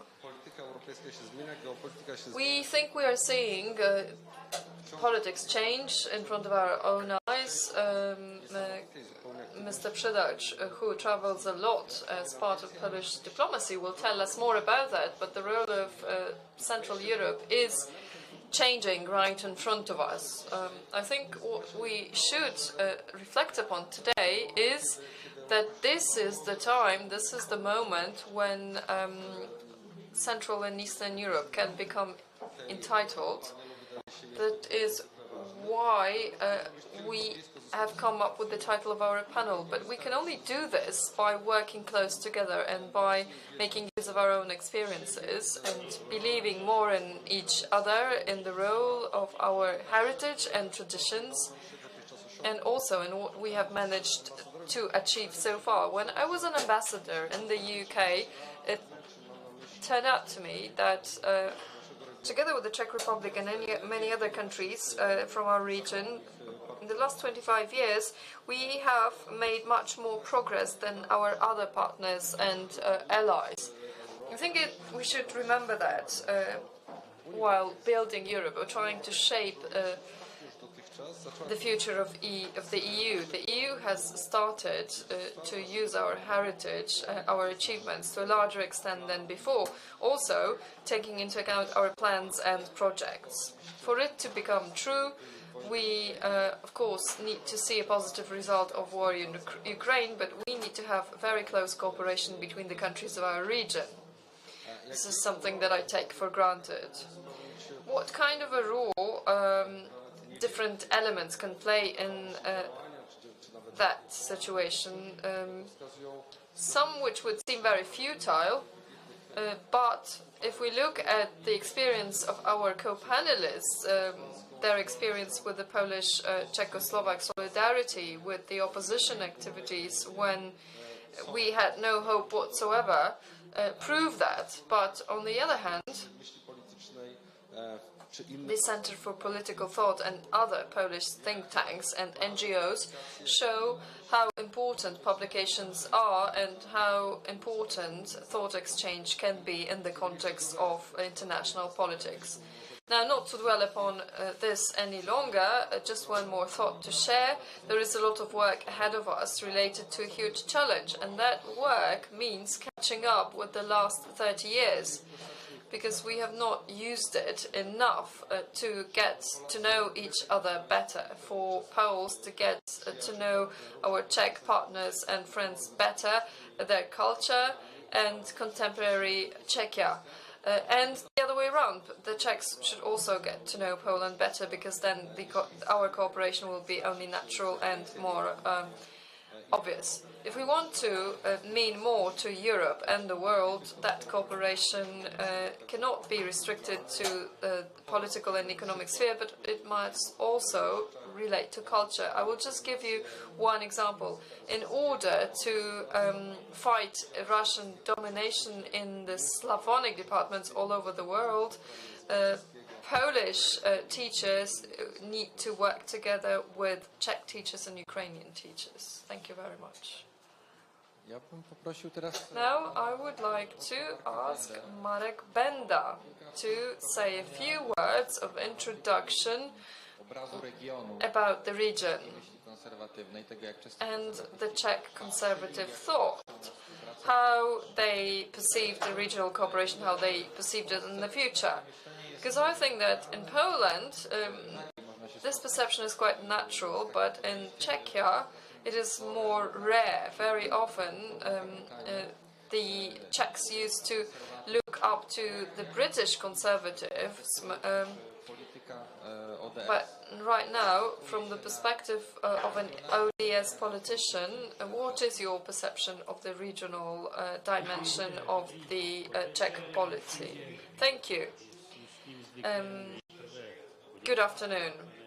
I think it's a good habit not only to thank you for inviting me to the conference, first of all, and for the distinction that my mother and my father received, but there are also two important things that every Czech conservatist should thank the Polish conservatives. It is the Holy Father John Paul II. Without his actions, communism would not have collapsed. And the world after 1989 wouldn't have been what it was. And we need to remember that.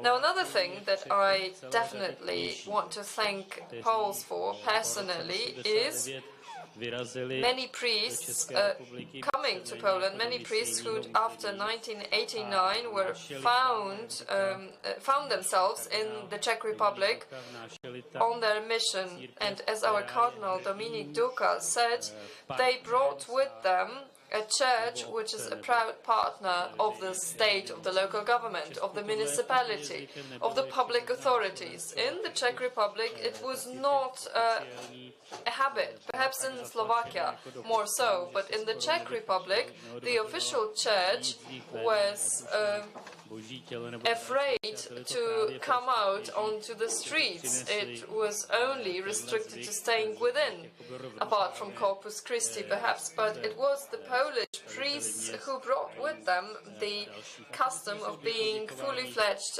partners in the discussions with the municipalities, regions and with the public authorities. I would like to start with these things. Now, the questions you asked, well, obviously, intellectually, the Czech politics before 1989 and after 1989 was truly focused on the Anglo-Saxon conservatist thoughts from the previous century, not from the current century, but at the same time, when we discussed it all over Central Europe, we knew that if there was to be something that the east of Europe could contribute as a message, as a thought, as an idea,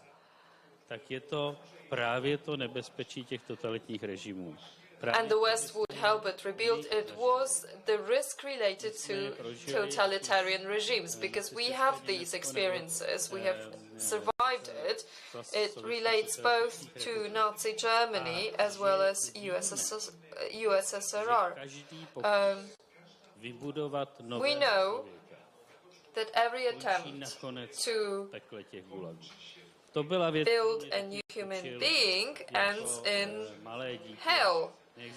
This is something my father taught me when I was a little child. There is no bigger sin than the sin of messianism. That when you try to repair something that God created, when you come to the conclusion that you can actually improve the creations of God.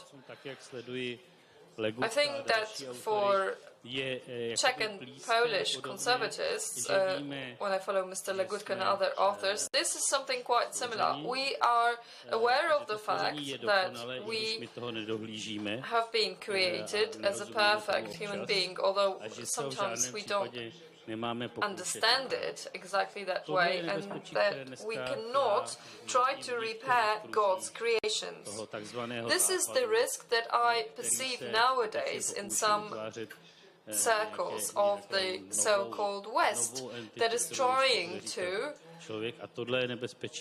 create a certain new being. This is a risk that we should warn against together. Now, at the intellectual level, the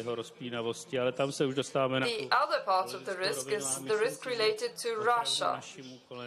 We come here to the political level. I think it is our task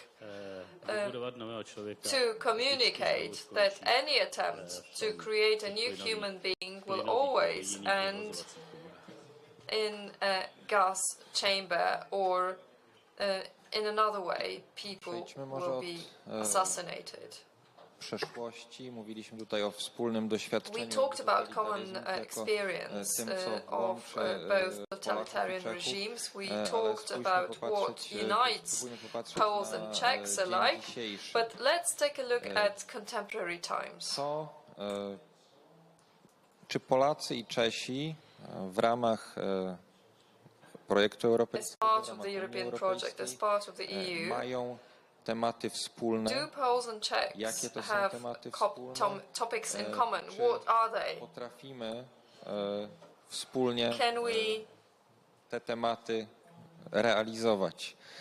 Run those topics together. Mówił pan Marek Bendagoś z Czech, to poproszę pana Now I would like Minister Przydacz to say a few words of comment on this. Bardzo dziękuję, panie. Thank you very much, Director. Bardzo dziękuję za zaproszenie do Thank you very much for inviting me to take part in this panel.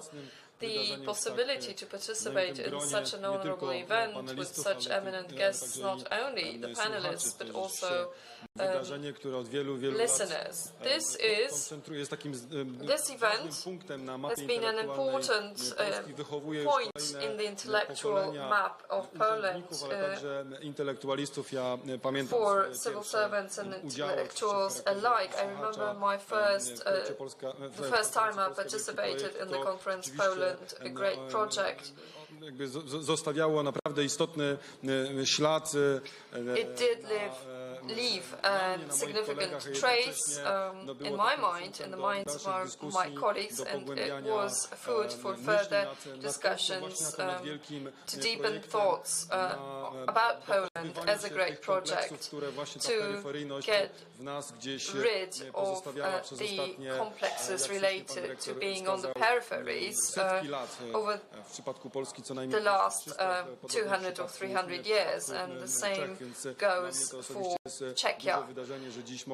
For me, this is a huge thing that I can speak to you and communicate my reflections about Central and Eastern Europe, what unites us, because starting from 2015, when power changed in Poland, there were quite a few projects integrating Central and Eastern Europe, although they were born in pain, related to our complexes of the periphery and parts of the elite's mind being colonialized.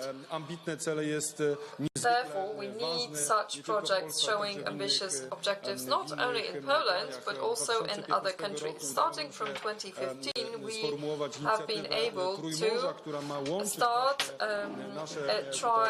three Seas initiatives, which is supposed to unite our countries from the Baltic Sea basin and Baltic Sea and the Black Sea, impacting European politics at the same time. I remember when I accompanied Mr. President in 2015 and we suggested such an initiative, the first question was, what will our large partners say to this in the EU? Will they agree for such a platform of coordination within the EU?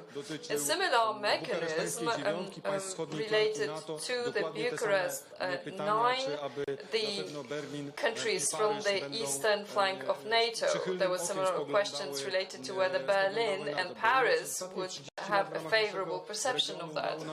In the last 30 years, within our region, we were able to build quite well functioning economies. Looking at GDP, the standard of living is growing in Poland and Czechia. Intellectual life is also flourishing. flourishing, but the colonialized minds still, unfortunately, remain quite active.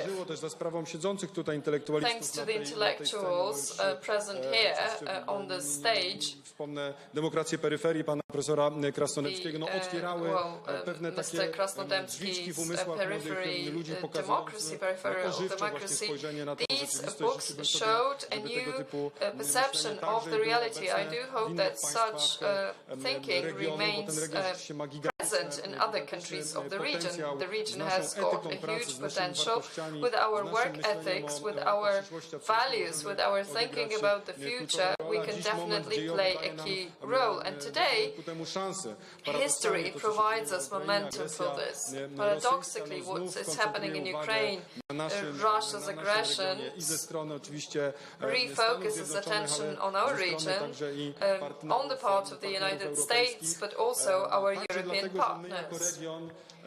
Also, because us as a region, we were right warning against aggressive Russian policy. We were right mentioning our own experiences. We were right talking about how we should tackle possible threats. We were right criticizing those whose Eastern policy proved a failure today. The policy meaning buying energy from Russia according to the business as usual model. This is a catastrophe. Our partners from the East and from the West, even from far East, from far Asia, want to listen to us because we do have expertise on Russia. This wouldn't be possible if it weren't for the great Polish-Czech cooperation from recent months. Conservative circles or central rightist movement that governs Prague has a completely different view of this today. If we were talking about challenges, this region, apart from its great potential, does have some internal rifts. If I were to outline challenges, of course, the countries of the north and the three seas, Poland, the Baltic states, Czechia, do see a real danger on the part of Russia. The countries from the south vary in their reactions, also because of the tactics applied in recent decades. We are trying to simulate the reactions by the West in Europe. I'm not talking about Hungary here, but I'm talking about other partners that we have. Together with the Czech Republic, to answer briefly the question by Mr. Editor, we do have interests in common. You can see it clearly. We have similar relations with Ukraine, assisting it in a military way, humanitarian way, financial way. We are now holding common talks on how to open the Polish Sea to Czech needs in terms of importing energy. We are talking about new interconnectors connecting Poland to the Czech Republic so that they can become independent from Russian energy, as Poland is today. We are working closely with Prague in order to persuade our EU partners. The EU works on the basis of a consensus. We need the agreement of 27 member states, but someone has to propose far-reaching, ambitious objectives, and that was the case with 6 sanction packages. Together with our Baltic and Czech partners, we have developed them at the European level. You could continue mentioning more and more projects, but today we see an upward trend after a downward trend because of some cross-border problems between Poland and the Czech Republic. Now we have new momentum. Now the same question goes to Alexander Vondra, who on the one hand is the history of Polish-Czech relations and Central European relations, he first practiced smuggling literature, second circulation literature against through the mountains, and today he is an MEP. He is a member of Green New Deal i Green New Deal committee. What is your perception of the common topics that Poles and Czechs can work on together in the EU? Tak, hezké dobré odpoledne. Já děkuji za pozvání. Well, thank you. I wish everyone a very good evening. Já mám jasnou celoživotní. Thank you for the invitation. Češi a Poláci a vůbec národy I've had an answer to this question all my life. V tom pásu The spolupracovat Czechs, the Poles and the other nations of Central and Eastern Europe should collaborate with each other, and whenever they did so, they would grow. And when they failed to do so, or let the others to let the neighboring superpowers to set differences between them, we were in trouble. Well, I think the collaboration was very beneficial given our resistance to Bolshevism and the Soviet system, because the participation of solidarity and the Charter, Marek mentioned the Polish Catholic Church and the Pope, were of key importance. Then Visegrad, together with President Havel, I was one of the architects of it. Because of our love for Poland, we were waiting for the election of Lech Wałęsa, otherwise we would have started 1 year earlier. But at that time, Jaruzelski was still in office, so we needed to wait. So Visegrad, even though it had many enemies, in the West, at least 3 times it proved its significance after 1989. The first time was the NATO, the expansion of NATO. Owing to our pressure, we managed to convince the Americans to take this strategic step on board. Germany did not want that. Paul was afraid of Russia, nor did the French. The French wanted to see Europe without the Americans under their own auspices. Americans had their doubts too. They did not want to dilute NATO. So this step supported Poland as a key player in the region, given its position. The Czech success story in the first half of the 90s, the economic success story, a společně jsme byli schopni and the platform that we provided for the solution of the Balkan conflict, and we together managed to convince the Americans to embrace that solution. And the second point was the energy crisis, 2008 to 2009. We called the Nord Stream pipe as the second Ribbentrop-Molotov pact. Nobody wanted to listen to us. And we supported collaboration north, south, not just west, east. It's better for us to now to counter problems. And then 2015, when Angela Merkel allowed millions of refugees from the east and dark countries, together with Slovakia, we produced a voice of sound common sense and skepticism, I imagine. The idea was not just humanitarian issues, it was also about security issues. We are not inhumane as nations, which we have demonstrated now when we received the Ukrainians.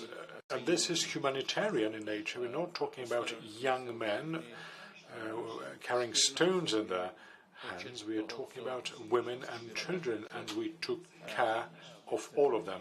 In fact, we took on board 4 times more people than in the previous crisis. And I think that in the new geopolitical context, this collaboration is needed more than ever. And I'll give you 3 reasons for that. One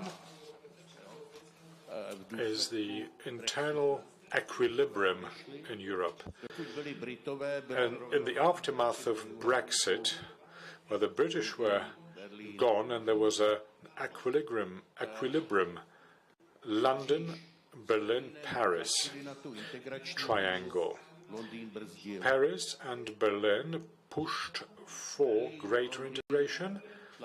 London pressed the brakes. Berlin and London pushed for more enterprise. Paris wanted more protectionism. London pushed for defense. The others countered it. But in the end of the day, there was a kind of internal equilibrium in the EU. And I know that Poland is a big...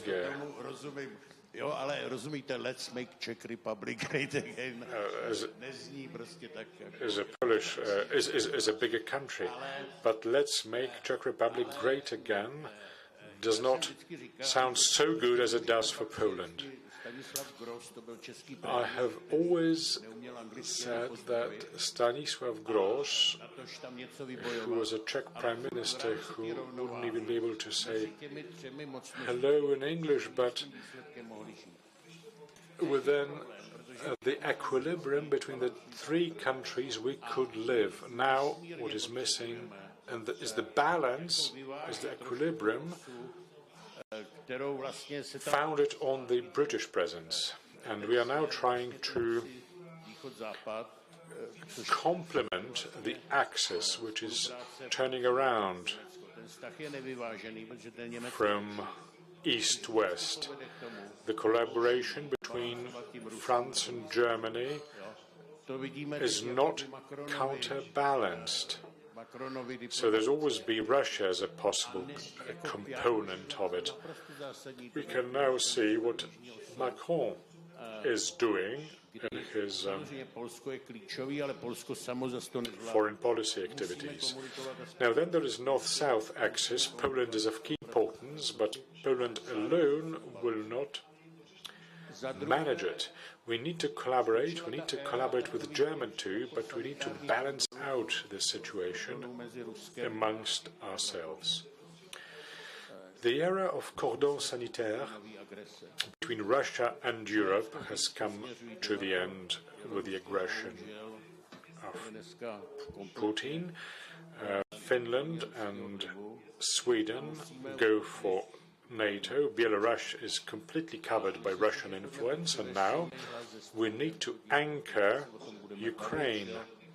And here we need a strong voice from Central and Eastern Europe, and we are going to continue talking about Ukraine.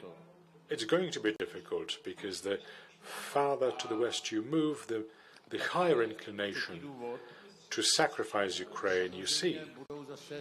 And there is yet a third reason, and that is a growing centralist tendency. Z Evropské unie centralizované impérium je smrtící záležitost, protože I mean, any attempt at making Europe or turning Europe into a centralized empire is a kiss of death to the EU, because inattentions will break it apart. So hopefully we will manage to maintain this healthy, this sound equilibrium between the center and the periphery, between various member states, so that the European Union should not break up. That is not in our interest. And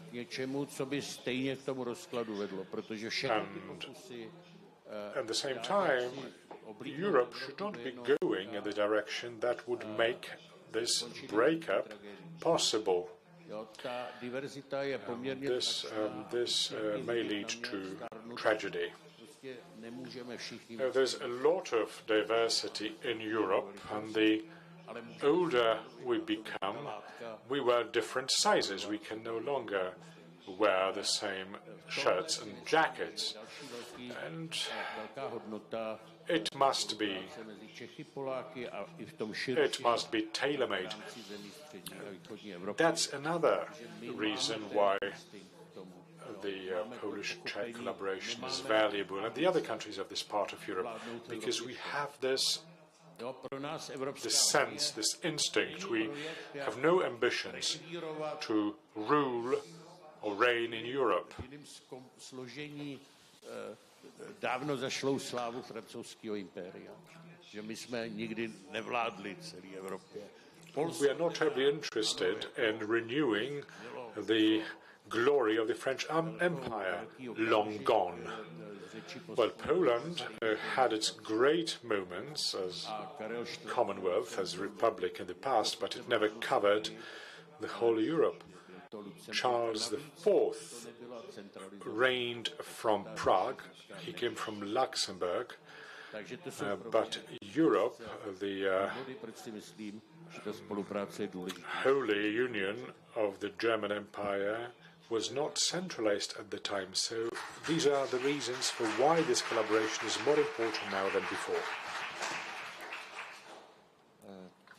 Czyli jeżeli spróbuję podsumować, Thank you very much. Let me try to wrap up, to summarize at least, three key topics. Central Europe as a successor to London, to the UK, and the European equilibrium of power. Secondly, Central Europe as a decisive voice in terms of Eastern policy vis-à-vis Russian threat.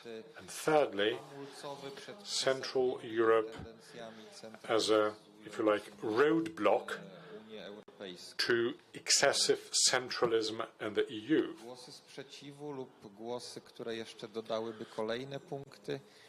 Do tego wyliczenia? Any other contributions to the list? I've just started compiling. Mr. Benda, Professor Żegocki. Well, I agree with the assessments made here. And we were just talking about that with a guide from the embassy.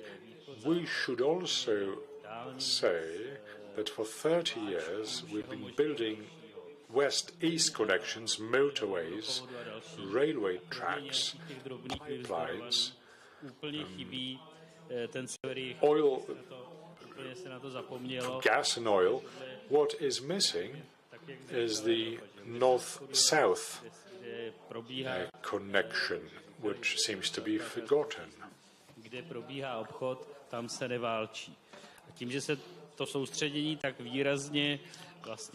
Where you collaborate, where the economies are strong, you do not tend to fight. France, Germany, Russia, Turkey. I think the concept of the three C's was seen in the Czech Republic as something more than the renewal of the Austro-Hungarian Empire or some kind of Danube River Federation.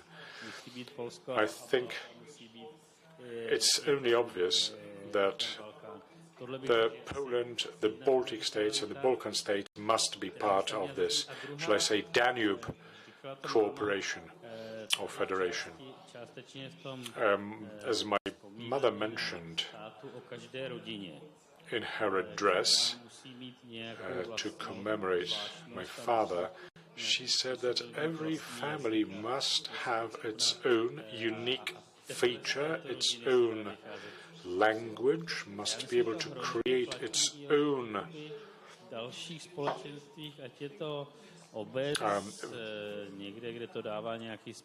things, and with that in place, can we go out to the world at large, be it municipality, be it republic, or internationally? The Czech Republic is not a terribly nationalistic state. We do not have a sense of some deep national pride. Remember, Józef Zeleniec, the first foreign affairs minister in the Republic, was a Pole. Now, Andrzej Babiš, we have Andrzej Babiš, maybe he will become our future president. We had a Slovak woman who was the mayor of Prague, and this is no worry to the Czechs. And the sense of our uniqueness, the sense of our unique features is there, which is not taken to mean that we stand against someone. It's just we experience our life stories in a different way than Germany or Austria, and the context is also different. It is important to keep it like that. I did mention the threat of a new messianism, and that after an external pressure, a new man will be formed. If we fail to uphold our diversities also on the level of nation states, then we will think that every banana must have the same color and every croissant has to look exactly the same and have the same curves. Now, it is important to maintain a regional variety.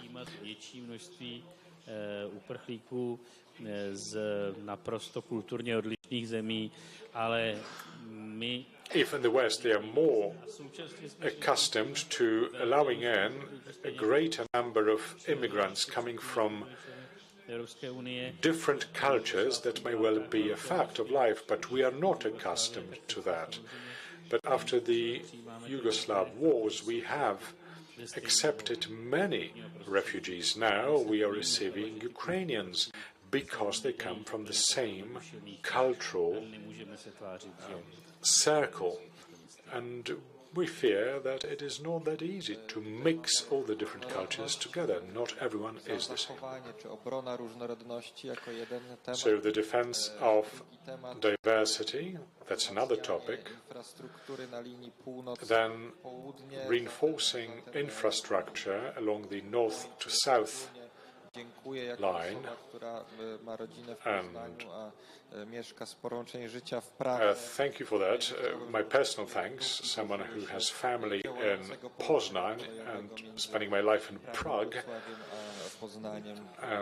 At least my grandchildren will perhaps enjoy a sound train connection between Prague, Wrocław and Poznan. Well, I can only subscribe to that.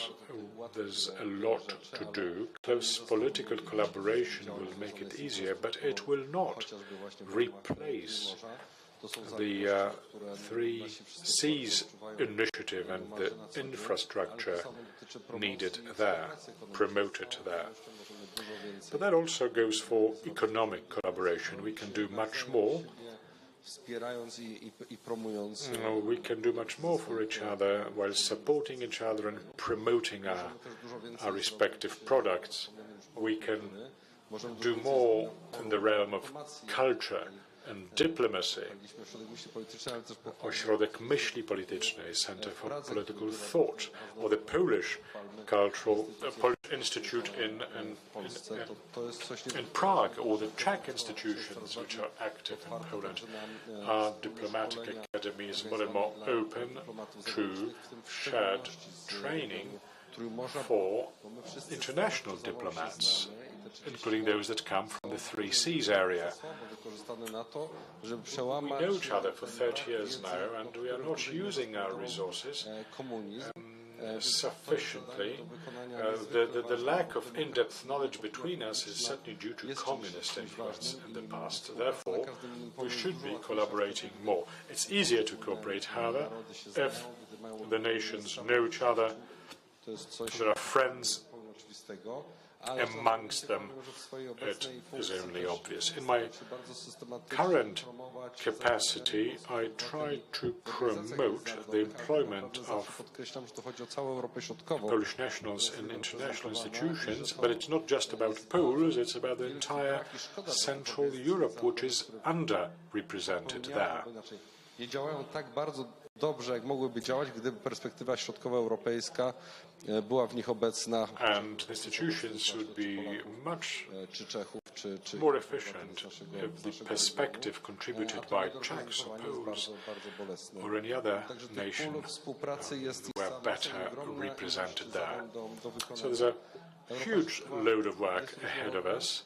Central Europe is diversified, the things it can boast, and perhaps just one supplement to the size of the Republic of Poland. Indeed, what we inherited from our predecessors. Free with the free, equal with the equal. That's the principle they went by. The EU would be better off if that principle, equals with equals, free with the free, were to apply there as well. Now I'd like to ask Mr. Minister, who in recent months has devoted lots of efforts to building a diplomatic offensive which is Polish, but which does not only concern Poland. It's an effective actions of several EU member states, and it relates to our neighbor, Ukraine. How do we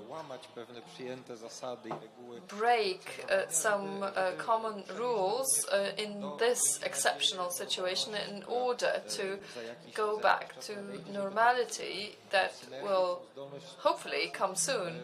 How do we make that synergy continue once the total threat that we're facing now has already gone?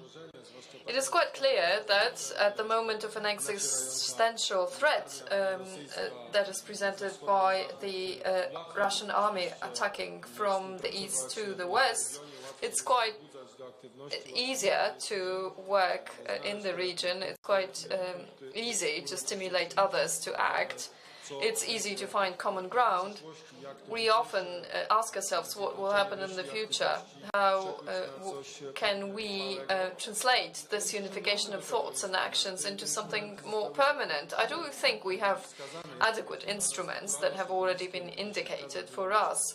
The natural environment should be a European Union that we will be forging ourselves to. Will not only be clients, will not only be recipients, but also true partners and creators of European policy. Also, NATO is another key environment for us, key international environment where we should be pursuing our policy. However, that infrastructure also serves a closer cooperation. The three Cs, you talked about expanding infrastructural interconnections. I think the whole context focused on very much down-to-earth issues.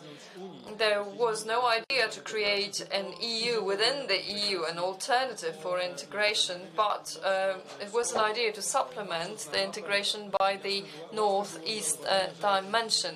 It was quite easy to notice that you can travel from Berlin to Warsaw in 4 hours, but if you travel from Warsaw to Bucharest, it takes 2 days. The same applies if you want to travel from Prague southwards. I think that the impetus for closer cooperation and the construction of confidence, which is being disrupted all the time, the evil doesn't sleep.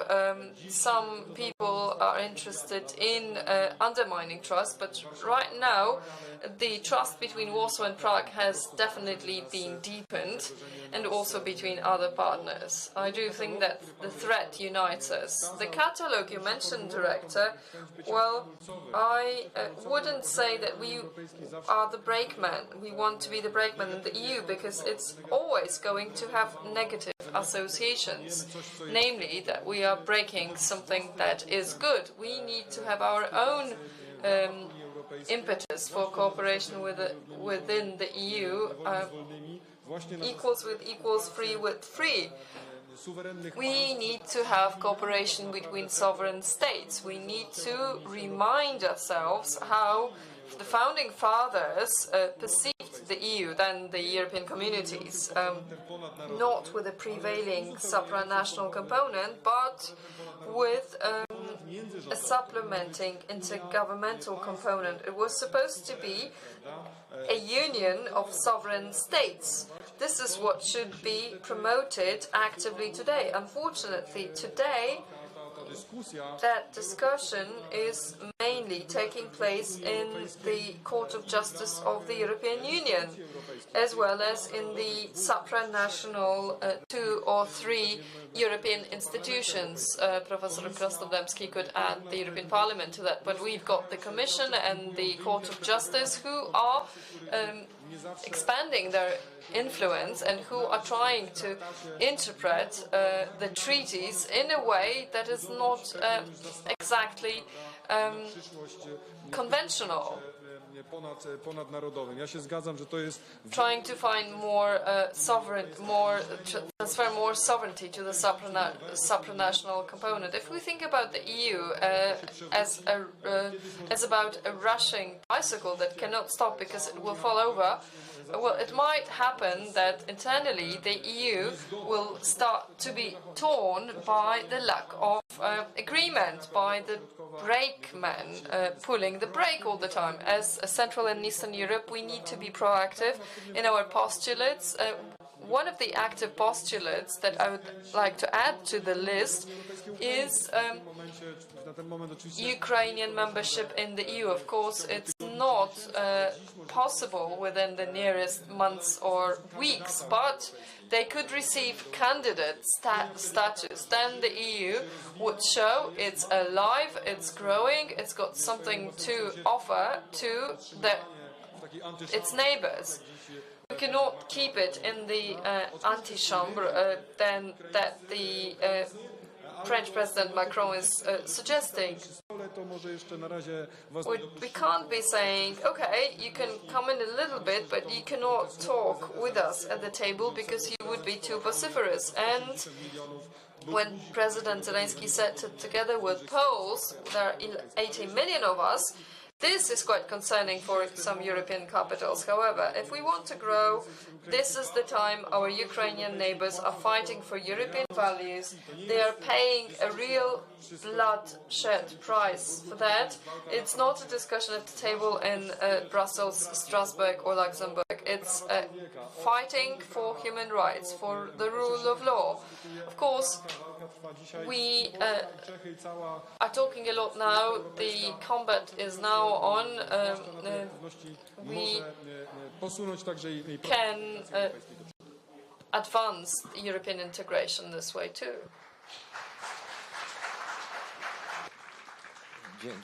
Thank you very much. I would like to add that in terms of the inclusive and the not exclusive EU, the Polish-Czech cooperation already has a few years of history because it also related to Western Balkans, which for our Czech partners are more a hotter topic or a closer topic. So this cooperation did occur in recent years, showing openness for others to join the European project. At the introduction, I mentioned a publication of Wszystko co najważniejsze, special one, and there was another thesis mentioned, the thesis related to the possible common topics of Poles and Czechs in Europe. That thesis was formulated by the Czech authors. It might have been Alexander Vondra, I don't remember exactly now, but it related to certain proximity between our societies in terms of the attitude taken on cultural wars. Perhaps for a Polish reader who does not know the Czech reality, it might seem surprising because we treat the Czech Republic as a secular and a very liberal country. But as far as I remember, it was Alexander Vondra who mentioned it in his article. So perhaps together with Mr. Benda, you could tell us something about the Czech social conservatism and the possible fields of cooperation.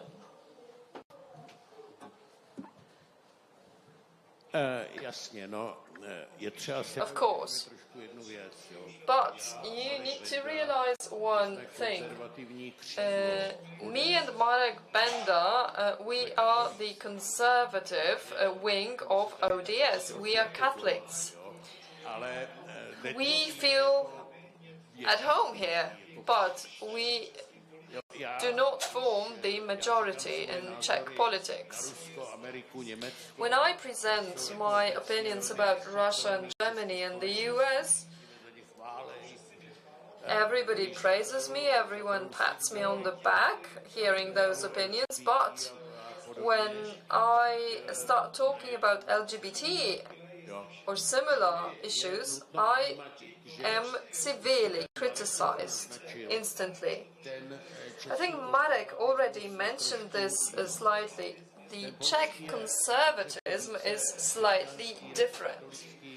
The Polish is more Christian and Catholic in nature. The Hungarian one is more rural or national. But the Czech conservatism is more urbanized or urban. Bourgeois. I don't know if you understand me. So there is more liberalism to it, but in the original sense of the word and not in the sense achieved by the left in the US and in Western Europe. For them, the word liberalism means leftist. That's the case in the US. So I'm talking about the original sense of the word perceived by John Locke and Adam Smith. This is a fact. If we had prevented some misunderstandings or unfulfilled expectations, for years now we have been blocking this ratification of the Istanbul Treaty. I do hope we will be successful in it, but we cannot expect miracles from us due to a slightly different nature of societies in our countries.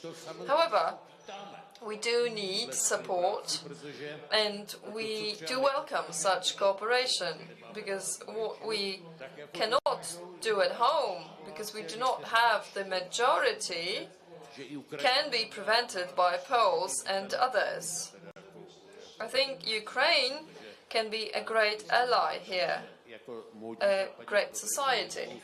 když teda dáme stranou některý I think if we put aside some radical trends seen amongst the young people, the mainstream will be quite similar to ourselves. Another important thing for the Polish-Czech understanding is to remember that it is a small country and a bigger country. The bigger one will always try to play a big game and sometimes may downplay the acts of the little one. From my point of view, I need to appeal to my Polish friends in order to get sensitized to this issue. The Czechs are really sensitized to it. I try to repeat to the Czechs that if somebody is bigger and is playing the big game, it's only good. We should get inspired by it. When we have common interests, it will be an advantage and not a disadvantage. We need to fight against the inferiority complex. In recent years, before Putin's war, the Czechs always took advantage of the geopolitical peace between us and Russia. There was Slovakia and Ukraine, and now everyone has experienced it again that we are a frontline country. The refugees are there. We are providing arms in very huge numbers. Together with Poland, we are amongst the 5 countries that are providing most armaments to Russia, to Ukraine. Sorry, that is why we are a frontline country. So the period of geopolitical peace has come to an end. This is important for the Polish-Czech cooperation, the Polish-Czech agreement. But it's important for us to have agreement and not to fall into troubles like the ones related to Turów. We did not file the complaint. It was Babiš who did it, and he was never able to talk to Poles. I think there are historical records of it. I didn't want to go to court, but as they were unable to talk to Poles, and Poles didn't really want to talk to the Czechs, it ended before court when the new government came. We had a one-day-long discussion, and we resolved everything that dragged on for 2 years previously. That is why Morawiecki and Fiala were able to go to Kiev together. It was a breakthrough moment. However, we needed to work on this. There was a joint session of the Polish and Czech government, and I asked, what about Turów power plant? And the lawyers from the Chancellery of the Prime Minister were saying that everyone is implementing everything and the atmosphere was really great. So we just need to follow up on that. Sometimes such symbols can do a lot of evil unnecessarily, can be detrimental to our relations. That is why we need to watch over it. Now, going back to conservatism, I want you to realize that Czech capacities are not the same as the Polish ones. I'd like to thank Maciej Ruczajew. It is a person who's not an ambassador. He is the director of the Polish Culture Center. But what he did in public debate for the Polish-Czech agreement in terms of culture, I think there is 0.5 meter of books published, Lisiecki, Cichocki, Legutko, Wilstein. All those publications are there. Without him, it wouldn't have been possible.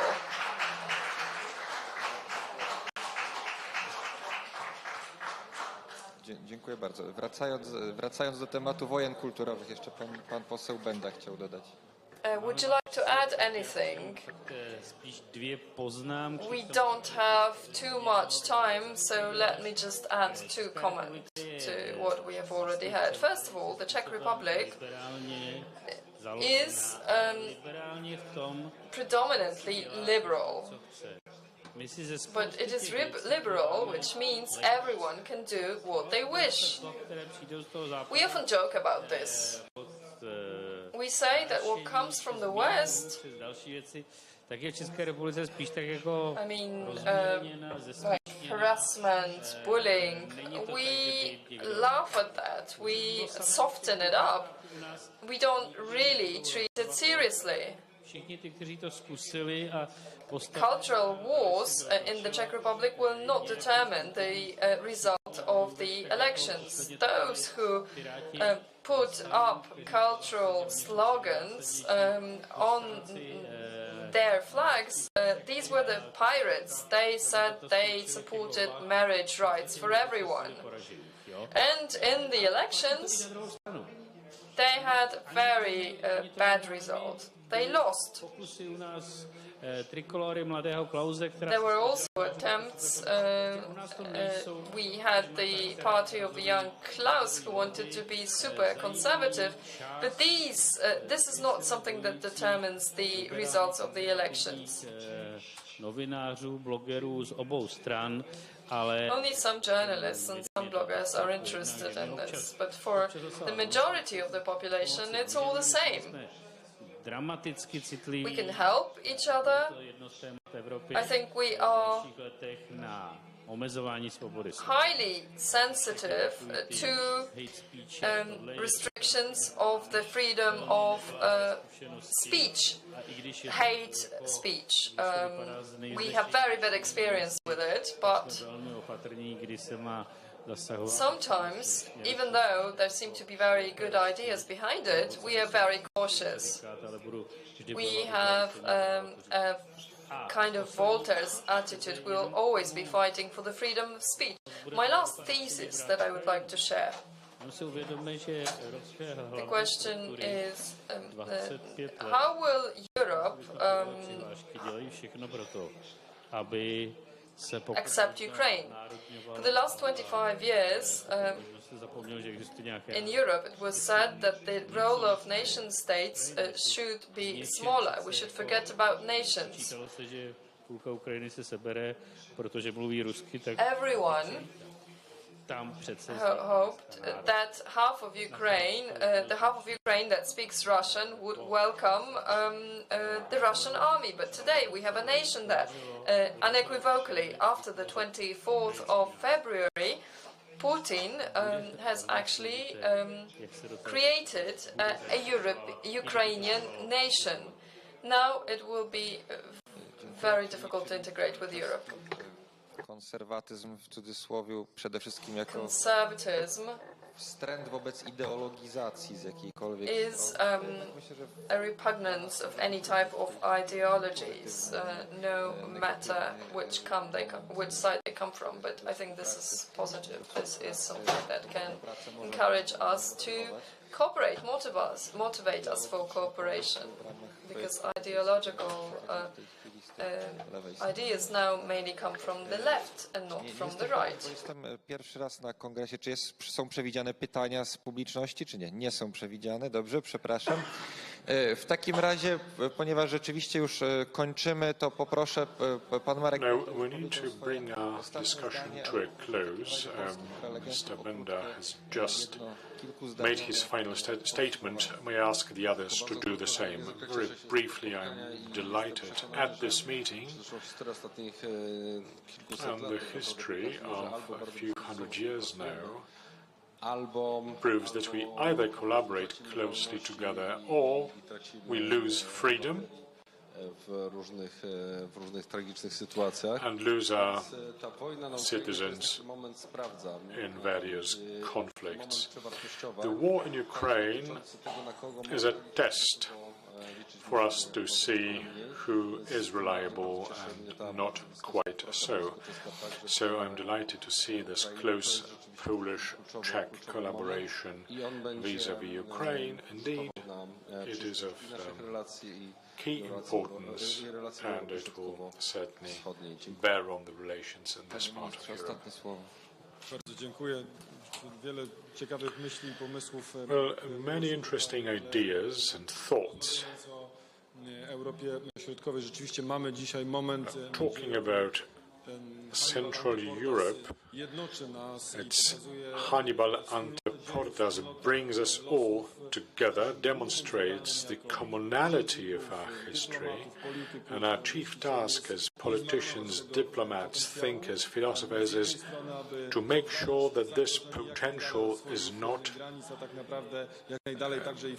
wasted. And as head of Pentagon says, we should do our utmost to make sure that Russia ceases to be a threat to our world and use our position in the EU, Warsaw, Prague. The voices coming from our capitals should be heard, should be stronger. We should be more vocal. We should be looking for axiological connections between us. We are a region that should also be expressing our values worldwide, and I think that Ukraine should receive the status of a candidate for membership.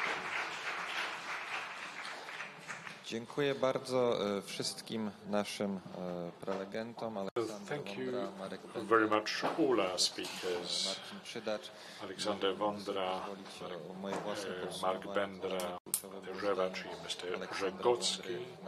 Aleksander Wondra put a finger on it. We need to listen attentively to each other and be sensitive to each other's needs. We know we have shared issues, but we just need to listen to each other very carefully.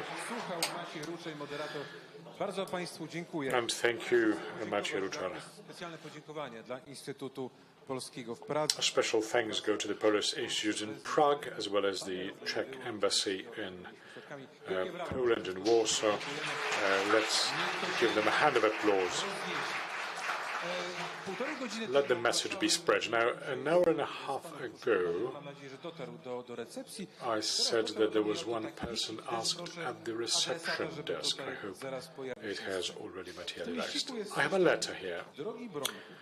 Dear Bronek, thank you for being there. Friends from Warsaw, 11th of June 2022. That's a little letter to you. Brought in here by the flower courier, together with the flowers, of course. 70th birthday is something.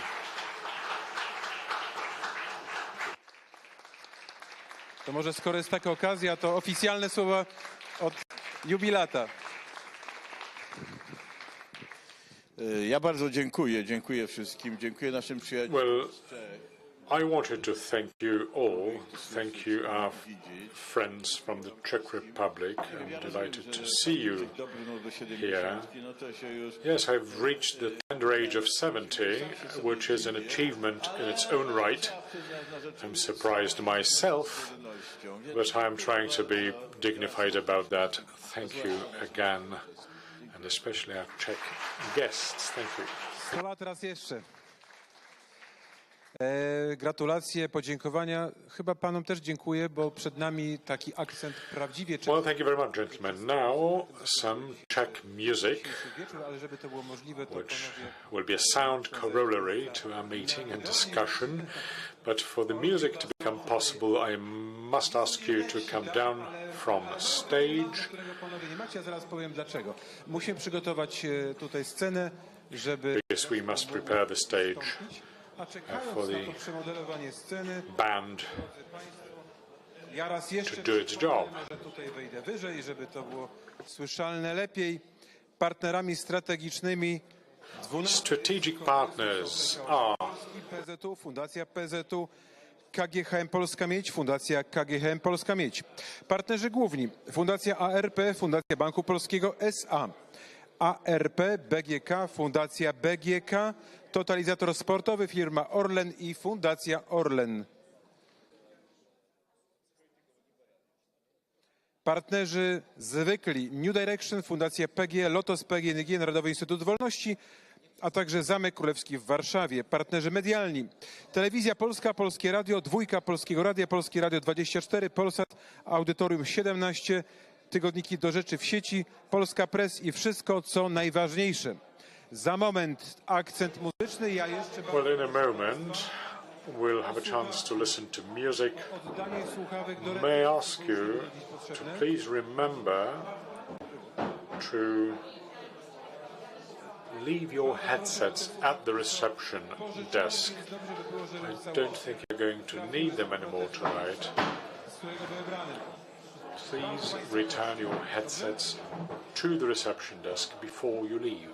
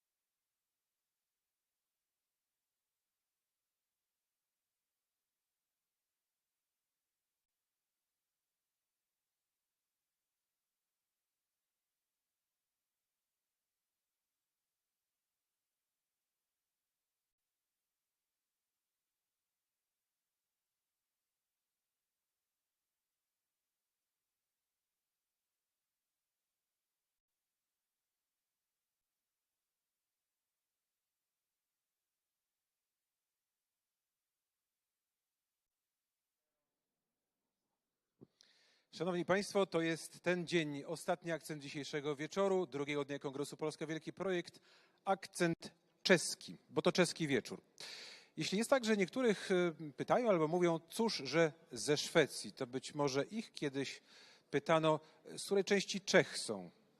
Oni pewnie odpowiadają wtedy, my nie jesteśmy z Czech. My przyjechaliśmy, no właśnie skąd? Z Polski. No to dlaczego Czechowie? Bo to są państwo Czechowie, małżeństwo. Martyna i Andrzej Czechowie. Przywitam ich brawami. A dlaczego czeski wieczór? No bo śpiewają czeskie utwory. Czeski repertuar, przed nami zespół Chwila Nieuwagi. Przywitam ich brawami i czekamy na wspaniały występ.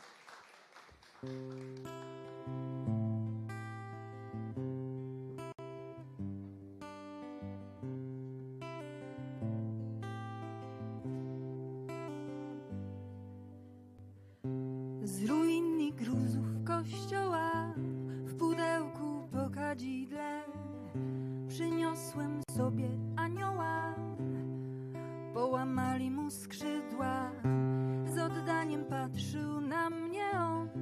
Myślałem, że strach minie, wcisnąłem mu więc w ciepłą dłoń butlę po mszalnym winie.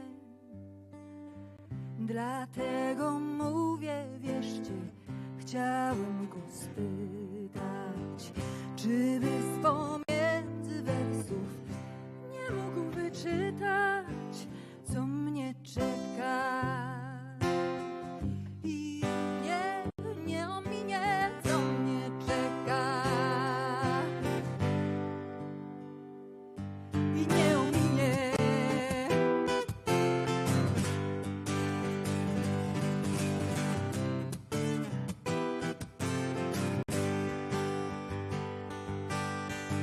Nad głową czarnych ptaków sznur przebija się przez chmury. Debatujemy o Bogu i zabawie w mundury. Nie mogłem spojrzeć w jego twarz, próbował wciąż ją chować. Chyba zazdrościł, że on też nie może tak szybować. Dlatego mówię, wierzcie, chciałbym go spytać, czy by z pomiędzy wersów nie mógł wyczytać, co mnie czeka. I mnie nie ominie, co mnie czeka. I nie ominie.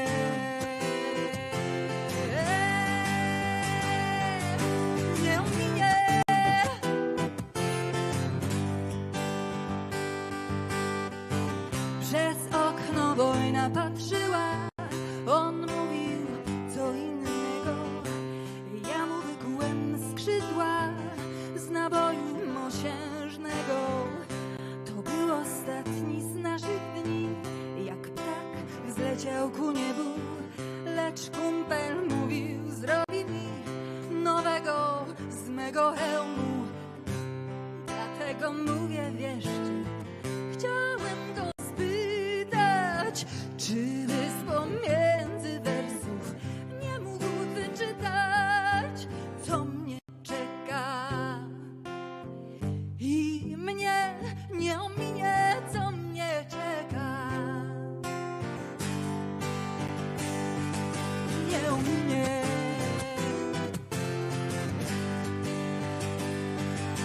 Nie ominie mnie. Nie ominie. Nie ominie.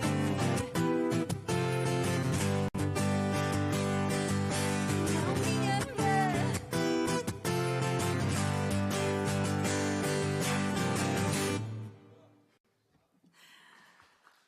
Dzień dobry Państwu. To był oczywiście Karel Kryl. Dzięki uprzejmości pani Krylowej kilka lat temu ukazała się płyta zespołu Chwila Nieuwagi oraz Kuby Blokesza nosząca tytuł Morawska Brama i tam właśnie znalazł się między innymi ten utwór, na który pani Krylowa wyraziła zgodę. To jest płyta zawierająca utwory naszych bardzo bliskich sąsiadów, bo my, proszę Państwa, przyjeżdżamy ze Śląska. Bardzo blisko mamy do naszych czeskich braci. Radio czeskie w moim domu odbierało zawsze nawet trochę lepiej niż radio polskie, więc kultura czeska jest nam bardzo, bardzo bliska, płynie w naszej krwi. Podobno nasi przodkowie, nie bez powodu nosimy nazwisko Czech, podobno nasi przodkowie mogli być Czechami właśnie.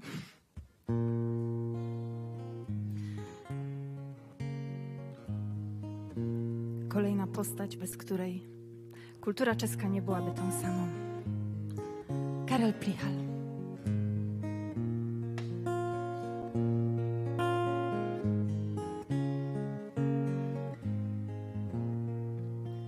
Ráda se miluje, ráda si jenom tak zpívá. Vrabci se na plotě hádají, kolik že času jí zbývá. Náš vítr dostrgá kutesů, tu je legrační párku. A pan Bůh si ve svým notesu udělá jen další čárku. Ráda se miluje, ráda si jenom tak zpívá. Vrabci se na plotě hádají, kolik že času jí zbývá. Psáno je v nebeské režii, a to hned na první stránce, že naše duše nás přežijí v jinakší tělesní schránce. Ráda se miluje, ráda si jenom tak zpívá. Vrabci se na plotě hádají, kolik že času jí zbývá. Úplně na konci paseky, tam, kde se ošvina tříští, sedíš na kvesneku prošneky, snad jej podobá příští. Ráda se miluje, ráda si jenom tak zpívá. Vrabci se na plotě hádají, kolik že času jí zbývá.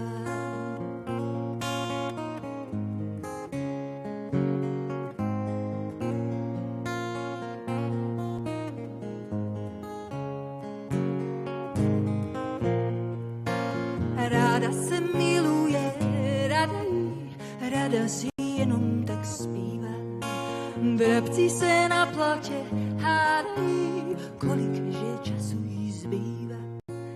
Ráda se miluje, ráda si jenom tak zpívá. Vrabci se na plotě hádají, kolik že času jí zbývá.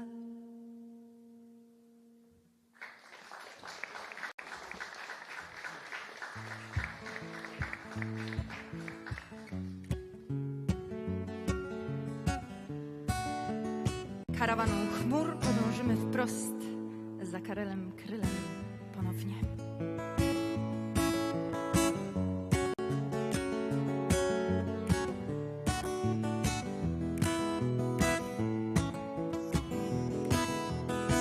Słońce wygląda jakby złotych jak się w niebo wbił. Pod słońcem siodła skóra lśni. Pod siodłem koń, pod koniem zdarte buty, proch i pył. Na rękach brud sprzed kilku dni. Przed siebie iść i nie żałować kroków. Na głowę wbić kapelusz pełen dziur. Wciąż jeszcze iść, gdzie świeci miasto kroczyć, gdzie świeci miasto kroczyć w karawanie chmur. Wietrzyk cichutko świszczy, przesypuje wrzący wiatr. Tu ludzie opadają z sił. Szeryfi są gangsterzy, padł na miasto blady strach, bo niezbyt wolny wybór był. Tu prawo dżungli rządzi, a morderców obcych stół pistoletami bawi się. Miłośnik splata stryczki, grabarz kopie nowy dół. Stolarz na trumny deski tnie. Reguły dwie i praca dla każdego. Każdy wie, że milczeć ma jak grób. Ciesz się, że nie spotkało cię nic złego i że nie leżysz już pod ziemią kilka stóp. Ciesz się, że nie spotkało cię nic złego i że nie leżysz już pod ziemią kilka stóp. Słońce wygląda jakby złoty tak się w niebo wbił. Pod słońcem siodła skóra lśni. Pod siodłem koń, pod koniem zdarte buty, proch i pył. Na rękach brud sprzed kilku dni. Trzeba stąd wiać i nie żałować kroków. Do domu iść w tej karawanie chmur. Pora ci siać aż do zmroku. Może się jakoś da uśmierzyć serca ból. Pora ci siać od rana aż do zmroku. Może się jakoś da uśmierzyć serca ból. Pora ci siać od rana aż do zmroku. Może się jakoś da uśmierzyć serca ból.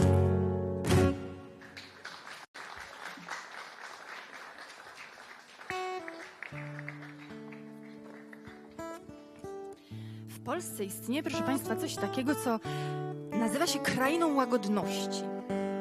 I to jest taka grupa wykonawców, w którą wliczyć można takich wspaniałych twórców jak Grzegorz Turnał, Stare Dobre Małżeństwo, Wolna Grupa Bukowina.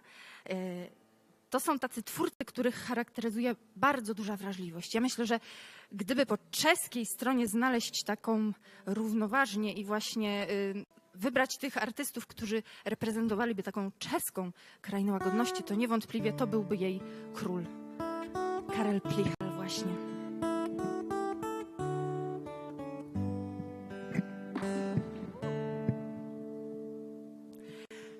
Kde si dole v babičině skříni bydlí beduíni v její skříni.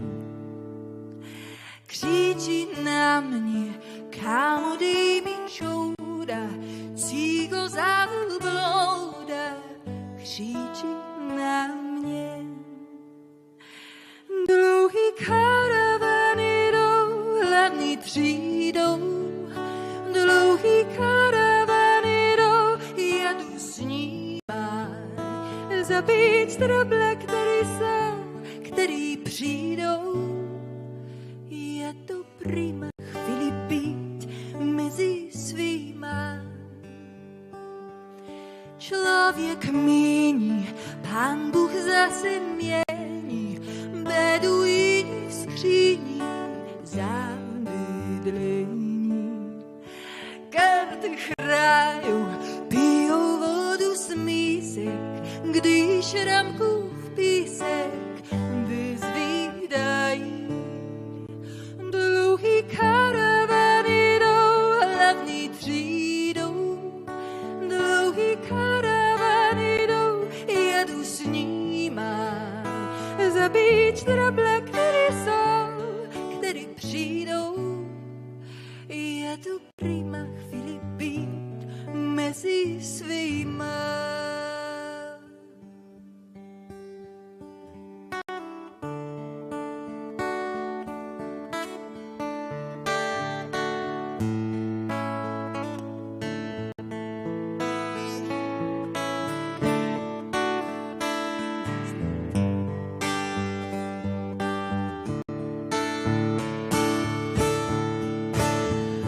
Dlouhý karavany jdou, hlavní třídou.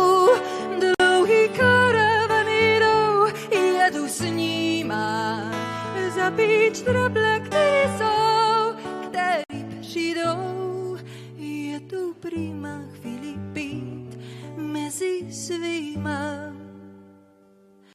Vše do skříně, týše dřepy blázen, touží po váze, po tvém klíně.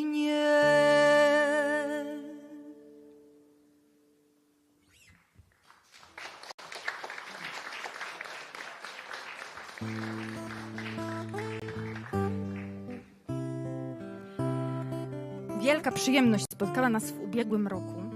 Mniej więcej o tej porze, w czerwcu, udało nam się w Ostrawie Czeskiej wystąpić ze wspaniałym artystą, zespołem Czechomor właśnie, bo o nim mowa, który absolutnie rozsławił pewną pieśń ludową.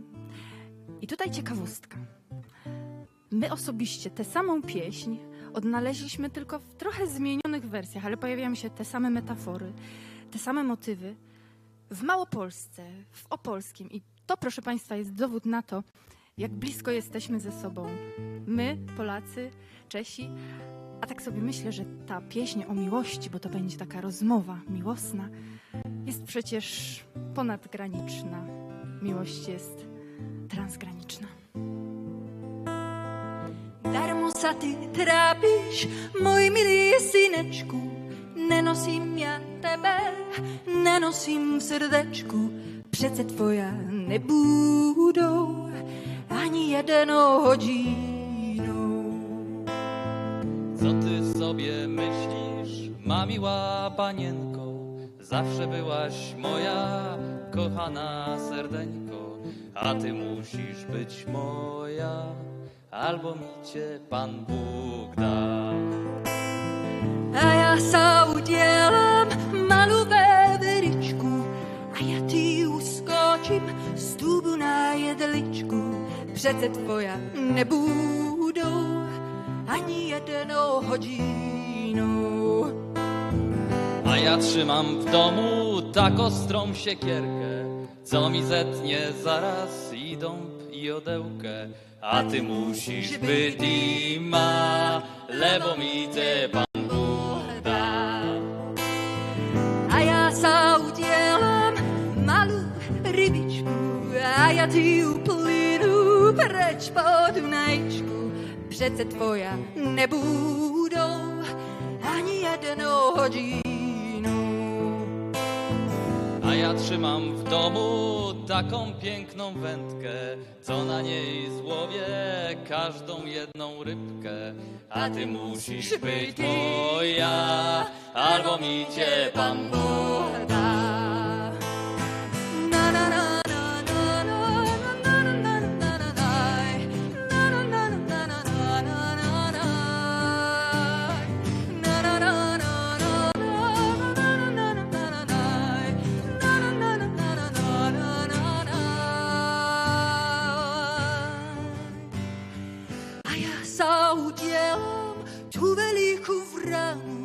A ja ty uletím na uherskou stranu. Přece tvoja nebudou ani jednou hodinou. A ja trzymam w domu starodawną kuszę i ona ustrzeli wszelkim wronom duszę. A ty musisz być moja, albo mi cię Pan Bóg da. A já sa udělám hvězdičku na nebi a já budu lidem svítit na zemi. Přece tvoje nebudou ani jednou hodinou. A my w domu znamy taką astronomię, która mi odnajdzie gwiazdeczkę i żonę. A ty musisz być ima, lebo mi cię Pan Bóg da. A ty musisz być ima, lebo mi cię Pan Bóg da. A ty musisz być ima, lebo mi cię Pan Bóg da. Dziękujemy pięknie.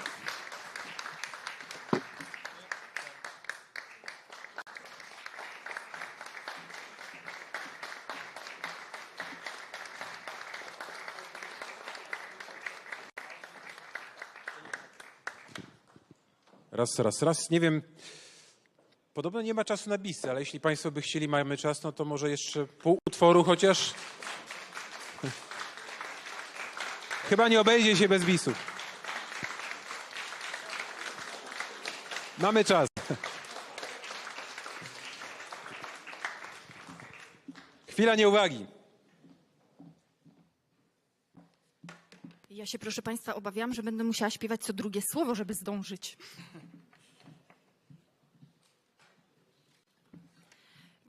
Czy możemy zagrać teraz coś z naszego autorskiego repertuaru zespołu Chwila Nieuwagi? Ale bardzo blisko czeskiej granicy, proszę państwa. I kolejny dowód na bardzo bliskie relacje Czechów i Polaków. Między innymi język, którym na co dzień porozumiewamy się w domu, czyli tak zwany śląski, Godomy po naszemu. bo my godomy po naszemu w doma, zawiera bardzo wiele kalek z języka czeskiego.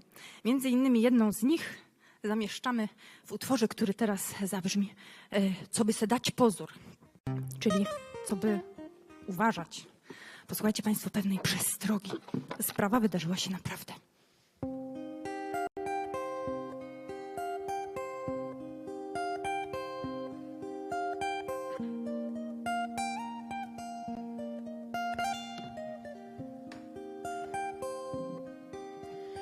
Powiedziała mi matka, co by se dać pozór na gryfnych chłopaków. Bruncie, Boże, jak cię taki obłapi, żaden nie pomoże.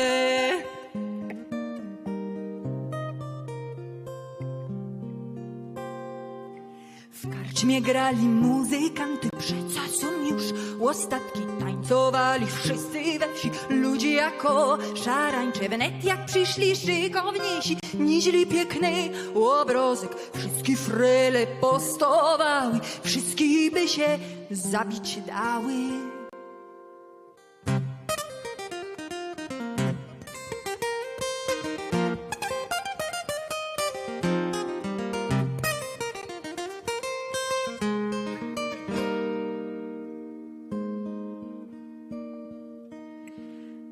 Powiedziała mi matka, co by se dać pozór na gryfnych chłopaków. Bruncie, Boże, jak cię taki obłapi, żaden nie pomoże.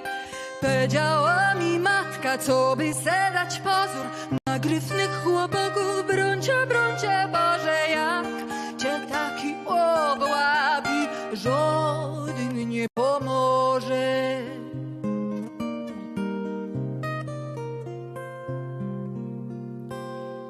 Wzięli se dwie gryfne Hanki, w kółko je obracali, całki wieczór tańcowali, aż całkiem omotali. Generałowie z kolane Hanki wyszeptały, my by za was dusze dały, bydy my wam wiecznie pszczoły.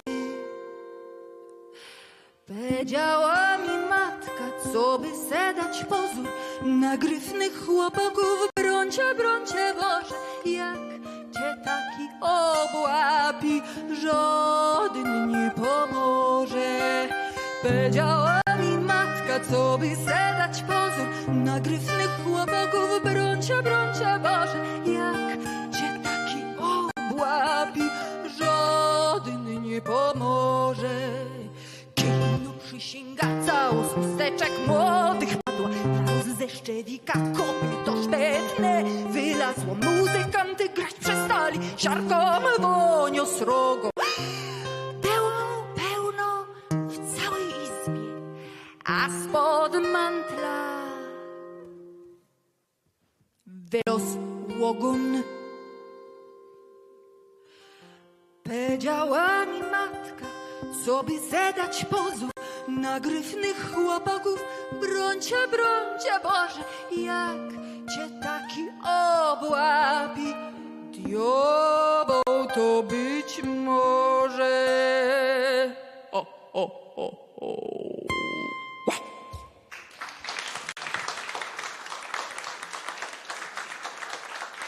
Martyna i Andrzej Czechowie, czyli zespół Chwila Nieuwagi. Bardzo dziękujemy.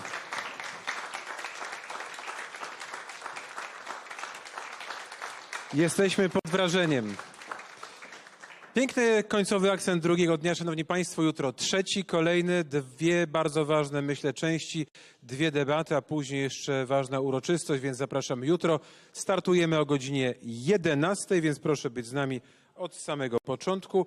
Dziś to wszystko. Bardzo państwu dziękuję. Życzę spokojnego wieczoru. Jeszcze informacja od organizatorów, którzy zapraszają prelegentów i moderatorów na takie pewne wieczorne spotkanie. Autobus czeka tuż przy wyjściu ze strefy VIP, czyli po tej stronie tutaj. Jeszcze jedno ogłoszenie organizacyjne, niezmiennie to samo od rana. Prosimy o zwrot słuchawek. Jutro dostaną państwo drugi raz. Jeśli ktoś by się bał, że nie będzie jutro, starczy dla wszystkich. Dziękuję, do zobaczenia, kłaniamy się.